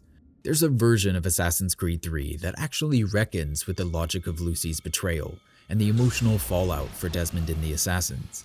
I actually don't mind how it's handled in Revelations, Desmond in shock and his mind splintering apart. You know, as far as buying time for the next installment, I think it's handled in a pretty clever way.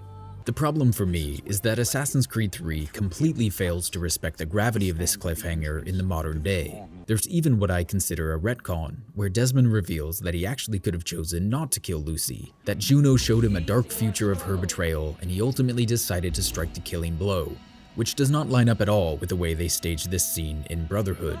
And side note, I don't know what this says about me, but if I discovered my work crush was a double agent, but I still have this incredibly powerful artifact with me, and could theoretically use it to take on any force Abstergo brings to recover it, as we'll see Desmond do in AC3, I don't think insta-stabbing would be in my top 5 reactions, let alone something I do automatically. Ooh, but a dark future. Relax, Juno. Let me have a conversation with someone who has seen and experienced many of the things I've seen and experienced, and then decide where we go from there. Oh, but she might be a Templar. Okay, cool. Let's chat. If anything, this romance just got way hotter. Sue me. Not only is this not unprecedented, but Desmond has literally experienced Altair going through this with Maria in AC1, and then again via the bleeding effect in AC2. Lucy's thought process and the motivations behind her betrayal are never really discussed. We kind of lump her into a bin with this terribly dull Daniel Cross character, whose voice and likeness they can actually afford. The idea of Lucy possibly having shifted her loyalties back at this point has never occurred to anyone. Juno, who the assassins quickly realize is a dangerous and ambitious figure, is still trusted completely when it comes to the Lucy information. It's just so underwhelming for one of the few interesting characters this series actually had. It's hard to not feel like Ubisoft is just letting shock stand in for substance here. And it's always important when you're consuming any media to separate out your personal enjoyment of something from whether or not it's effective. So I'm sure that because Desmond and Lucy's dynamic was such a highlight for me in this game, I would have been bummed about this either way. But there are versions of this moment where Ubisoft gives it the proper attention and narrative escalation or de-escalation it needed. If the seeds were planted for this, and suddenly we look back in horror that we didn't see them, the moment works beautifully, even if, as a fan, I would still be disappointed by it. And we should acknowledge that Lucy's death may have been driven by extra-textual factors. I've seen a lot of speculation that this was mostly about Kristen Bell's contract, but you still had all of Brotherhood to do something with this, and we don't. So Lucy is dead, and Desmond, in shock, is plugged back into the Economies. His exploration of Ezio's Da Vinci memories and Christina memories takes place during this time, but this video is way too long already, and I honestly didn't end up having that much to say about these. I mean, there is 16 pages of script written for them, but if I spend any more time making this video, I'm gonna lose my mind. The TLDR, it's fine. The first Christina mission is truly terrible, classic Ubisoft in the worst possible way. The second is quite good, and then the rest is fairly mediocre, and still feels more like the deluded romantic fantasies of a young boy rather than a thoughtful adult story of lost love. Her death presents an interesting parallel to Desmond though. Desmond is probably only able to access this memory after he's lost Lucy, bringing these two men closer together than ever. The Da Vinci stuff is unremarkable, but its antagonist is a better Templar than anyone we see in this game, even though he's not even a Templar. It's pretty fun. If we compared it to the game's standard sequences, it'd probably be one of the better ones, and it ends with a reveal of a mysterious set of coordinates to a cave in North America. 43, 39, 19, N, 75, 27, 42, W. Nothing. The cultivar maze is wrong. The number is meaningless. You are leaving? No mere number can repair the world. It's not a bad time, but the story doesn't take much advantage of the more serialized atmosphere to explore anything significant.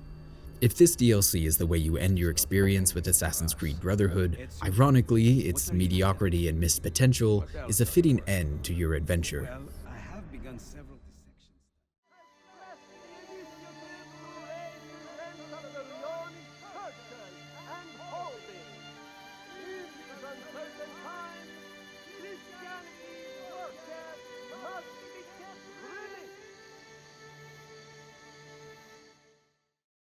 I love Assassin's Creed Brotherhood, and I have nothing but empathy for writers who finish a draft of their story only to look back and realize that there are massive structural issues. In almost any other medium, I think there would be more time to iterate, to refine, to take this big, sloppy first swing and craft it into something special. You wouldn't release a novel or a movie or a play with a story this bad. But the AAA video game genre is a grotesque and hasty beast, and narrative and writing seems to be constantly sacrificed to just get a workable game out the door in time and relatively on budget. We can pretend otherwise, but telling a great story was never the point of Brotherhood. So it is with a gentleness and a love that I say, yeah, this is really bad, especially down the stretch. There's the big things. Cesare is a poorly written villain and unfortunately becomes a watered-down version of his father. We don't explore his desire for conquest, we don't contextualize it as anything other than an act of ambition, and his simplicity lets Ezio get away with being little more than a blade. But a lot of these games have weak overarching villains and still create something sort of compelling with their story. I think there's a reasonable amount of evidence that this story got a hasty rewrite at the last minute, with stuff like the ADR-style Maria dialogue thrown in at the end of Sequence 1, the awful spy plot that only works for as long as it does because Machiavelli randomly lies to Ezio about bringing him to Rome, the way the Pantheon and the Colosseum, arguably two of the 4 biggest landmarks in the city, both seem clumsily shoehorned into the plot, and then the entire back third of the game. Ezio, as mentor of the assassins, the organization built to safeguard humanity's evolution and defend their freedom and ability to choose, seems to thoughtlessly use a weapon that works by completely controlling the minds of its victims. Does that feel right to us? Would an assassin ever use something like that unless the situation was so dire that they simply had to sacrifice their principles? This was the game that claimed to be about the people, though you'd be forgiven for forgetting that by the time the credits rolled. It's almost like you cannot tell a story of oppression that is completely disinterested in human beings. This game isn't curious enough to explore anyone, not its protagonists, not its antagonists, not the oppressors or the victims. It's all flat, it's all dull. And after a certain point, we just glide through this haze of cliché and two-dimensionality until Ezio chucks a guy off a wall. And it is maddening that one of the easiest fixes for this feckless little story is to be more historically accurate. Give us a Cesare more aligned with the way history usually remembers him. Violent, yes, but brilliant, charismatic, talented, and attempted to be a somewhat just and effective ruler in his few opportunities to wield power, or at the very least, saw the benefits in being perceived as a just ruler. A sophisticated portrayal of Cesare with believable, possibly admirable goals forces this story to sharpen Ezio's beliefs in a way this current story just doesn't. Brotherhood either doesn't understand the Templar Order, or it just doesn't care that it's cartoonish, power-crazed Cesare, who speaks of nothing but his own ambition and even hints at destroying the papacy and the church, would be laughed at by Robert as a childish warmonger. Meanwhile, major beats of the story allude to a philosophical divide between Ezio and Machiavelli, two different ways of interpreting and following the Assassin's Creed, and yet neither of them have a tangible, coherent approach. And in Machiavelli's case, it gets even messier if you dare to look outside of the text. It's not a revenge plot like Assassin's Creed 2. We're doing something bigger, something more abstract, but the mechanics of Ezio's liberation are so clumsy and illogical that it's difficult to take this plot seriously. Ezio has liberated Roma, rebuilt the city from the metaphorical ashes, and yet we don't really contextualize his success to the point where it feels like history will remember his work. For the bulk of the game, we're enriching the existing powers in Rome by rebuilding the city and investing thousands and thousands of florins. And once Rodrigo is dead, and Cesare is on the ropes and there are new papal elections, the plot crumbles. We hastily jump across months to give Cesare an apple-guided ouster, and spend no time exploring this endgame that Ezio played himself into. So despite what I think was a really strong start, and what I believe could have been a really exciting direction, the plot collapses down the stretch. This shaky structure isn't bailed out by strong characters either. The character work in Brotherhood is some of the weakest in the series. Brotherhood has compelling caricatures and a gorgeous setting, but it never builds into anything more than that.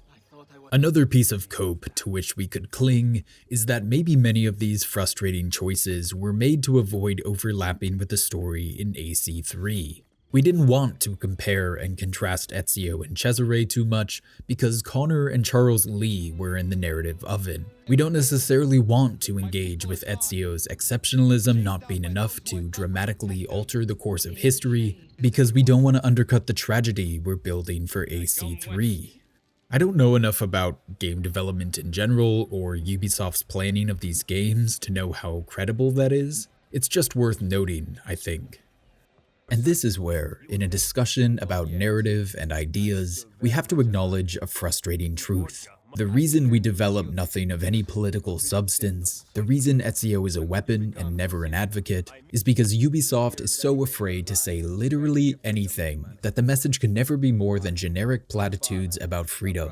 It's part of the reason the modern Far Cry games have never worked for me, but for some reason, I always thought Assassin's Creed stories were dull and bad because of incompetence or missed potential. I don't know why. Maybe because I came to them at a young enough age that the swashbuckling nature of these adventures won me over enough, but looking back through a critical lens, it's clear that these stories, grounded in these crucial historical turning points, these stories that surround themselves with titans of history, are just too cowardly to ever put their thumb on a scale that isn't just good versus evil. So the narrative is locked in this place, where our central conflicts and drama have to be character-based. We have to try to build compelling emotional stories because God knows we're never going to develop intellectually engaging ones.